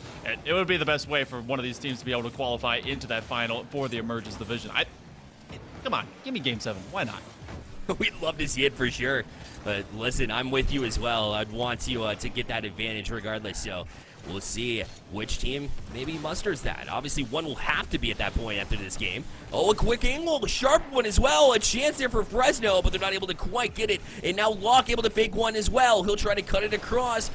Will he get to it, though? He took his time with it and allows the defense of Fresno State to get back. Perhaps a mistake there. But Dalhousie still has that 1-0 lead. It just would have been nicer if it was a little bit more. I always say that. I always say, you know, I wish I had more points. I wish I had 5. I wish I had 10 because I never feel safe. And we were talking about just a short amount of seconds to be able to defend earlier with 26 on the board. Well, you still have More than 3.5 to go. A great challenge win by Rebirth. He's trying for the Doomsday Dish. That's a big miss. Will they leap early? Oh, they get there late. Jaro will be able to find this, but he cannot maintain possession. Does take the boost away from Rebirth. It goes over to Lock, and now Perch Peach. Perch Peach showing up as a defensive masterclass at times, and that's something they need to be more consistent if the Tigers will be able to break out more against the Bulldogs. Exactly right. He must have taken notes from Jaro, too, because he had some stellar saves to begin the series and a couple sprinkled throughout as well in the next couple of games. So, yeah, they've been excellent, and he's that reliable third you can count on for sure. Oh, they get 2 to commit here. Rebirth gonna put it right back down to the ground, gonna try to sidestep Jaro. It really might have been better to just hold back, load up the guns, and then go back to it, but unfortunately, he kind of rushed it a little bit and gave up possession there because 2 committed there. They're able to get back to it. The shot's there, and Perch Peach will make it 2-0 for Dalhousie. Perch Peach punishes. That's a good demo on the backside to create a little bit of chaos. Jaro was hunting for another, but one easy touch, and everyone was sent scrambling, trying to put eyes on where the ball was going to go. Perch Peach, he knew, kept up with it, able to put a second one in. We're approaching halftime of game number 5, as one of these squads, looking like the Tigers, is propositioning themselves to be in a good posture for great performances and a third goal. Man, and Jaro puts this one in lock, just able to challenge the defense. Junior didn't know what to do because he was getting bullied back twice from Lock. Great physicality out in front, leads the way. Almost a lead blocker situation there if you watch American football. And that'll put Dalhousie up to a convincing 3-0 lead as they want to go to match point and have that at least one game advantage here in this essential best of 3. Lead blocker, either football or, you know, that big friend that you have in high school that gets you through the math hallway. You guys know the one. Too many kids out there. Gets you through, parts the waters. And that's what's been happening. Dalhousie's been able to part their way through a very thin defense of the Fresno State Bulldogs. They have been unable to really stand up against the wave, the tide, that has not turned away at all. But slowly but surely, starting to create a little bit of chaos, a little bit of a bump as 2 players go flying. This ball will find its way over the midfield line again. Adrian will challenge the far side, but Lock on that back wall to deny. Rebirth, the shot. Jaro again, another big save, but more demos coming through as Junior will jump over that one, allow Adrian the chance to maybe challenge. Looked a little bit sus, but regardless, they were able to get the touch in. This is down back to the corner. Lock gonna leave it for Perch Peach. He will try to carry out, but denied again by Adrian as he'll shoot it on the wall. But Juro right back in. It's Rebirth from the ceiling, gets an extra touch there, but it kind of eludes his teammate. Not sure if he was ready for that extra touch, and it kind of threw them off, and now it'll be into the hands of Dalhousie as they'll have another opportunity here to just build on what they've been able to establish in this game number 5. Yeah, that kind of touch is meant to go into a one-on-one against the defender and trick them out. If you don't communicate that, that's just basically a steal from the second man. So, a nice idea, but the execution lies with the Tigers. They go up by 4 with 66 seconds left on the clock, and, you know, they're just right back to business from the previous game to now. Yeah, and Jaro again just creating plays on the defense and the offensive side of the ball as that 50 popped directly up and gave Lock another freebie. Fresno State has been so offensive-minded throughout the entirety of this tournament, and it's worked for them. Don't get me wrong, but Dalhousie able to kind of expose the defense from time to time. This has not been Fresno State's best performance, and you can expect them to have a much stronger lockdown performance in the next game. But that being said, it's because their backs will be against the wall. They'll have to try and really jump out to a strong lead, and they'll be fighting for their tournament lives as Dalhousie has done everything but lock down this game number 5, and they've been great as their team plays have really shined in this one Hail Monkey, man. And they continue to expose Fresno State whenever they allow them the opportunity to do so. Yeah, Fresno State right now is acting like a bunch of ranked players, and I mean that in a great way, and not the way that you guys think, because they have great individual mechanics that are flashing out, showing, styling. That's great. It just hasn't been able to connect with each other the same way that the Tigers had. They've been able to find each other in open space. Because they did, they had a great game. And game number 5 will render the match point. They're going to have it at least for the next 2. Get to see if they'll be able to use it early and end this series and find themselves from the semifinals into that final as we touch grass. Dalhousie takes one extra step closer to be able to make it to the big show in the final ring. Yeah, when Fresno State got that second Monkey Man, I was saying that they look good doing it, yes, but Dalhousie had some momentum. They were rolling with it, making the correct adjustments, and their passing lanes have looked a little bit sharper. Their passes have been a little bit more accurate, and whenever they take these off from time, it just seems like they're able to bounce back and forget their mistakes and really have that short-term memory that you need in a series that's this close and this impactful. So we'll see if they can continue that rule, but Dalhousie has won 2 in a row. They're going to try to make it 3, and if they do, Hail Monkey Man, they'll be moving on to the finals. So, I mean, they've been excellent so far. They look to continue to be exactly like that. This is an unstoppable force right now that the Dalhousie Tigers are posting up. They've been able to make at least 3 to 4 goals of games, and you know, when you're posting up those kinds of numbers, you've been able to really figure out your opponent. And I need to see Fresno State going for a little bit more disruption play, and it may be riskier, maybe more aggressive, but they have to be able to keep up with the pace and the tone. And already passes are coming off the pipes for the side of Dalhousie. Adrian will be able to set up early, but Jaro, he'll keep it just as dangerous. The threats just keep pouring on. Their third man reads so good for Dalhousie. No matter which way you try to escape the zone, Fresno has even really found passing out of the zone too. But now they're getting frustrated and they just kind of leave it into the hands of Jaro. So great reads on the backside of things for Dalhousie, no matter if they're on the offense or defense. The back check in hockey terms has been great for Dalhousie so far. And they go right back to work. Jaro a chance. The shot will be wide. Attempting to settle it there on the side wall there, I believe was Adrian. Is now Locke will try and leave it there with Perch Peach gonna go right past it. And he leaves it for Jaro. Again, more of that third man presence for Dalhousie. But Fresno will put it in. This will be a bouncer. Perch Peach having to get up for it. Maybe used a little bit of boost in the process. Will use the back wall, but it's Rebirth. They left it out in front.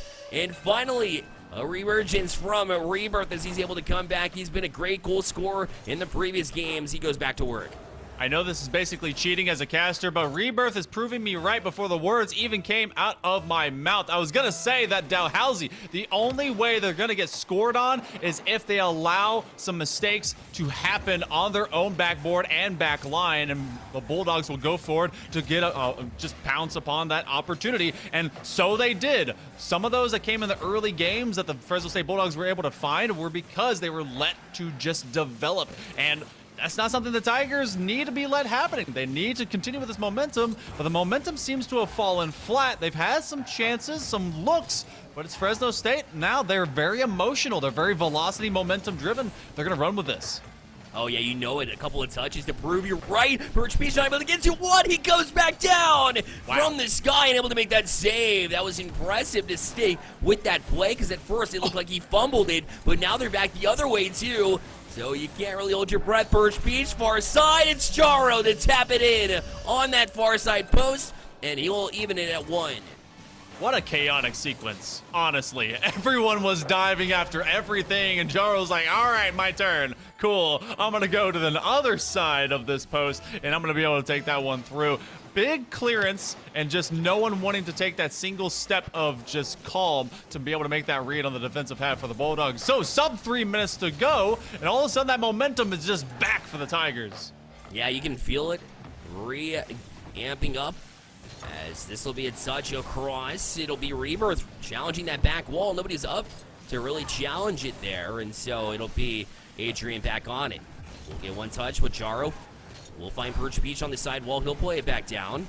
No teammate available, though. Unfortunately, Locke was playing a little bit too far back, and so he will try and jump on this next challenge. Adrian already on it now. It'll be Jaro. Able to get a touch, but right back to the zone by Rebirth. Perch Peach able to play it.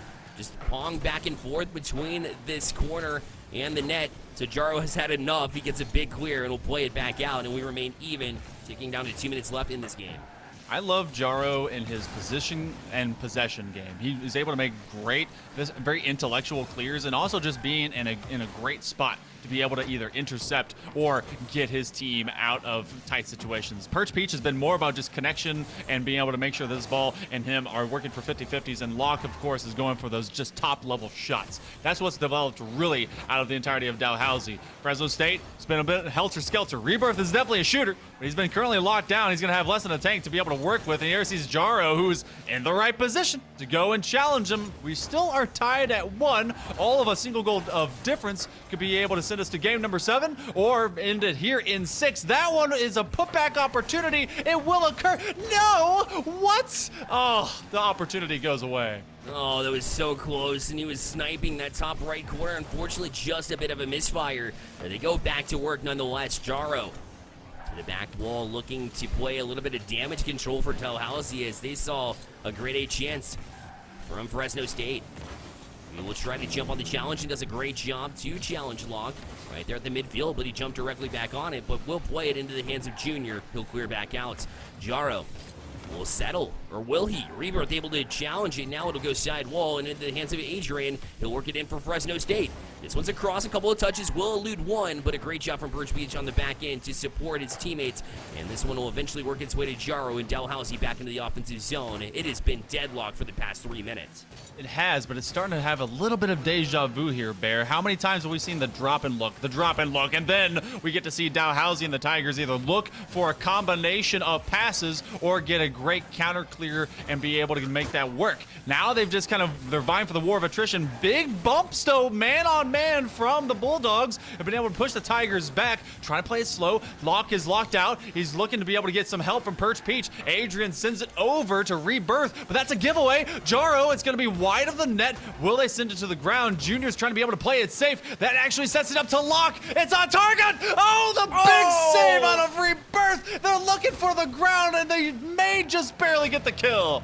This man breathes clutch, because that was a nail biter. That shot had so much velocity, and he was still able to handle it like it was not even an issue here. But what the issue is Fresno State is 1 goal from Dalhousie away from being eliminated here, and Dalhousie has their eyes set on this final goal, but so does Rebirth. Oh no, this one will elude Adrian. He's forced backwards for it, gets just enough on it, but it's still in dangerous territory, the shot, but Junior makes a great save himself, and they stay alive.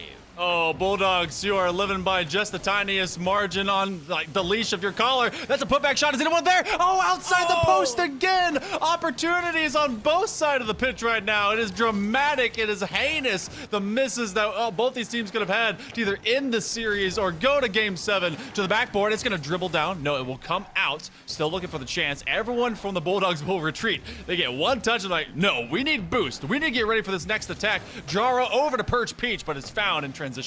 Oh, that's a good little chip chance, so was able to set him up with a decent opportunity. The flick will be denied, and back out of the zone, it'll be Jaro. He's already up for this one. A bit loosely played here, a chance, but shut down from Fresno State on the other end. Even though they gave away a lot of room, they're still able to get back to it. But Fresno State playing a little bit aggressive here. Now a chance, the shot's there. What a save, but it's on the goal line. Locke will close it down, and Dalhousie will win the series 4-2. Oh, he's able to just take advantage of the double commit to the zone. One touch by Adrian, but it doesn't make it to the wall. It goes off the pipe, continues forward, and Locke will put it away just like he puts away this series. It goes 4-2 to Dalhousie, and they will be moving on to the Emergence Finals tomorrow. Oh my goodness, what a performance. They take it in 6. All right, I'm trying to see who's in chat, who got to witness that with us, because that was such an amazing series from Dalhousie to close that one down, and overtime was a nail-biter completely.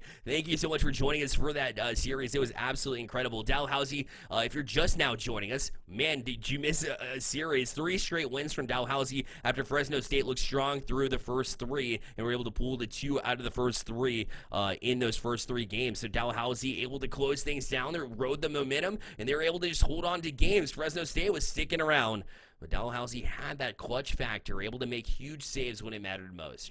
Oh my goodness, that was a great time, and we had such a better performance in that final game by the Bulldogs. They were honestly just being thrown away as if the series was already done for the past couple of games. Offense was just sending them into their net. They were chaotically rotating and couldn't find anything of worth. And then finally, we went back to game 1, how close it was, and all of a single rotational blunder will be able to put 2 players in the same spot, and Locke will lock it down. The Tigers, they will find themselves in the hot seat to look into whoever will come out of the other semifinal.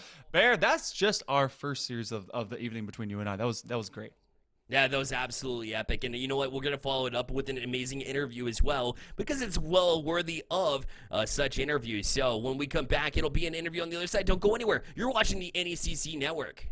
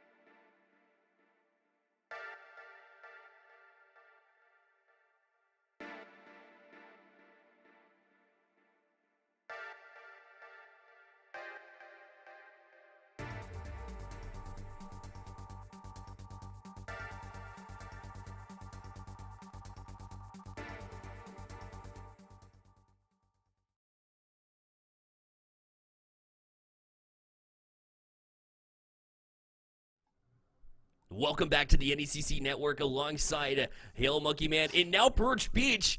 My name is Bearlight Birch Beach. Congratulations, Dalhousie moving on again with those 3 straight wins there at the very end. Tell us what's going through your mind as far as closing each one of those games out individually. I mean, we knew that we had a good chance as long as we played our game. It always seems to be the first games that we just struggle with, but after we get set and we're playing the way that we want to, it goes a long way when we actually play well. We'll talk about how much of a difference it makes to have Locke and Jaro as well, just performing at their level. They seem to be on point today, and I thought you did a great job on the back end, but talk a little bit about your team. It's kind of hyped them up a little bit because Locke and Jaro were great in this one. Yeah, dude, they honestly they carry me the whole way through. They're amazing to play with, and honestly, like I couldn't ask for any better teammates. They know what they're doing, and it's comforting knowing that if I mess up, they'll be there to catch me when I fall. Definitely. I thought you played great as well, so I kind of disagree with that motion. I thought all 3 of you really clicked there, but Hail Monkey Man, I'll toss it over to you. Oh, man. Yeah, of course, because you guys were just a triumvirate of challenges, and you were able to kind of really respond defensively as well as offensively. But, I mean, going further and further into that series, it seems like you guys really picked up momentum. I mean, what was there any big changes? Did you have the coach come in and say, hey, let's do some jumping jacks. Let's start going and getting some better passes? Because you did really control the pace from the midfield. Again, same thing what happened with us when we were trying to qualify in the spring. It was just communication. It's always communication with us. If we just go silent, then we're double committing and we're just mixing up rotations. But as soon as we start actually communicating where we are, what boost we're taking, it becomes a much smoother, well-oiled machine. Hey, well, you must have been getting loud because you were starting to put 4 up on the Bulldogs, and it was just looking so good. It did get in tight to that last game, and, you're able to take it big. I need to know, because you're in the semifinals. Well, guess what? You've graduated over to the finals of this Emergence Division. Of the 2 remaining teams, who are you thinking they're going to be able to play, and who are you thinking you're going to be able to take down between Lincoln Land and Firebirds? Any big looks between those 2 squads now that you can actually set your sights on the future? Well, Lincoln Land, we haven't seen anything of. Is it Firebirds A that's in the semi? Yeah, A. We actually had a scrim against them. I thought we played well, so I mean, either way, we could play either team. We're confident that we could take it. Hey, Bearlight, he said 4-0. That's what I heard. So yeah, easy that's stuff. exactly. You heard it too? Yeah, of course. Yeah, we know that already. All right, well, Birch Beach, before we let you go, we want to let you give your shout outs here, and who do you want to thank here for the performance you made today? Well, first off, Jaro and Locke, shout out to those guys. They're a bunch of beauties. Shout out to my girlfriend. She's at soccer, so she couldn't watch, but she'll know that I won. And the boys in the Discord, the men's, got to shout them out too. J-Naps. Nice regional win, buddy. Love it. I agree as well. Well, Birch Beach, thank you so much for joining us in the booth, man. It's been a pleasure, and again, congratulations. Thank you, guys. Absolutely. So, Hail Monkey Man, what a performance it was for Dalhousie. Again, they take 3 straight here, and able to close out Fresno, which it was a super close series. So, your final thoughts here before we close out. I'm looking forward to seeing if that high-powered offensive will be able to pounce a little bit earlier. They did say that it took a little bit of time to be able to get into the series, but you know what? By the end of it, they were just cruising. I want to see more of that coming up, but we got another match coming up here, Bear, as we're going to be elevating over into the Challengers Division. It's going to be Lebanon Valley Blue and UAH White. J-Naps' #1 fan in Magars is going to be in there, so you guys don't want to miss it. We'll be back right after this.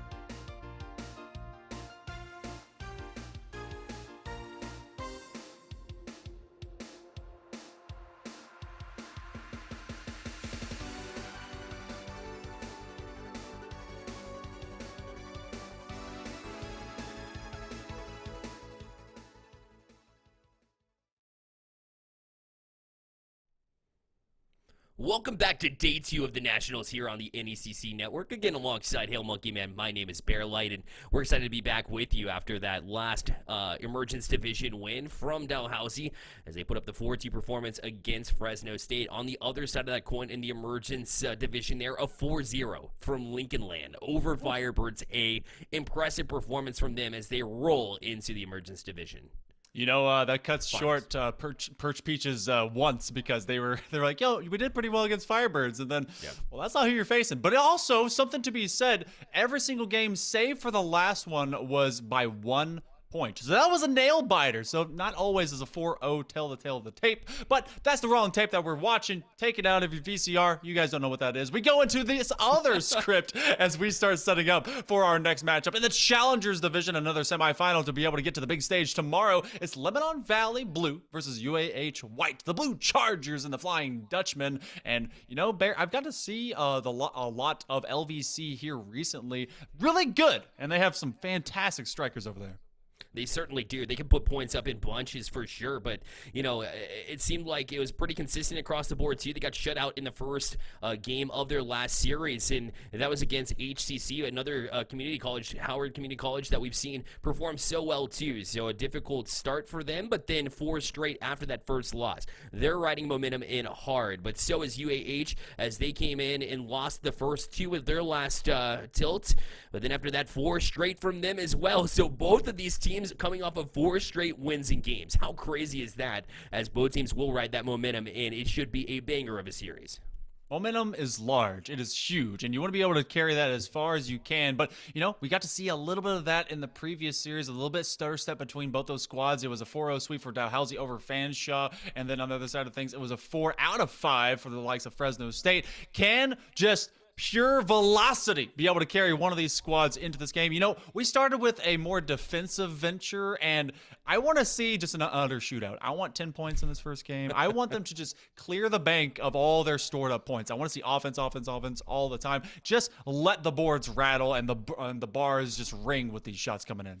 Oh, I mean, you might get your wish, too. I hope so, obviously, as these 2 teams can put up points in bunches. But we said the same thing about the last one, and it was a defensive battle. So I'm not so convinced it'll be the same. I think there'll be a lot of goals on the board here for these 2 teams. In fact, let's go ahead and take a look at the lineups and see who will be putting in these many goals that we anticipate as well. We start off with Lebanon Valley College as they bring in Josh Beemore. Oh, sorry, this is UAH White, rather, as they bring in Beemore, Josh, and Camilo G, 1, 2, 3 as well. So, I mean, solid squad and roster from the top down, and they're very well-rounded, a 2-way team. They like to play defense before they transition to offense, and we'll see that and get a sneak peek of that in this series.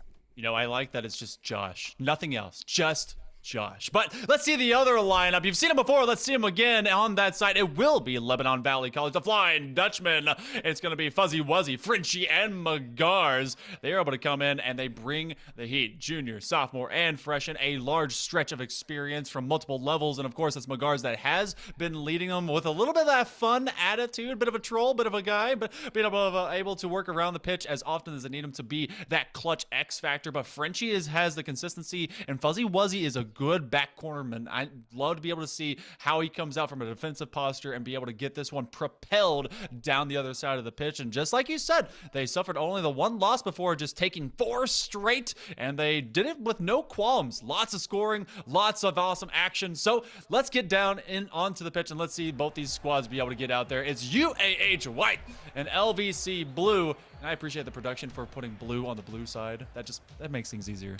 It makes life so much easier, as Magars has actually made life easy for Lebanon Valley Blue for an extended period of time. He's been the captain of this team for 2 years, Hail Monkey Man, and he's done a great job of just that. As you know, in the fall of 2021, when he was captain, they went 5-3, but they've been improving ever since. In the fall of 2021, that's a 3rd to 4th place finish in the playoffs.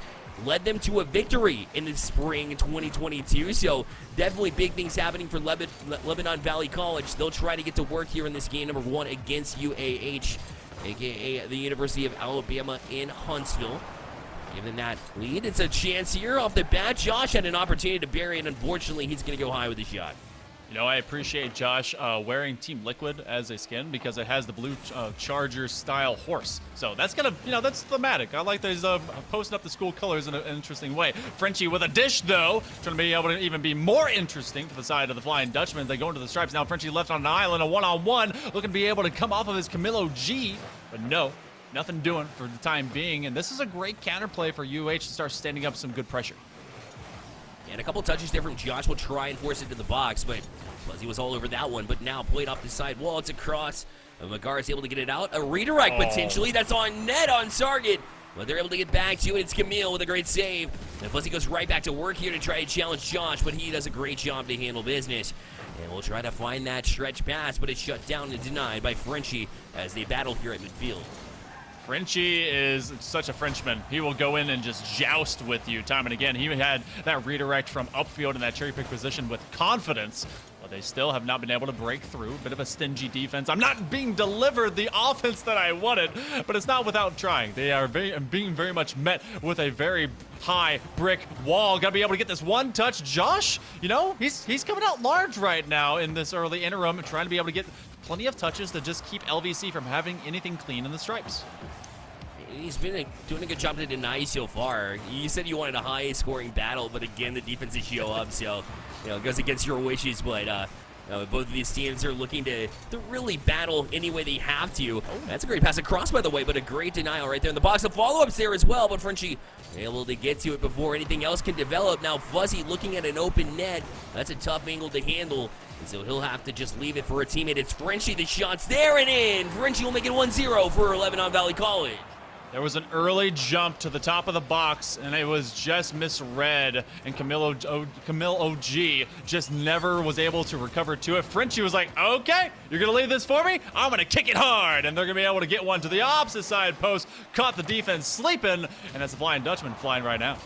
Now Fuzzy will jump right to it and try to go back to work here, but UAH's defense here at Josh with a 50. Frenchie will try to work some defense or work a bump rather in that offensive zone. Almost found its way through with the floater, but Fuzzy will float it directly back in. Josh denies and will settle down. CC has plenty of room to work with. Tries to get the flick, but Josh all over him in the process. Magars does a great job of handling that awkward angle on the defensive side of the ball to at least alleviate a little bit of pressure. But the pressure continues to mount. Josh right back in, but it's into the box. And Frenchie will get it over to Magars, who will put it right to the back wall. A great denial on the back, but Fuzzy Wuzzy a chance. The bench might have eluded the defense. Unfortunately, Magars got in the way.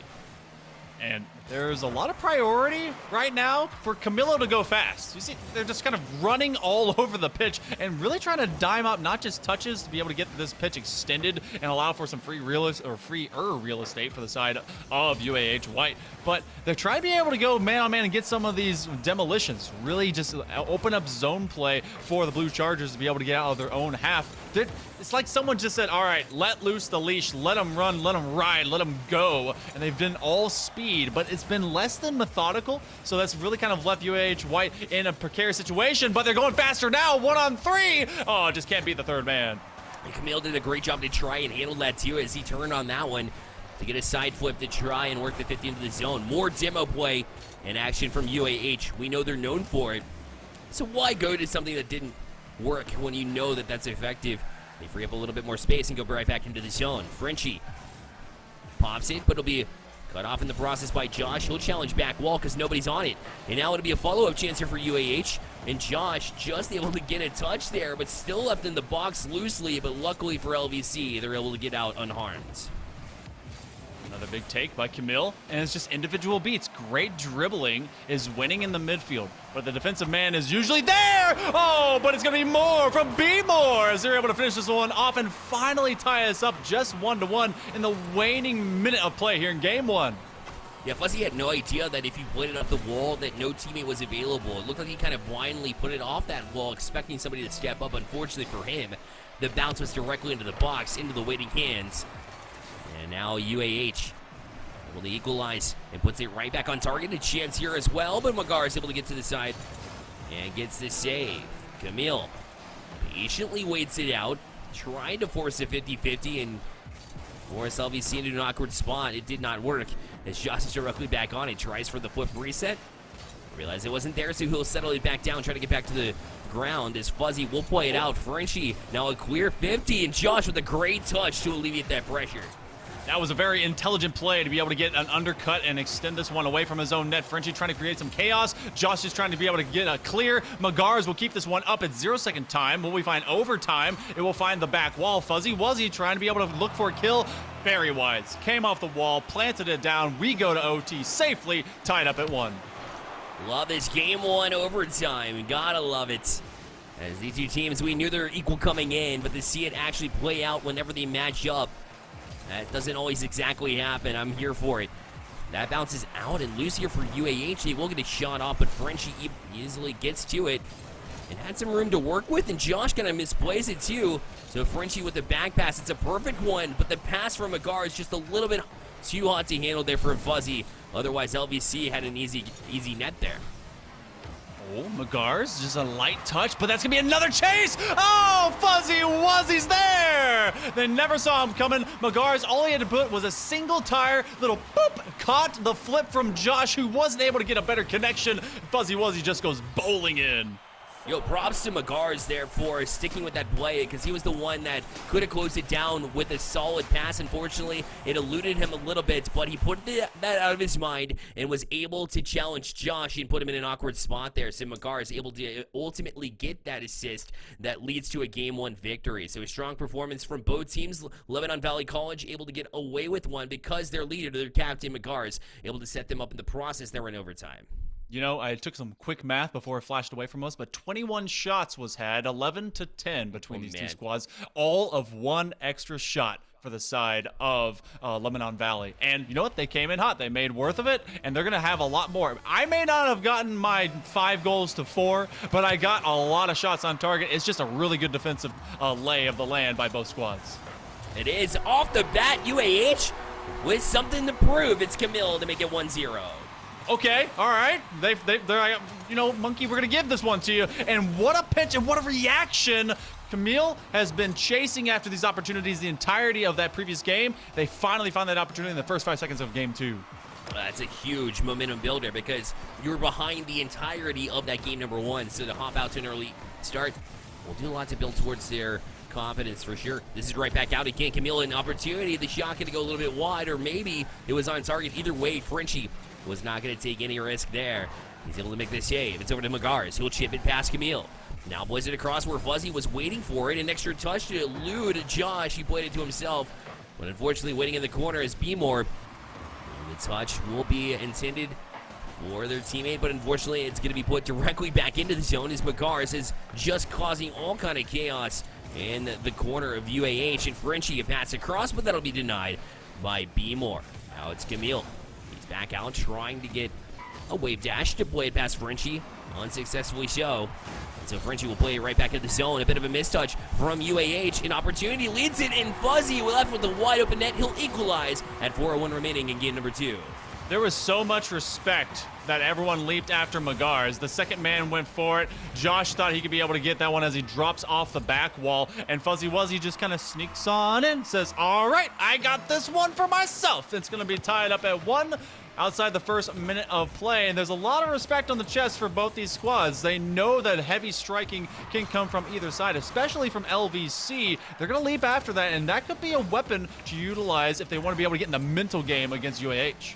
No, absolutely, and they'll use it to their advantage every single time they get the opportunity to do so because they're so methodical with their gameplay and strategies, and they like to stick to it as well.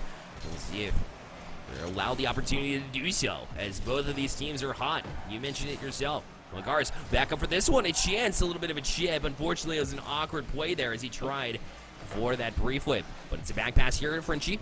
He'll chip it in the zone. It'll be B-More with a touch. They go backwards with it, though, as it's sideways, and Frenchie going to cause some problems with the bump. Magars trying to do the same, but Camille gets away from it somehow, and UAH will clear the zone.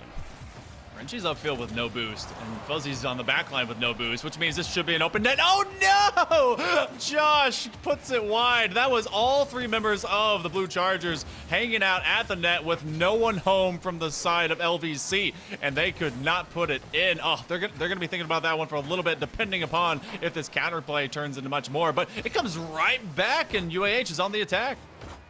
Yeah, unfortunately, they're going to hand it away as well as Josh will jump to try to play damage control. Beemore gets that read to get a chip over to Josh. If he leaves it, good communication. Otherwise, they would have tripped over each other's feet. Love to see that. Beemore puts it right back into the zone, and UAH has been challenging LBC in their defensive rotations, and yet every single time, LBC's been able to prove that they have it locked down. Frenchie allowed some opportunity, or room rather, as he plays it forward. Settled by Josh, but Magars directly back in. He'll make a quick read, but so does Camille. As he finds Josh, will chip it forward, and although demoed, it'll do the trick, as now it's back into the zone of LBC. Josh's shot. Magars is able to get to it. They were ready for this one, the transitional play. Not a whole lot of boost in any of the tanks of the team. It's of Magars, so he's forced to just kind of leave it there. And UAH should be able to get to this ball, and it'll be Josh to clear it back out. This game is going into lulls of slowing down. It's a lot of small ball, a lot of extra boost has been expended before they get to that offensive half, and then big takeaways are really slowing down the better offenses that we know can be supplied by both these teams. It's been really, really tough to get anything around the perimeter. They haven't really been able to find each other in midfield space either, and it's everything about that midfield line and who's just kind of leveraging it. That's an awkward position. The leap will come. What a dangerous but cool idea. It goes off the crossbar. That was 900 IQ. Put it to your backboard before your opponent can and be able to get it out of harm's way, but the press is still on as LVC is lurking. Yeah, Magars had a chance to finish that one. Instead, going to go back to the drawing board as he was forced to the corner. The shot was well high, but Josh leaves it. Camille, again, allowed space, will flick it, but he flicks it to the moon, and so Magars will able to get to it. Back on it's Camille. Shielded on the wall by Frenchie. Right back to the zone by Josh, but then Frenchie reads another one. It's into the hands of Beemore. We'll continue to press. A chance here. It's open. It's free. What a save. Are you kidding me? How in the world did they get back? They do. LVC keeps it at 1-1. I wish they would do a picture-in-picture for saves that I want to see all over again, like a little replay, because that was wild. That was great. That was free. But the defensive posture and play from the side of LVC comes in clutch in the moments they need it most. 15 seconds remaining. It'll be the Blue Chargers that are under duress. Frenchie is going to bop Beemore out of the way, but that actually puts him in the perfect position after Frenchie goes for another player to get rid of to be able to get that defensive stop. It's now a counterplay. It goes to the upper 45. Will bounce high. It comes out low. Is anyone there for the strike? Now chip shot. It goes back high. Comes to the backboard. No one's flying. The shot is still there. The third man will be denied, and we find ourselves into OT somehow. I cannot believe that stayed out, but it did. We play overtime. And Camille, right off the bat, looking for a teammate. Josh is already up for this one. I think he got bumped out of the way. They're still on it nonetheless, though. And Magar is able to clear out of the zone, but Josh right back to it. Looking to challenge 1v1. Unfortunately, did not get that extra touch, and so Fuzzy was able to get to it. Camille, back to it. Tried to play the 50, but Fuzzy beats him to it cleanly. It's into the hands of Josh, but he won't do much with it. He just plays it right back to Magars. And Bong pursues as they play way more conservatively here in overtime, but it's free, and Camille puts it in. 2-1 in overtime, and they're able to bring the series back even. Oh, Fuzzy Wuzzy, he went 1v2. He went into no man's land, and he's like, I have to commit after Frenchie lost the 50, and it went over to the midfield. They will surrender a late-term OT. And so that goes over to UAH, and we find ourselves tied up going into game number 3. Faster Maths had to be able to get that one 6-4, I think, maybe 6-5. I couldn't see it very well, but we had half the amount of shots in total between these squads from the previous game to this one, and again, it came down to a nail-biter. So take shots, and it'll favor LVC, apparently. That being said, I feel like their defense was really strong there, and so it's kind of disappointing to see LVC kind of collapse in that way in overtime. Because they've been hanging in there for so long and did such a great job throughout the entirety of regulation, and to see them collapse in overtime, unfortunate if you're an LVC fan. However, for UAH, that's a building block and a half. But now a mistouch. Fuzzy's there to tap it in. Oh, a mistake there from UAH. You hate to see it there, but Magar is able to play it in and kind of expose him after that touch. You know, Fuzzy Wuzzy, he was looking for that one. He was looking for redemption after surrendering that kind of open space, open shot at the end of game number 2. Give it to him 11 seconds in. No big deal for the side of UAH, but an even bigger deal for LVC to be able to get their confidence back. No doubt, UAH is going to try and get a goal before they can really feel themselves again. Magaris will go up and over Josh. He gets the demos that allow Camille to get right back to it. He's got the 100 boost, goes to the ceiling, but it kind of eludes him on the way down. So be more from the sidewall. He's eyeballing Josh. A great touch there. Otherwise, that was labeled for the hood of his car. Magaris right back to it. Looks to play the box. Will be denied by Camille. Right back to it from Frenchie. Magar's going to stay in this position, too. Great job to stay in the play, but it's already cut off by the great defense of UAH yet again. Magars was able to get one single touch to kind of undercut it, and Josh is already pre-flipping, my man. I love the confidence there. He is going with some speed, and so is Camille. Those two have been just honestly just cruise missiles, always aiming for either the ball or the player that's able to go get it and disrupt everything possible. Frenchie will leave it to Magars. Have an open, loose play in front of the UAH side. It's 3:40. First minute and 20 bled off this clock. Frenchie picks it up. How did he grab it? He puts it in! Oh, the defense just implodes upon Frenchie's might. It's just a floater here. He had plenty of room at that little touch to get it past Camille, and that's all he was trying to do, Hill Monkey Man. That was not a shot by any means, but it pulled the third man out too, and so he kind of got lost in no man's land, realized he was past it, and by the time they were able to look back over their shoulders, it was already in the back of the net. LVC up 2-0, and a redemption opportunity here against UAH as they even the series at 1 if you're just joining us. Now another one, Magar is able to put this one away. 3-0 LVC. Oh man, the best thing come in threes, and so does this opportunity. Bit of a slow read by Camille. They thought they had all the time in the world because 2 had bit up from the side of LVC. Magars wants that showtime, prime time. He's here to put it in time just before the defense can answer. It's been a minute and 35 and now more on the clock in UAH. They just look completely confused. They do, and they kind of scratching their heads. How do we change back to the team, the final form that we saw in the last one? Hopefully it's not the final form for them, obviously, as there's a long series to go. Magar's on the back wall. It's a Frenchie, and good save from Josh to get back to it, but Magar is directly back on it. Josh from back wall. It's loosely played. Out in front, a chance for Frenchie in the box. They do a good job to handle it from now, but they're still down 3 and need anything they can. Another chance, but it will be more to lock down the door. And back out they play. Although great transitional pass, I thought it was going to be easily handled by Fuzzy, but he had a little bit of a challenge to get to that one. And Camille will continue that challenge until Magar is directly back out. It looked like Frenchie and Magars were kind of over-communicating to each other, and then that ball was just let to get a little bit close for comfort's sake, but at the midway point, and now way more. Over into game number 3 as LVC is looking to put themselves into a great position, maybe for a series lead. They're hanging on to a great game lead right now. Magars has not had a whole lot of boosts as he's advanced upfield, and it's because they're using a lot to be able to go side to side, a lot of lateral play as we move from wall to wall, playing very slow. And literally everyone vacating for the side of the Blue Chargers to the sidewall. Magars always bumped. What a great heads-up idea to keep him from getting that strike. Yeah, you boxed him out there to make sure he wasn't getting to it, but that goal was free. If not, the communication comes in handy for UAH, as that would have been an easy tap in there from Magars. And we've seen him do that multiple times, create the challenging, situations for UAH. So great box out there to keep themselves at least within an arm's reach. Obviously a long shot here with a minute 37 arisen. The chip is there. Josh steals it. It wasn't his goal, but it doesn't matter. They're back within 2. Secure the package, I say. It was a great chip shot. It was going to float. Oh, Magars okay. was... hey, look, I need a goal someday, okay? Just secure the package, secure the goal. Because who knows? Maybe Magars would have got a second flip somehow super fast. Maybe borrowed it from J-Naps. I'm just saying. I'm not a doctor. All right, we'll give you that one for sure. Okay, all right. Yeah. UAH step in the right direction for sure as they pulled themselves back within 2. So I said long shot. Maybe it's not so much, as they go directly to work after I opened my mouth. So now it'll be Josh with a demo out in front too. Be more frees up some space. Camille going to turn with this one. Free goal. Oh, Frenchie! The recovery speed second to none.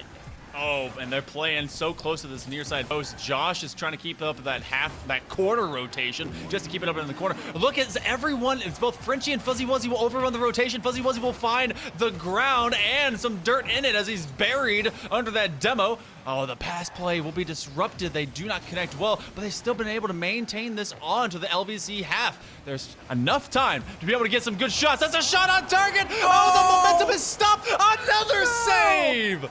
What a defensive sequence to keep that one out for LVC. Man, oh man, if UAH able to convert that one, then LVC was in trouble, it felt like. But they somehow make a great goal line save a couple of times to keep it out, down to 20 seconds left, and it'll be B-More trying to challenge yet again, but LVC will stand strong. Camille back at it. The 50's there, a chance for Josh, he'll float it high. And now B-More to challenge that back wall, but they'll be out of time. Down to 5 seconds left. LVC standing on their head on the goal line to close this one out. Hill Monkey Man, incredible work from them. And they will go up 2-1 in this series, and rightfully so. What a performance. Man, credit where it's due. There was some stellar shot opportunities for the side of UAH, but they just couldn't get it beyond the brick wall contest that was being made from LVC.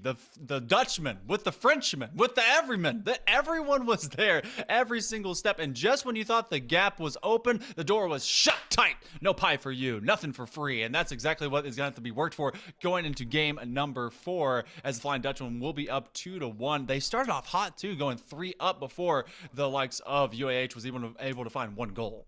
Yeah, and LVC's been looking like the stronger team overall for me as well. I know UAH walked away with that Game 2 victory, and it's a clutch factor that you have to take into consideration. It was an overtime winner, but still, I'm looking at not overtime performance, but, overall performance, rather, that two-way play that you like to see. I think LVC has it locked down in a sense. Obviously a long series to go, but it's so far so good for LVC as we head in transition into game number 4. And LVC in their defensive half here, which happened a lot in the second half of that last game. Hill Monkey Man, they want to play a little bit more offense than they're allowed to in that second half. UAH trying to do the opposite, right? Trying to ride that momentum that they had that last little bit. That's something that we've already seen happen once tonight whenever Locke in the previous series was starting hop in the final portion of the previous game, and they brought it to the next game. So maybe some of that we'll be able to handle now for UAH White. As a lofted pass, it'll go from side to side, and they'll be able to call each other off in the opposite side zone as Camille will be able to find it first. And one thing of difference is that UAH, they love to just go quick. They love to let loose the leash, just let some slack out and say, hey, let's just go fast. Let's make some better challenges, and that's what gives them so much space. It's just about the finishing form and factor after that to be able to get that in the back of the net. Well, maybe they should, try eNASCAR out for a go if they like to go fast. You know what I'm saying? So, we'll see if they, yeah, exactly. Use that boost. The demo out front though, a chance for UAH would obviously able to challenge that one well. As Camille looks to pop it, he does get past one, but Fuzzy was all over that one too. Frenchman just a blocker out in front. That's a chip shot, but it's still going to be handled nonetheless by B-More. Off the back wall, Fuzzy, tough angle, so he'll just allow it to hit the ground. Maybe a back pass. It does find its way to Magaris, but Camille is kind of running it. A dangerous one for sure, but no harm done here at midfield. It could be harm very soon, especially if a demo like that or a counter is able to be found. Especially these connections are starting to develop by the side of the Flying Dutchman. They have been able to just collect all of UAH into a single pod, and then that clears so much extra real estate for them to be able to rotate on. Oh, what a big 50. Magars, he's going top shelf. Will he burn through all his boosts? He can't make the read for the double. Frenchie, he's trying to turn into his own double. He can't make the read. It's the Harlem Globetrotters, but no one's getting the dunk. They're always leaving it for the last man. Fuzzy Wuzzy laying it up for anyone, but B-More is going to try and thin out that offense, which makes for an open door in the back line. Do they get there? Oh, what a save! Oh, that pre-flip from Magar is so clean. You're not getting back any other way, and he had to time it, and it was perfect. Great save on the goal line, as we saw multiple times from LVC to hold on to the last game. And Magars will go back to work here in the offensive zone. He uses a ceiling. We'll try to get it past the last defender. Does not work. It's Frenchie. But B-More all over that opportunity. They play back, a chance, a shot. What a save again from Magars as he comes up big twice in the last minute. Oh my goodness, Magars is just massive. He continues to just stop anything that the Chargers are bringing to their door. He says, nah, you ain't getting that one, you ain't getting that one, you got nothing. It's like the opposite of Oprah. Not you don't get a goal, and you don't get a goal. Camille, though, trying to get one, and there's another save! Oh my gosh. Man, it's in bunches, but finally they break through as Beemore, right place, right time in the box. And they will strike through regardless of the many, many shutdowns of Magars. Oh, you know why they scored? Magars wasn't there. He had to make a save just before, so Frenchie and Fuzzy Wuzzy were just blitzkrieg back to the goal line. So UAH finally winning the war of attrition and the war of bombardment as they just create enough holes and enough pressure to break through. Sub 2 minutes to go. You'll have a 1-goal lead, and with all that pressure and all that's been able to build up, it definitely has developed from the previous game to now, and LVC's got to get to the drawing board and getting out of their own half. Yeah, for sure. Beemore trying to challenge it, but the demo out for Magars.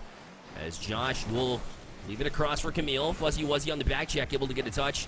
And now it's left to Magars. He takes a shot on, but Josh with a great job to rotate around in order to get back to that one. Excellent positioning from him. But now Fuzzy off the corner. The demo's there, and chance Josh. What a save to get back to that one as well. And now Camille almost forced the pinch into his own net, but luckily for him, it'll bounce outways. That one will come out.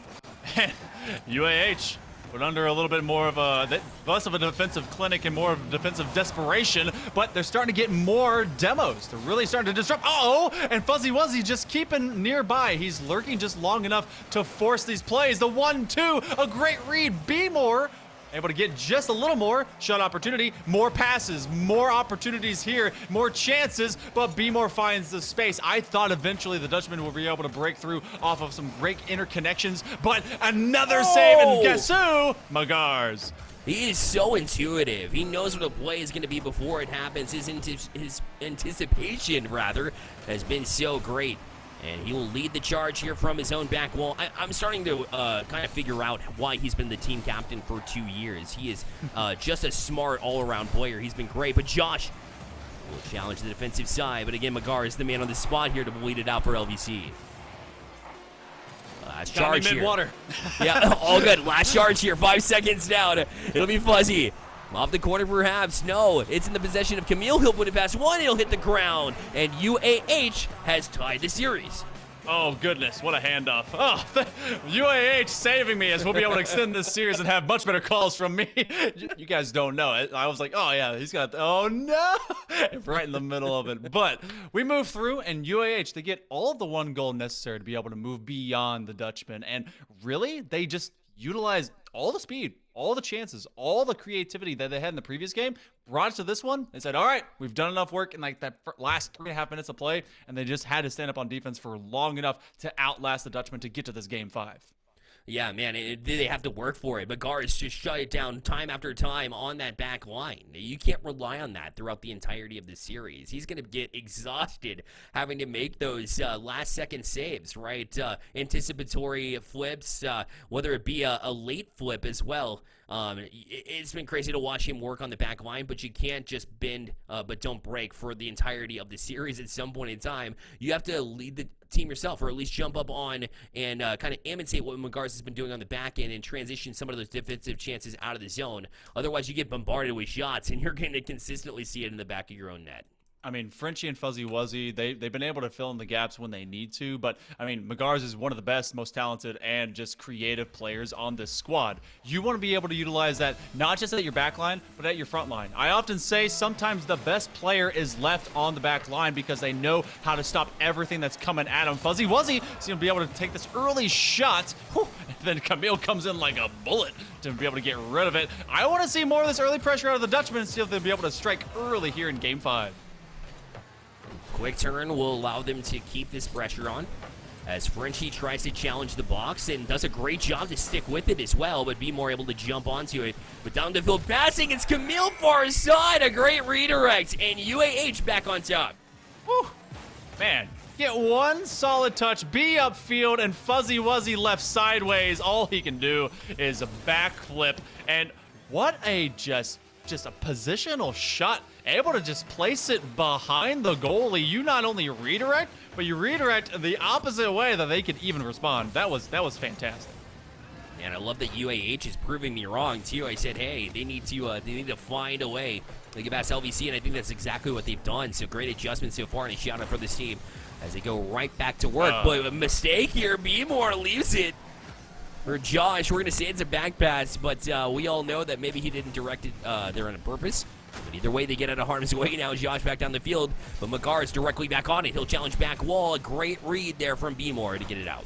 You know, one of the most, I think, right now understated players on the squad for UAH is honestly B-More. I mean, we've seen some high-flying action out of Josh and Camille, and that's usually the players I pay attention to, but B-More's really kept their backline safe. He's been able to extend this pitch and get them out of harm's way, or at least out of these pressure situations more and more. So I love what I'm seeing out of B-More. You'll often see just kind of Josh and Camille crisscrossing like they are right now, creating this barrage, and it's B-More that's kind of hunting for it. He will actually trip up around Frenchie. McGar's there. Bit of an easy one for McGar's. Not quite a highlight save like we saw in the previous game. That'll be a shot on target to force Fuzzy Woody to make this approach. And UAH, they put on another. That's going to be Josh that puts it up to 2. Nice job and handled there from Josh. Fuzzy kind of left by himself here, tried to just put it in the corner to buy his teammates some time, and then jump towards that last one. Unfortunately, he didn't flip the right way. If he did, he might have made that save, but UAH, with the pressure on, sometimes they'll flow through. They've got a 2-0 lead here in this game number 5. If they win, they go to match point. Frenchie, shot going to go wide there for LVC, and unfortunately, that's how it's been going for them for the past 2 games. That one almost snuck its way in, but they're able to get back to it. McGarz will play into the zone again for LVC, but UAH, a bit of a scare there. Yeah, that one was very near a wonderful dish into the low side corner, and the placement shots, they're just a little bit off target, but that doesn't mean they're not coming in bunches. This is coming in multiples, trying to be able to utilize some extra math. The numbers just not playing out bigger and better. But the speed and the collection has been able to allow LVC to exist for longer on this half. There's one thing, though. They're starting to bunch up at the midfield line, and as they go for these strikes and looking for an immediate 1-2 handoff, they're starting to get a little bit more on their toes, and if they do not lean back, then there's a keen opportunity for a big booming clear, just like this one. It goes underneath and over, but McGarz does find it. And now McGar's trying to get a nasty read there. Imagine if he touched that. Either way, it'll be left for Frenchie as they go back and forth, trying to set up the give and go. But it was not to be, as B-More able to get to it. McGar's to turn here. Josh left by himself. He jumps out quickly, knowing that. Good comms from UAH in their defense to get it right back out. Frenchie to the side wall now. Didn't quite get a touch. Camille will be allowed the chance to step up. It's across to the box. B-More a touchdown. McGar's, no shocker there that he's able to read the play and cut it off before it develops. I swear that he speed reads to be able to get through his upper level classes. He just is able to get through every single book in a single night, and then knows what he needs to do for the rest of the semester. But for right now, he needs to be able to kind of really propel Frenchie and Fuzzy Wuzzy into that same level of reading. They've slowed down considerably. Josh will be able to take that back corner boost as UAH White will be on the press. This one's a massive clear. B-More leaves it out. Communication will come up as Josh does find it from the pipe, but that's a shot on target, and that's the first one for LVC. Frenchie snipes it in. Huge goal in timing. 1:25 left on the clock. You're still down by 2, and Frenchie with a bullet. And Camille almost got back to it too. A great read. B-More trying to dive at it too, but the placement was just too good on that shot. So LVC finding their way back within 1. Off the kickoff now, Josh. Not able to get to it across. It's Fuzzy, but he's the only one for LVC really in that area. McGarz does step up eventually, but again cut off by Camille. Leaving it to Frenchie as he'll get it across to Fuzzy. The shot going to go well high and wide. A good opportunity to try to get a shot up there.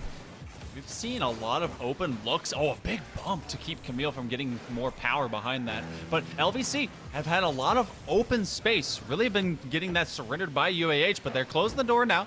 McGarz, he has no extra option. He'll actually look for Frenchie to pick it up from the back line. That's a would-be bump attempt. That's a shot on target, and it's just better rotations. Look how fluidly this is coming out of UAH. That's a dunk, and no one goes up. They realize they're already beaten by the time he's in the sky, and this is another 2-goal lead. They credit UAH for the communication they've had. Listen, nobody's back. Josh, just go up and get it. That was a pretty decent angle, too, for the challengers bracket, so he'll put that in with confidence. UAH up 3-1. in this game number 5, but look out. It's the other way. Frenchie gets it directly back off a drawn-up kickoff play. They can get these so fast. You gotta be ready. And they send the second man just in a hurry. What a kill to keep it at center ball. So, all right, that's right back where it went. Your momentum can shift so quickly between these two squads, and UAH, they gotta hang on. Sub 40 seconds to go. Frenchie's already elevating. Will he get a flip reset? He gets one to the backboard. Oh, what a dig. I believe that was B-More that found it. Right back to the backboard. Is anyone there? Josh kicking it out. We're sub a half minute to go here, Bear, and UAH is just trying to get rid of this ball. No, but a 50 will challenge LVC on their own ends, and now Magar is trying to challenge it out. That's a great drop down and pass from Camille over to B-More. But Magar is able to jump back on it. They'll have 10 seconds to work with. Fuzzy off the way. Now it's just left there as Frenchie will turn, and now he'll try to get another touch, but B-More able to deny him, and he's back out of the zone, but hold that thought. Magar tries to get to it. Josh will kill it, and UAH is going to match points as they take 2 in a row here. And they will have their opportunity to close out in the next one, Hill Monkey Man. Oh, goodness. Can you believe it? They took less shots competitively. This one went to 14 between the two squads, but they only had the 6 versus the 8 of the Flying Dutchman. They're getting quality while they can. They're forcing opportunities to open up, and a couple different times the defense honestly just broke down and broke away for the side of LVC. Didn't know where they went. Magars was left hustling, and you were saying he was going to get tired. He was left on the ground just like, I have to go after the... Nah, Josh, you got that. You're fine. So it's tough, and this is going to be a rough one because all the momentum right now is resting with UAH.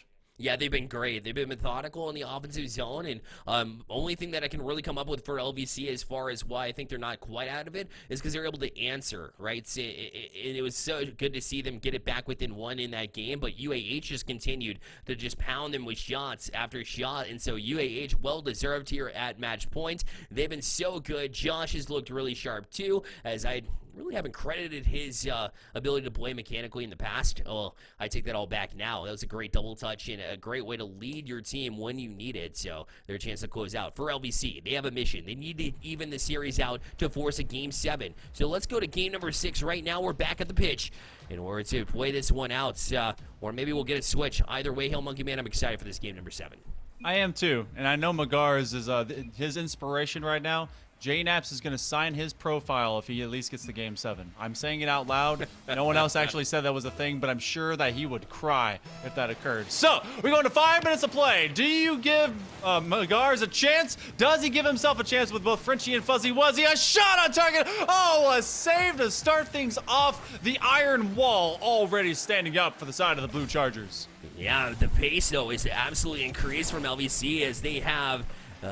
lifeline in their eyes right now. They need to stay alive. Magars knows this. He's the king of that as we've seen him make so many saves on the goal line. He'll continue to try and keep those same vibes. Fuzzy to try to challenge. Now it's Magars that pushes that one forward, but on the back wall. It's going to be Camille to try to settle. Frenchie chips it in. Camille able to read that one, though. And all the way back down the field where Fuzzy has to try to get to it. But Camille will challenge him. Magars with the pinch, but it falls off the ceiling into the hands of Josh. He'll play it back out. Oh, it was away from Fuzzy Wuzzy, but the shot wide. Yeah, they had to get to that one with an extra step. They weren't able to get to the outside angle of it. And this is a lot of ping pong. There's not a lot of great control. They're trying to just rest it into an open zone and maybe find one with haste and speed behind it. And maybe, if they can afford it, some accuracy. This one will drop away. Fuzzy Wuzzy is at least nearby as Camille will look for Josh as an opener, but Fuzzy Wuzzy is able to get to enough as he's now looking for Paz, and there's not a lot of resources in the back tanks of LVC, and they're kind of off their rotation right now. Fuzzy Wuzzy's cutting across the middle of the pitch, and everyone's just looking to either get one touch and retreat, or the better pass, and it's just challenged well. Nicely done to shut that chance down before it began. And Fuzzy directly back out it. On it, but Josh able to get to it himself. Magar is challenged by Camille. He'll shield it into the zone for UAH. A chance here, but the LVC defense again to step up. Fuzzy, will he jump back on it? He will settle it from the back wall, but Josh up the challenge there. They left it for a little bit too long, but Magar is able to get to it nonetheless. Bumped off it as well. Frenchie down the field, a chance for a redirect, but Magars will second guess that one. He knew the defense was coming. Yeah, I didn't know if he was going to be going for the shot or if he's going for the bump, and he kind of chose the middle ground between the two, and then it just kind of turned all away. So this one, sub 3 minutes to go.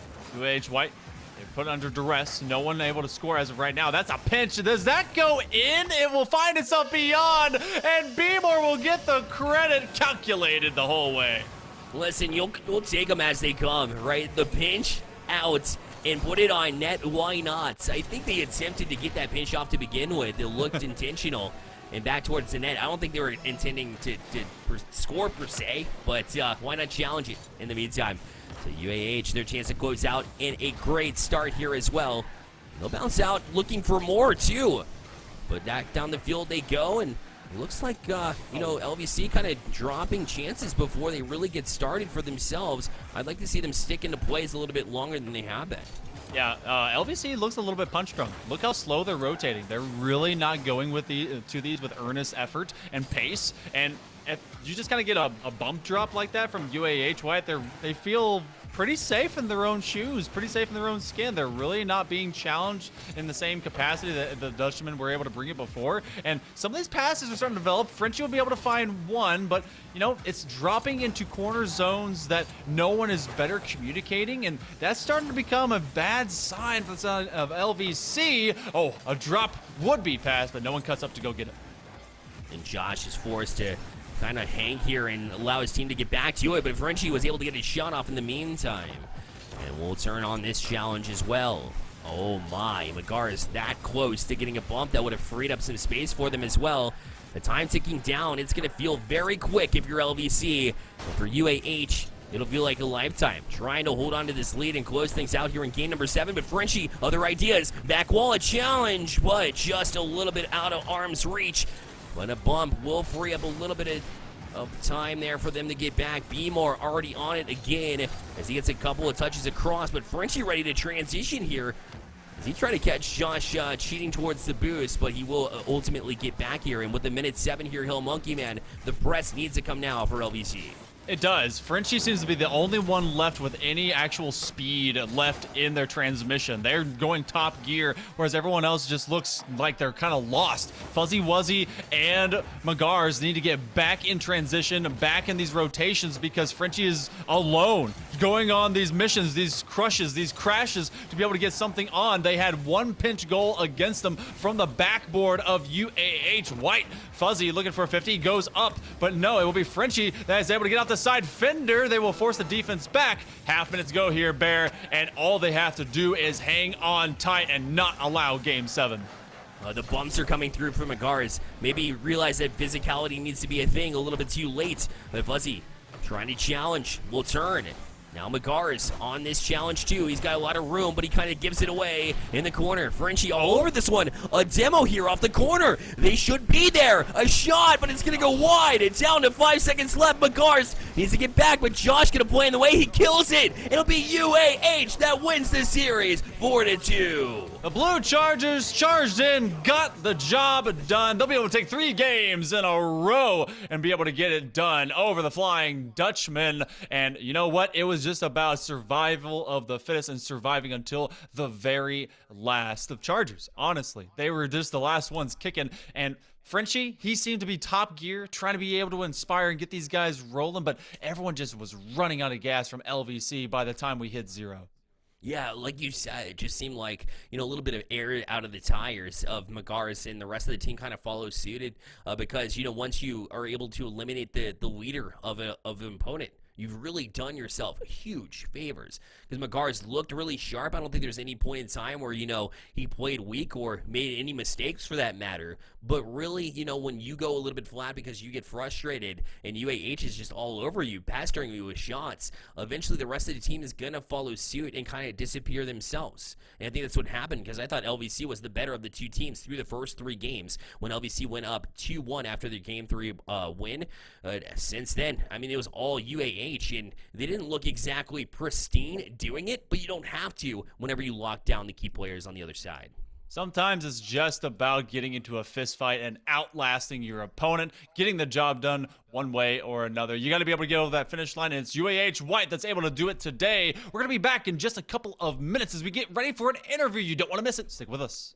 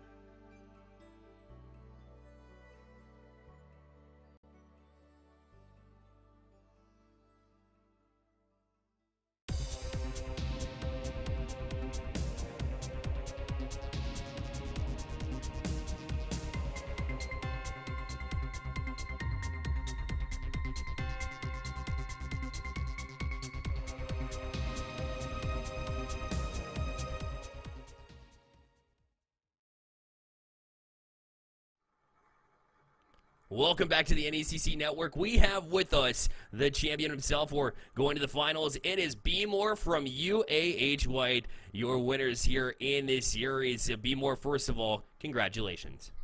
Thank you. Absolutely, man. So, going through the series here is pretty tight through the first three. LVC looked pretty strong. In your mind, what did your team do differently? What were you guys talking about in communication-wise in order to really take off through games 4 through 6? Basically, all we talked about was stop panicking, maybe take some time, and control the ball a little more on clears. But besides that, that's typically what we've been working on regardless. So it was just normal tips for us to keep us straight. You said as well, behind the scenes, and a little bit nervous there too, but you have fans in chat cheering you on as well. Yeah. Did that kind of calm you down in a way? What does it mean to you to have this fan support in chat?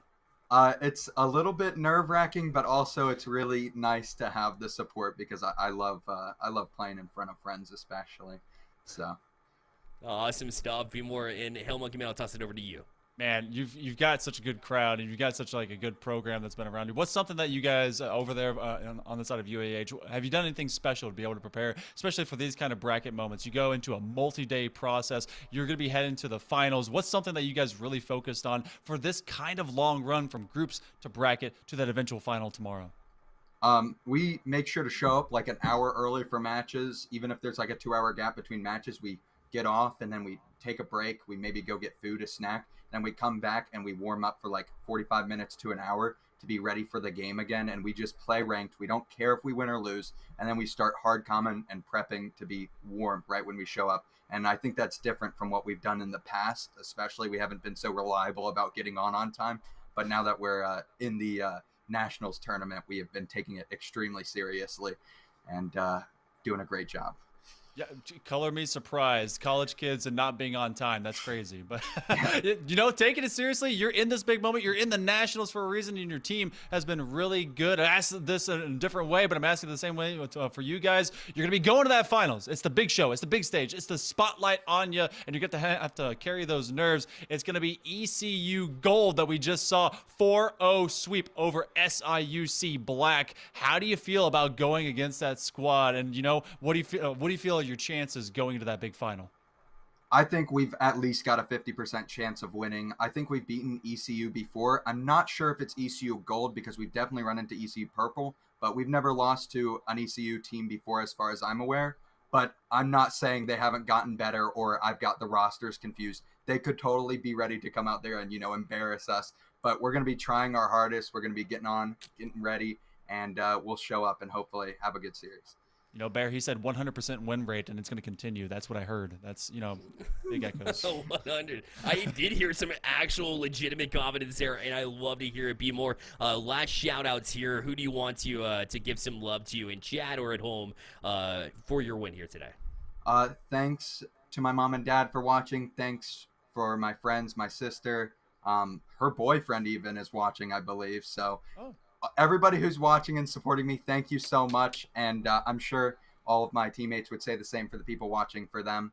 And I think we're just really happy to be able to put on some good games on stream. Be more. Thanks and congratulations again. Thank you so much.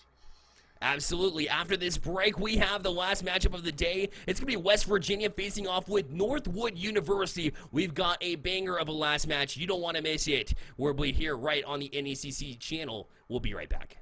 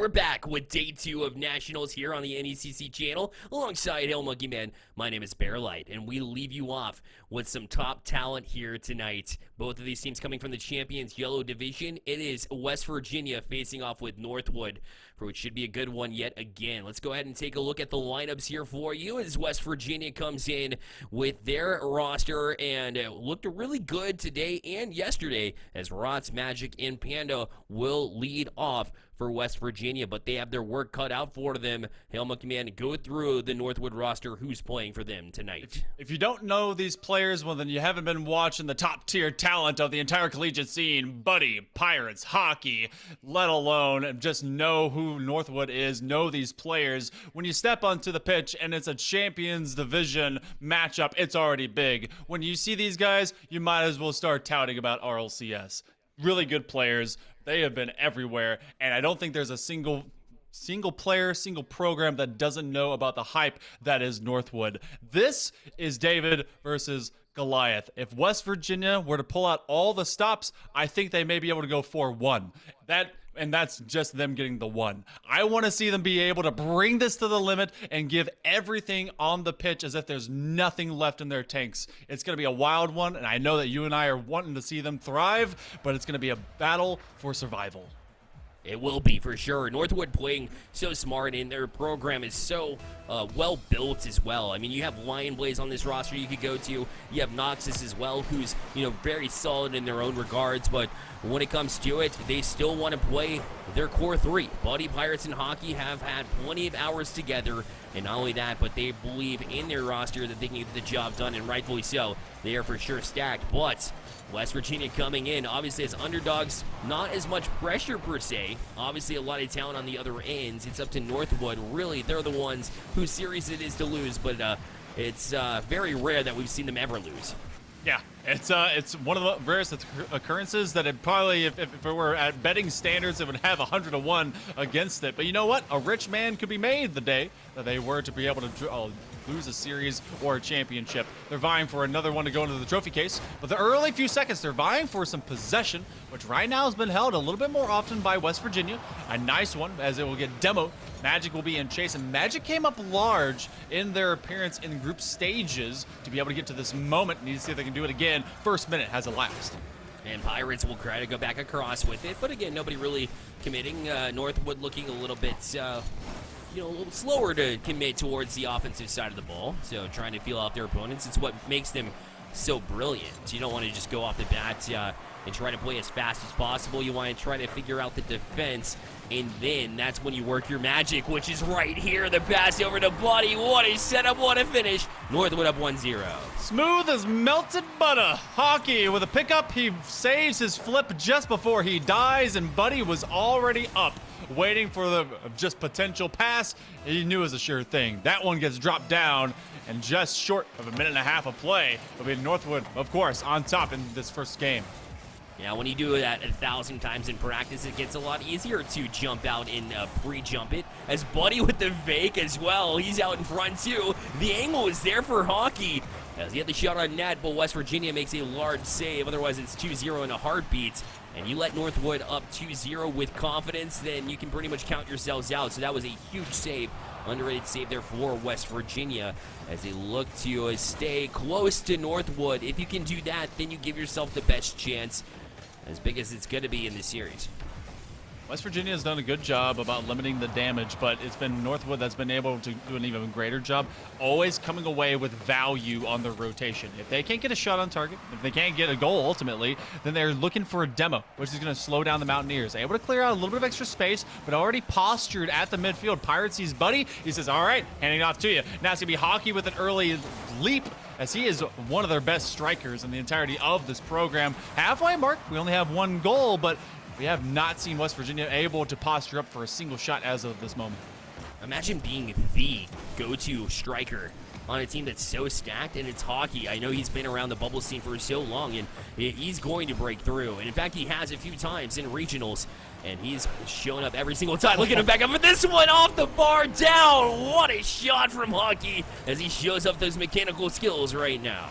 Call his name, summon the demon, it's demon time! He's able to get that double on an easy read. He leaps up for the initial challenge, falls it, knows exactly where it will fall. The man has repetitions on this pitch like I have, trying to be able to go to the fridge and find a snack. That's a lot. And at the 2-minute mark, it's Northwood that's been able to continuously get snacks as they are feeding and they're eating well on the West Virginia half. Yeah, this was a bouncer, but Hockey able to settle in here. His buddy will play it right back down to Hockey. Look how quick they transition here. That was a pass back down to Pirates. Disgusting work. Magic back out. A chance for the double touch, but Buddy keeps it away with the clever touch. And now it's Poppin' Panda, but he's bested by Buddy. This will go off the back wall where Pirates is waiting for it, but Rot's able to get a good read. Otherwise, it's Northwood yet again, and they transition. It's Buddy, almost read that as Magic tried to keep it at an arm's length, and even that was almost not enough. Another touch. Shot again. Oh, Pirates directly at 3-0. Wow. Oh, man, they just never let up. As soon as Magic thinks he has a breakaway, Pirates just shuts that one down. Poppin' Panda, he's wishing he was the dad of this one and to be able to slap it down, but no, not going to happen. Pirates is able to find that one easily in stride. Sub 90 seconds remaining here in game number 1. It has been just about control, and I will be curious about seeing the stat margin for this one in terms of shots, because I think maybe West Virginia has all of one. Yeah, it's been because it just locked down, right? Every single touch is methodical here for Northwood. They know where they're going with the ball before West Virginia can even summon up where the ball is to begin with in the moment. So Northwood continues to press in. This is Hockey yet again. He's able to land it. Oh my goodness, off that short side post and directly in the top side. Hockey is nuts with it. He's clean with it. He is just so slick and smooth with it. It's like silk. Oh, it's a fine tapestry. You can put it anywhere and it'll look good, and exactly what he does. He put that ball anywhere and make it look great. They nearly do the full-on bot kickoff. It's only Hockey that will retreat, as both Buddy and Pirates will scream for it. Now they're starting to collect, and this is the comical chemistry that you'll start to see. Once they go up by this kind of margin, they're going to start to do just kind of weird stuff and see whether they can give maybe West Virginia a chance by just congregating all in the same zone. But 40 seconds left. This is a mountain to climb upon for the Mountaineers. No doubt about Pirates. Back towards the back wall. Good job to handle that off the back wall there from Papa Panda. Oh. This will go high. West Virginia had a chance for the double touch. Hockey actually missed on that one, as he had pre-jumped it early to try to find a read. Not able to do so. Hockey directly back out. Will use the wall to kill even more time. Chalk it up as a learning experience here for West Virginia, as Northwood will climb to 5-0 in this game number 1. Maybe a chance for West Virginia to say, okay, this is what we're up against. We have to really make moves and play quickly, otherwise Northwood will be all over us. A team like this, similar to Columbia, similar to the big schools, the big programs that come in with a lot of that legacy and a lot of that value now in this collegiate scene, especially for Rocket League, it's all about being able to really shut down open space maneuvers. They create so much by great passing and being unchallenged, because everyone from West Virginia, they know who they're playing against. They back up and they try to see what they must do. Well, that's giving plenty of time for Northwood to be able to go downfield and do what they feel like they should do, which is win 5-0 game 1. And I don't send it away too fast. I want to see what the stats is. 2. Oh, I didn't get to see the other. You stole it from me. 2 shots. That's what I saw from West Virginia. Just 2. Oh my goodness, that's too funny.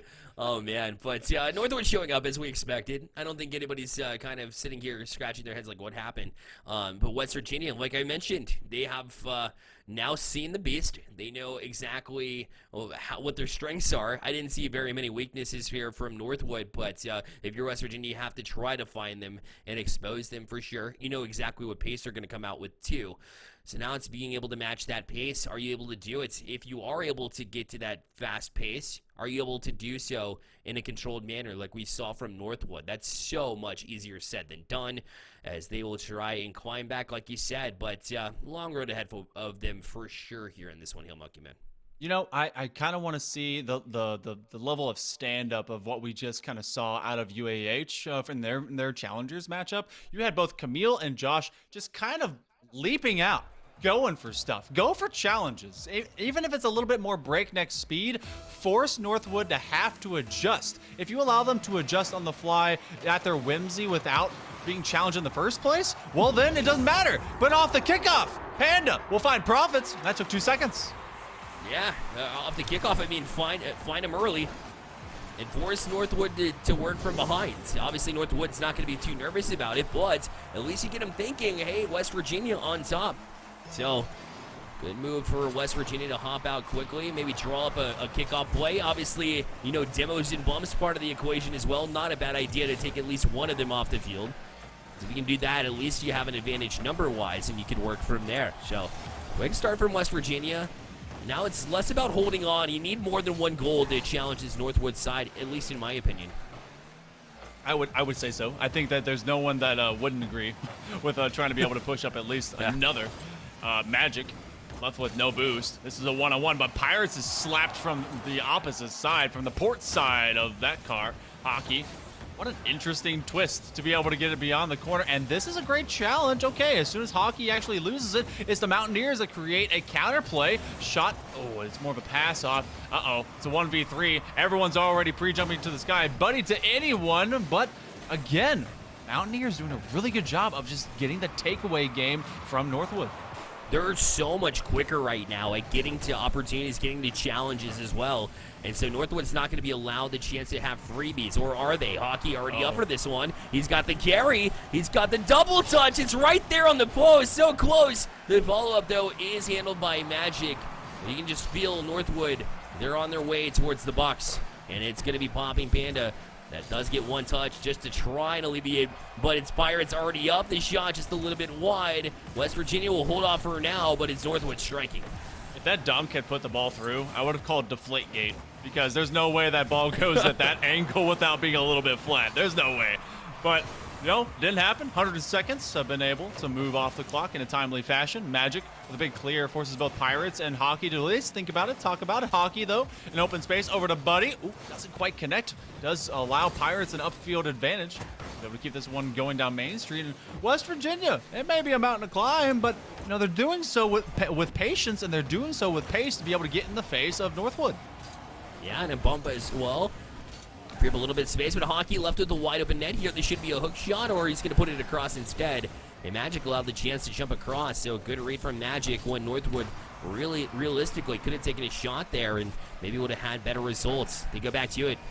Pirates bested by the defense of West Virginia. It's Poppin' Panda again. This will be a pinch there. Hockey left in an awkward spot, but of course, Pirates there in support. Buddy transitions. We're going to look for a pinch here as Hockey goes right back down to the ground. Another touch here from Poppy Panda. Listen, it hasn't been exactly clean for West Virginia. It looks like they're holding on now, but they only have to do so for 2:18, and they've been doing a good job to hold them at an arm's length. We'll continue to challenge. It's Rotz again. He's back down the sidewall. They'll look for Pirates. Tries to elude him. Does get a great touch with Hockey in support. And now Pirates over to Buddy. He's got the ceiling. He's got the back wall. He's got the read. What a shot from Buddy. That is disgusting. The equalizer. And it's a great, beautiful shot. What a sure-handed approach. Pirates to Buddy. Oh, my goodness. Just being able to read the fall, deflecting off of that backboard and chasing after it at the correct angle to slam it on home. Wild stuff. The only score we've seen Virginia get is in the first 2 seconds off a kickoff. He rolled on through with some speed, and they've been able to otherwise keep Northwood Blue at bay, but they can't build upon it because, again, they've been stuck for a while. Some double commits have been coming out of Northwood, but otherwise, it's been pretty darn good. If we're going to see more of this, it's got to be when they make these challenges and be able to quickly profit upon it. Flip reset. It's too smooth. I mean, just knew that was coming because he had plenty of space to work with. Goes up, sees him on the back wall and challenge. Once that miss occurred, Magic was on the ground. Easiest way to handle that is get a flip reset. I say easy. In his mind it is. He pops it right over him with that flip reset mechanic. Delicious goal. And Northwood up 2-1 in a blink of an eye. Hockey right back to Pirates. It's a shot, a bullet off the crossbar. But that's how quickly they can strike. This one will be back down, a touchdown. But Northwood not able to finish that one. But Hail Monkey Man, what a transition for Northwood. Yeah, they're starting to speed up. They're like, okay, All right, we've allowed you guys to hold that lead for enough time, and then we get it, and now we want to build upon it. We want to start styling if we can, but we're also going to push forward with some insurance in mind. That's a drop-off over to Pirates, and again, the communication is always key. Look how quickly they just respond to one another. That one immediately found Buddy as he was upfield, bit of a bump onto Panda. He's going to try and go work against Hockey. That's a great read to be able to take away that ceiling shot chance. Pirates, with just enough boost to be able to work it. Magic finds them. They are able to connect man-on-man. Pressure plays against Northwood. It's just about getting beyond them. That's the toughest task. It really is, and now Bob and Panda doing a good job to challenge early, as did NECC. West Virginia starting to catch on to some degree here, as they've kept it within one now for the past 30 seconds. There's a bump as well to challenge the back wall, but Buddy reads it all the way. Pirates already down the field, cherry picking. He's got another hit off that back wall. He looked to fake it, I believe, but now Hockey forced back, but in rotation, he should be able to get there. That's off the corner, though. Magic will get his second touch. Will force Hockey off it and back down the field. And looking to try and send it again. It's Rots, but he's not able to do so because Buddy right there in the face guards of West Virginia. Down to 3 seconds left. Bobbin gets it over to Rots. This one will fall back down towards the center. Tried to get the pass off. It was close, but it's still Northwood on top for game number 2. A much better venture by West Virginia, honestly.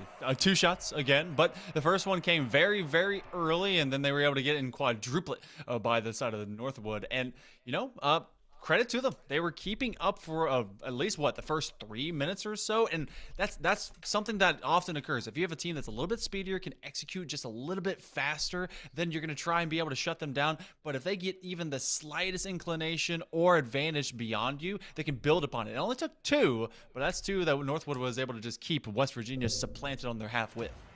It's one of those things that we mention whenever we're on the professional broadcast is playing a full 5 minutes. And why is that so important?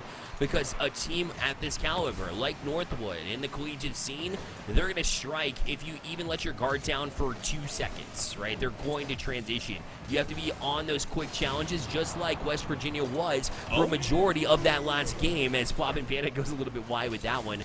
Just hit your marks every single time, challenge every single ball to, some degree. Obviously, you don't want to catch yourself diving all over the place in order to do it, but you have to be up for all challenges, and they're not for this one, but it hits the post and stays out for West Virginia. Buddy's like, come on, post, come on. Buddy is going to get another chance, though. Looking for a low side 50. And, we're not asking for perfection, but we're just asking for, close to perfection. That's what I'm asking for. As this has been a tough squad for anyone to have to go against. West Virginia in the first minute of play, though, been able to keep this one scoreless, both for themselves, as well as for Northwood, as Northwood will have to grind it out. Oh, an upfield task to be able to go and get the block. They have it on target. Oh! Buddy will find a great defensive stop. Listen, I'm not asking for perfection. I'm just asking to be mistake-free for the entirety of 5 minutes.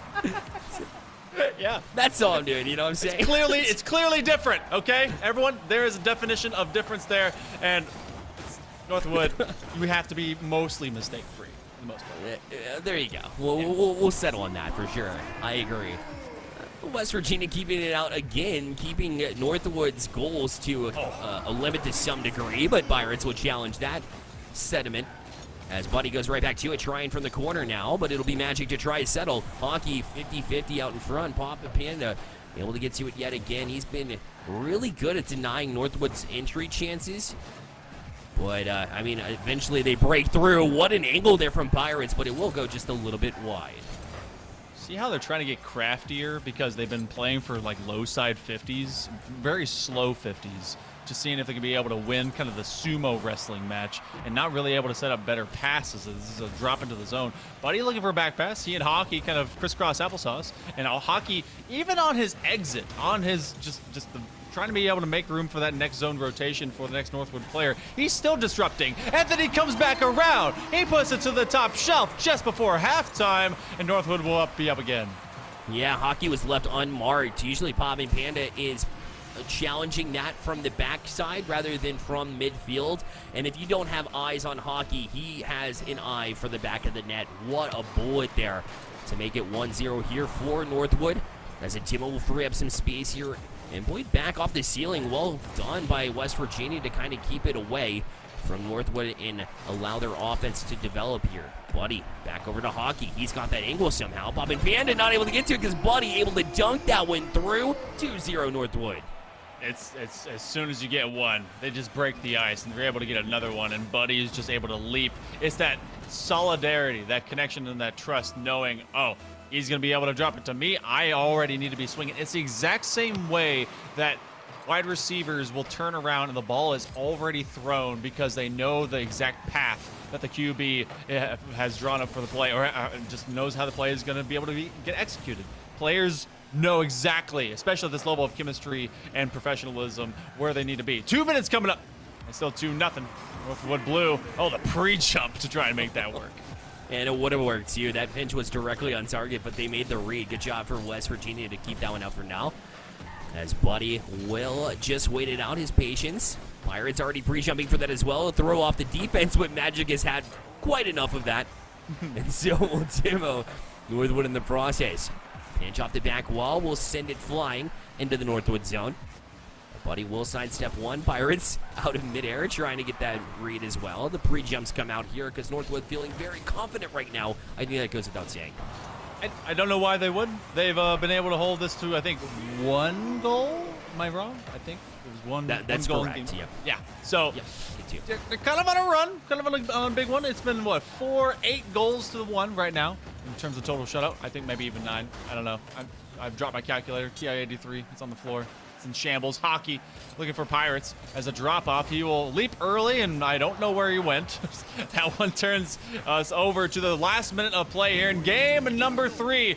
Northwood trying to make short work of the night to be able to get themselves into the finals. West Virginia, you got to pick up those pickaxes and see what more work they can do. Exactly. Here's a start, though. Ron's able to take a shot, but Hockey and Buddy were both there regardless. And that's a shot that would challenge most teams here at the NECC, but for some reason, Northwood just has it locked down.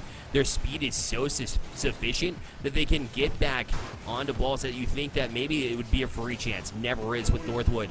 The Magic back across. He gets the flip reset. We'll try to get over to Poppin' Panda. Back to it, but Pirates able to cut it off before Magic got there. But a good thought there from West Virginia. Unfortunately, that's all it will be because Northwood able to shut it down. Magic just a little bit late. With 15 seconds coming up, Northwood does just enough for them to be able to get it done. They go for high-flying clips, but they also get the 2 goals that matter. A big clear. This is surrendered over to the corner by Buddy, and that one will be turned into a pinch the other way as if it never existed on their half. It's game number 3 done. We had to game number 4. Match point for Northwood as they're trying to take this one in a sweep. Yeah, they're having fun with it as well. I know West Virginia's probably on the other side. They know exactly who Northwood is. They know who they're going up against. It's not like it was a surprise here that they might be down 3-0 in this one. And so they'll just continue to battle. If nothing else, this is obviously a learning experience to go up against the best and really, see what these teams look like. How do they come out playing? What kind of speed do I have to play with? Where when we play at that speed, do we need to fine-tune our mechanics? How to fine-tune our rotations as well? Basically, any kind of thing that you can fine-tune while playing at that speed, the better. I would like to see West Virginia try and come out with speed, and that's what they do here as they get the first shot off. But Hockey able to get to it again. He's looking at a free net. He will tap this one away. It'll be 1-0 rather for Northwood. I'll give West Virginia a free point. Make it 1-1. Yeah, it's fine. But individual beats, and just as Rotz is able to respawn in, this will be put through. And as a little bit of an update, I don't know the other score because I'm not going to go to another stream just right now, but on the NECC 2, where Columbia College, Navy, and St. Clair are playing, it is actually a 1-0 series in favor of Columbia College. A collision course between the winner of this one, which could very well be Northwood, and the winner of that one will be meeting in the finals. So interesting affairs all the way around.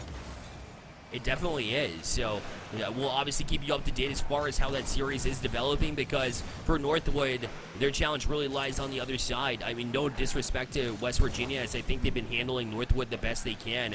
But to go up either against St. Clair or Columbia College, I'd say pick your poison. But for Northwood, you kind of are the poison. Both teams have challenged them in the past. I'll leave it at that. Yeah, It's been pretty rough, and they are familiar opponents. Hockey's able to get the best of this defensive situation as both Panda and I believe Rots. Oh, he just Goomba stops Panda. Poor guy. He just was trying to go get the ball, and Rots was left hanging with whatever was going to bounce across the goal line. Can't stop the rock or the momentum. That'll roll across. First minute of play has 2 goals. Trying for the early kickoff rotation. They will not find it. A good save on the back end. Yeah, now a chance to transition for West Virginia as they triple committed on their play, but somehow get back to it. They deny what would have otherwise been a wide open chance, and Northwood was all over it. As their pre-jumps come in handy, they read the play before anybody else does. I don't care who you're talking about. Any fan in chat that's trying to follow along and get the full picture of the gameplay, Northwood has you beat anyways. They're ridiculous with it, and they'll continue to just hold away West Virginia, hold them to limited goals, limited chances. Hockey right directly back on it. They'll get in touch here to the corner. They go. Another touch probably back out to try and find it. It will be loose in the box, and Pirates will just direct it back to where Buddy is waiting. That corner, an opportunity there. The shot going to go high there. The opportunity for West Virginia has just passed. A rare moment that Pirates knew he was beat. He actually stayed and stopped. He was like, oh, that's going to go through if it's on target, and it was not. That's something that West Virginia has just come up short on. But I forgive them for it, because how often have they been able to get that kind of opportunity? They're not ready for it because it hasn't been something that's developed too often. So you got to be able to find it and make those better reads. This will be a chance to strike on target, but it's Pirates and literally everyone else. Everyone split into every kind of possible defensive rotation after that touch. It went from post to post, squishy save. It was nuts. It was the back and forth chain reaction, but it was beautiful for sure. I want to go back to your other point, though, that you were making, too, because, why your scrimmage is so important. Why is it good to play teams that you know you're going to beat with over and over again? You find those opportunities maybe once or twice a game, probably less than that, right? Maybe once or twice every 3 games in this instance. The more you see it, the more you can potentially handle it, or at least know how to react in order to do it. So obviously encourage scrimmages all the time.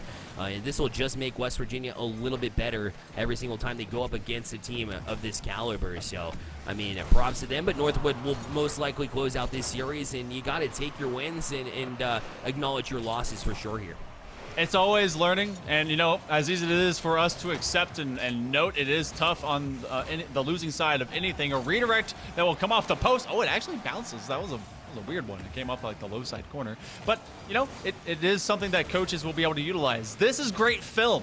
You got to think, if you take anything away, 1, you're getting to play against players of this level and this caliber. 2, it's something to be able to go into the war room and make that grind with, and it makes your program for yourself and future students and players stronger. That's a great strike, but it's hockey that found it a little wide and will be able to clear it out. We are approaching our final minute of play. It could be the last minute of play that West Virginia gets to see in this entire season.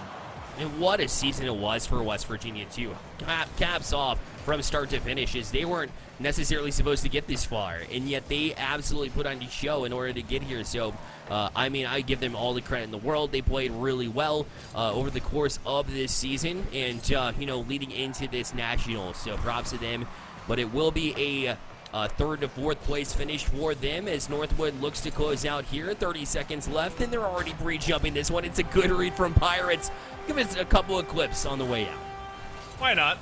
It's like a family album. You want to take your best pictures, and you want to be able to make a great read. So smile for the camera, cheese. And they're able to get that one through. 3-0, and Northwood, it was, I'm not going to say it's a foregone conclusion, but it was definitely a fight that West Virginia was able to take and keep close. But this being a 4-0, it's something that they're going to carry with this momentum. It's the trophy case, it's the legacy, and it's the power that Northwood brings. 15 seconds left as West Virginia is looking for 1 score, but Northwood is just a titanic force.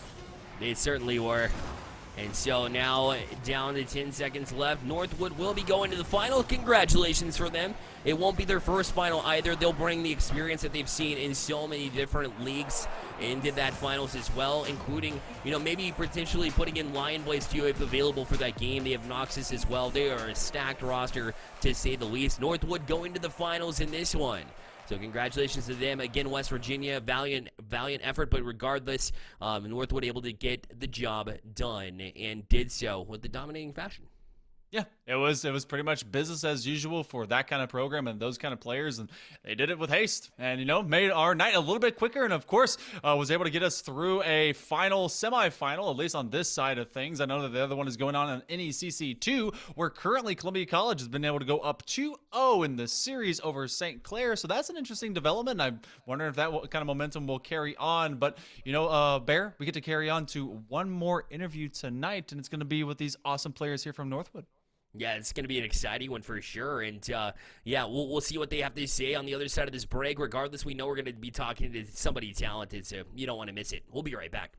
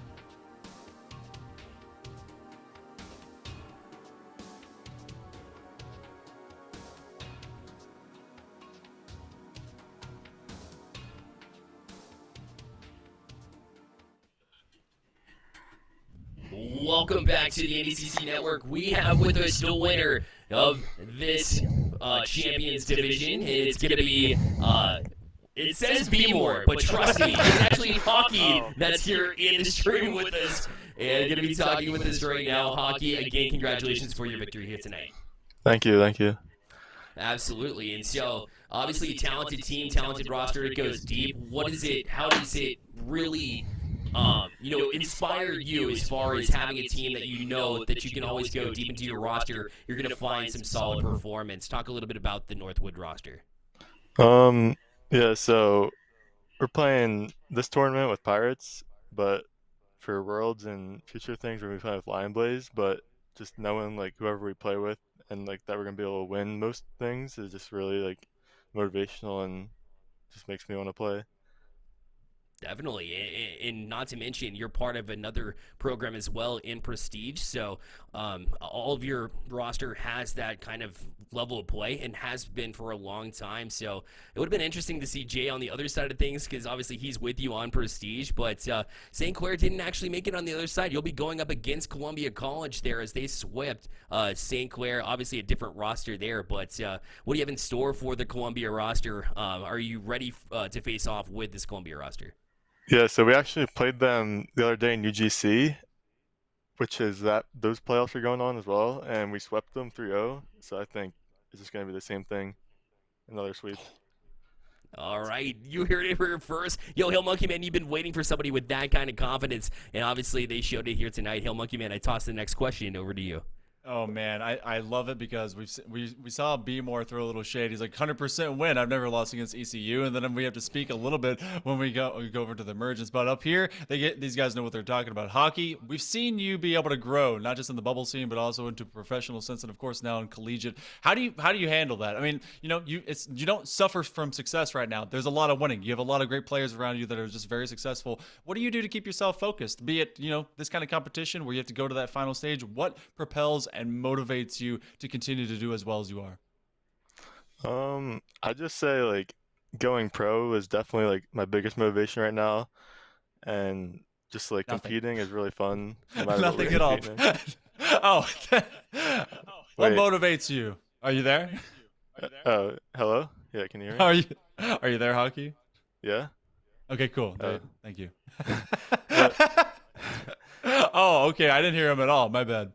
I'd say what motivates me is just going pro and trying to make it to the top and eventually one day be in the RLCS and, like, consistently top 4, top 8, something like that.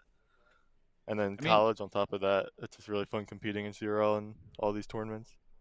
I mean, you guys are consistently at the top, but we get to see CRL Worlds. We get to see you guys are definitely there. Seen you at so many different competitions, and of course, you're trying to be able to make it into that pro scene more consistently with RLCS. I mean, you get to play Rocket League a lot, be it at a collegiate level, be it at any varying levels. I mean, do you see being able to do this for longer? Do you want to be able to maybe coach when all is said and done? Where do you kind of see yourself with esports in a long, long future? I know that's a big question to ask right here, but have you been able to think about that kind of stuff going down the road?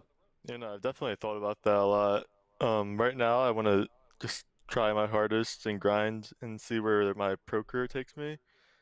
But probably at the end of college, if I'm not pro or, like, can, like, sustain myself with that, I'll probably look into coaching or just try to stay within the scene.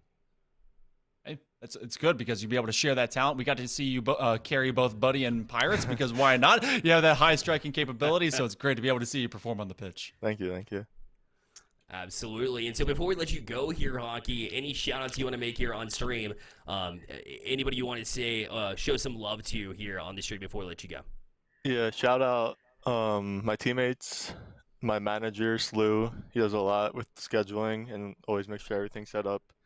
Cody, our esports director, and shout out my family for watching. Absolutely. Hockey, once again, congratulations, and you'll be advancing to the finals, man. Thank you for joining us here in the booth. Thank you. Absolutely. Thank you all so much for tuning in as well on the NECC Network. We appreciate every single one of you viewers for coming in. Without you, it would not be possible. I'd like to thank Hail Monkey Man as well for joining me in the booth, as well as the production team behind the scenes for making this all come to life. You guys rule. You know who you are. Much love until next time. We'll see you here on the NECC Network. Good night.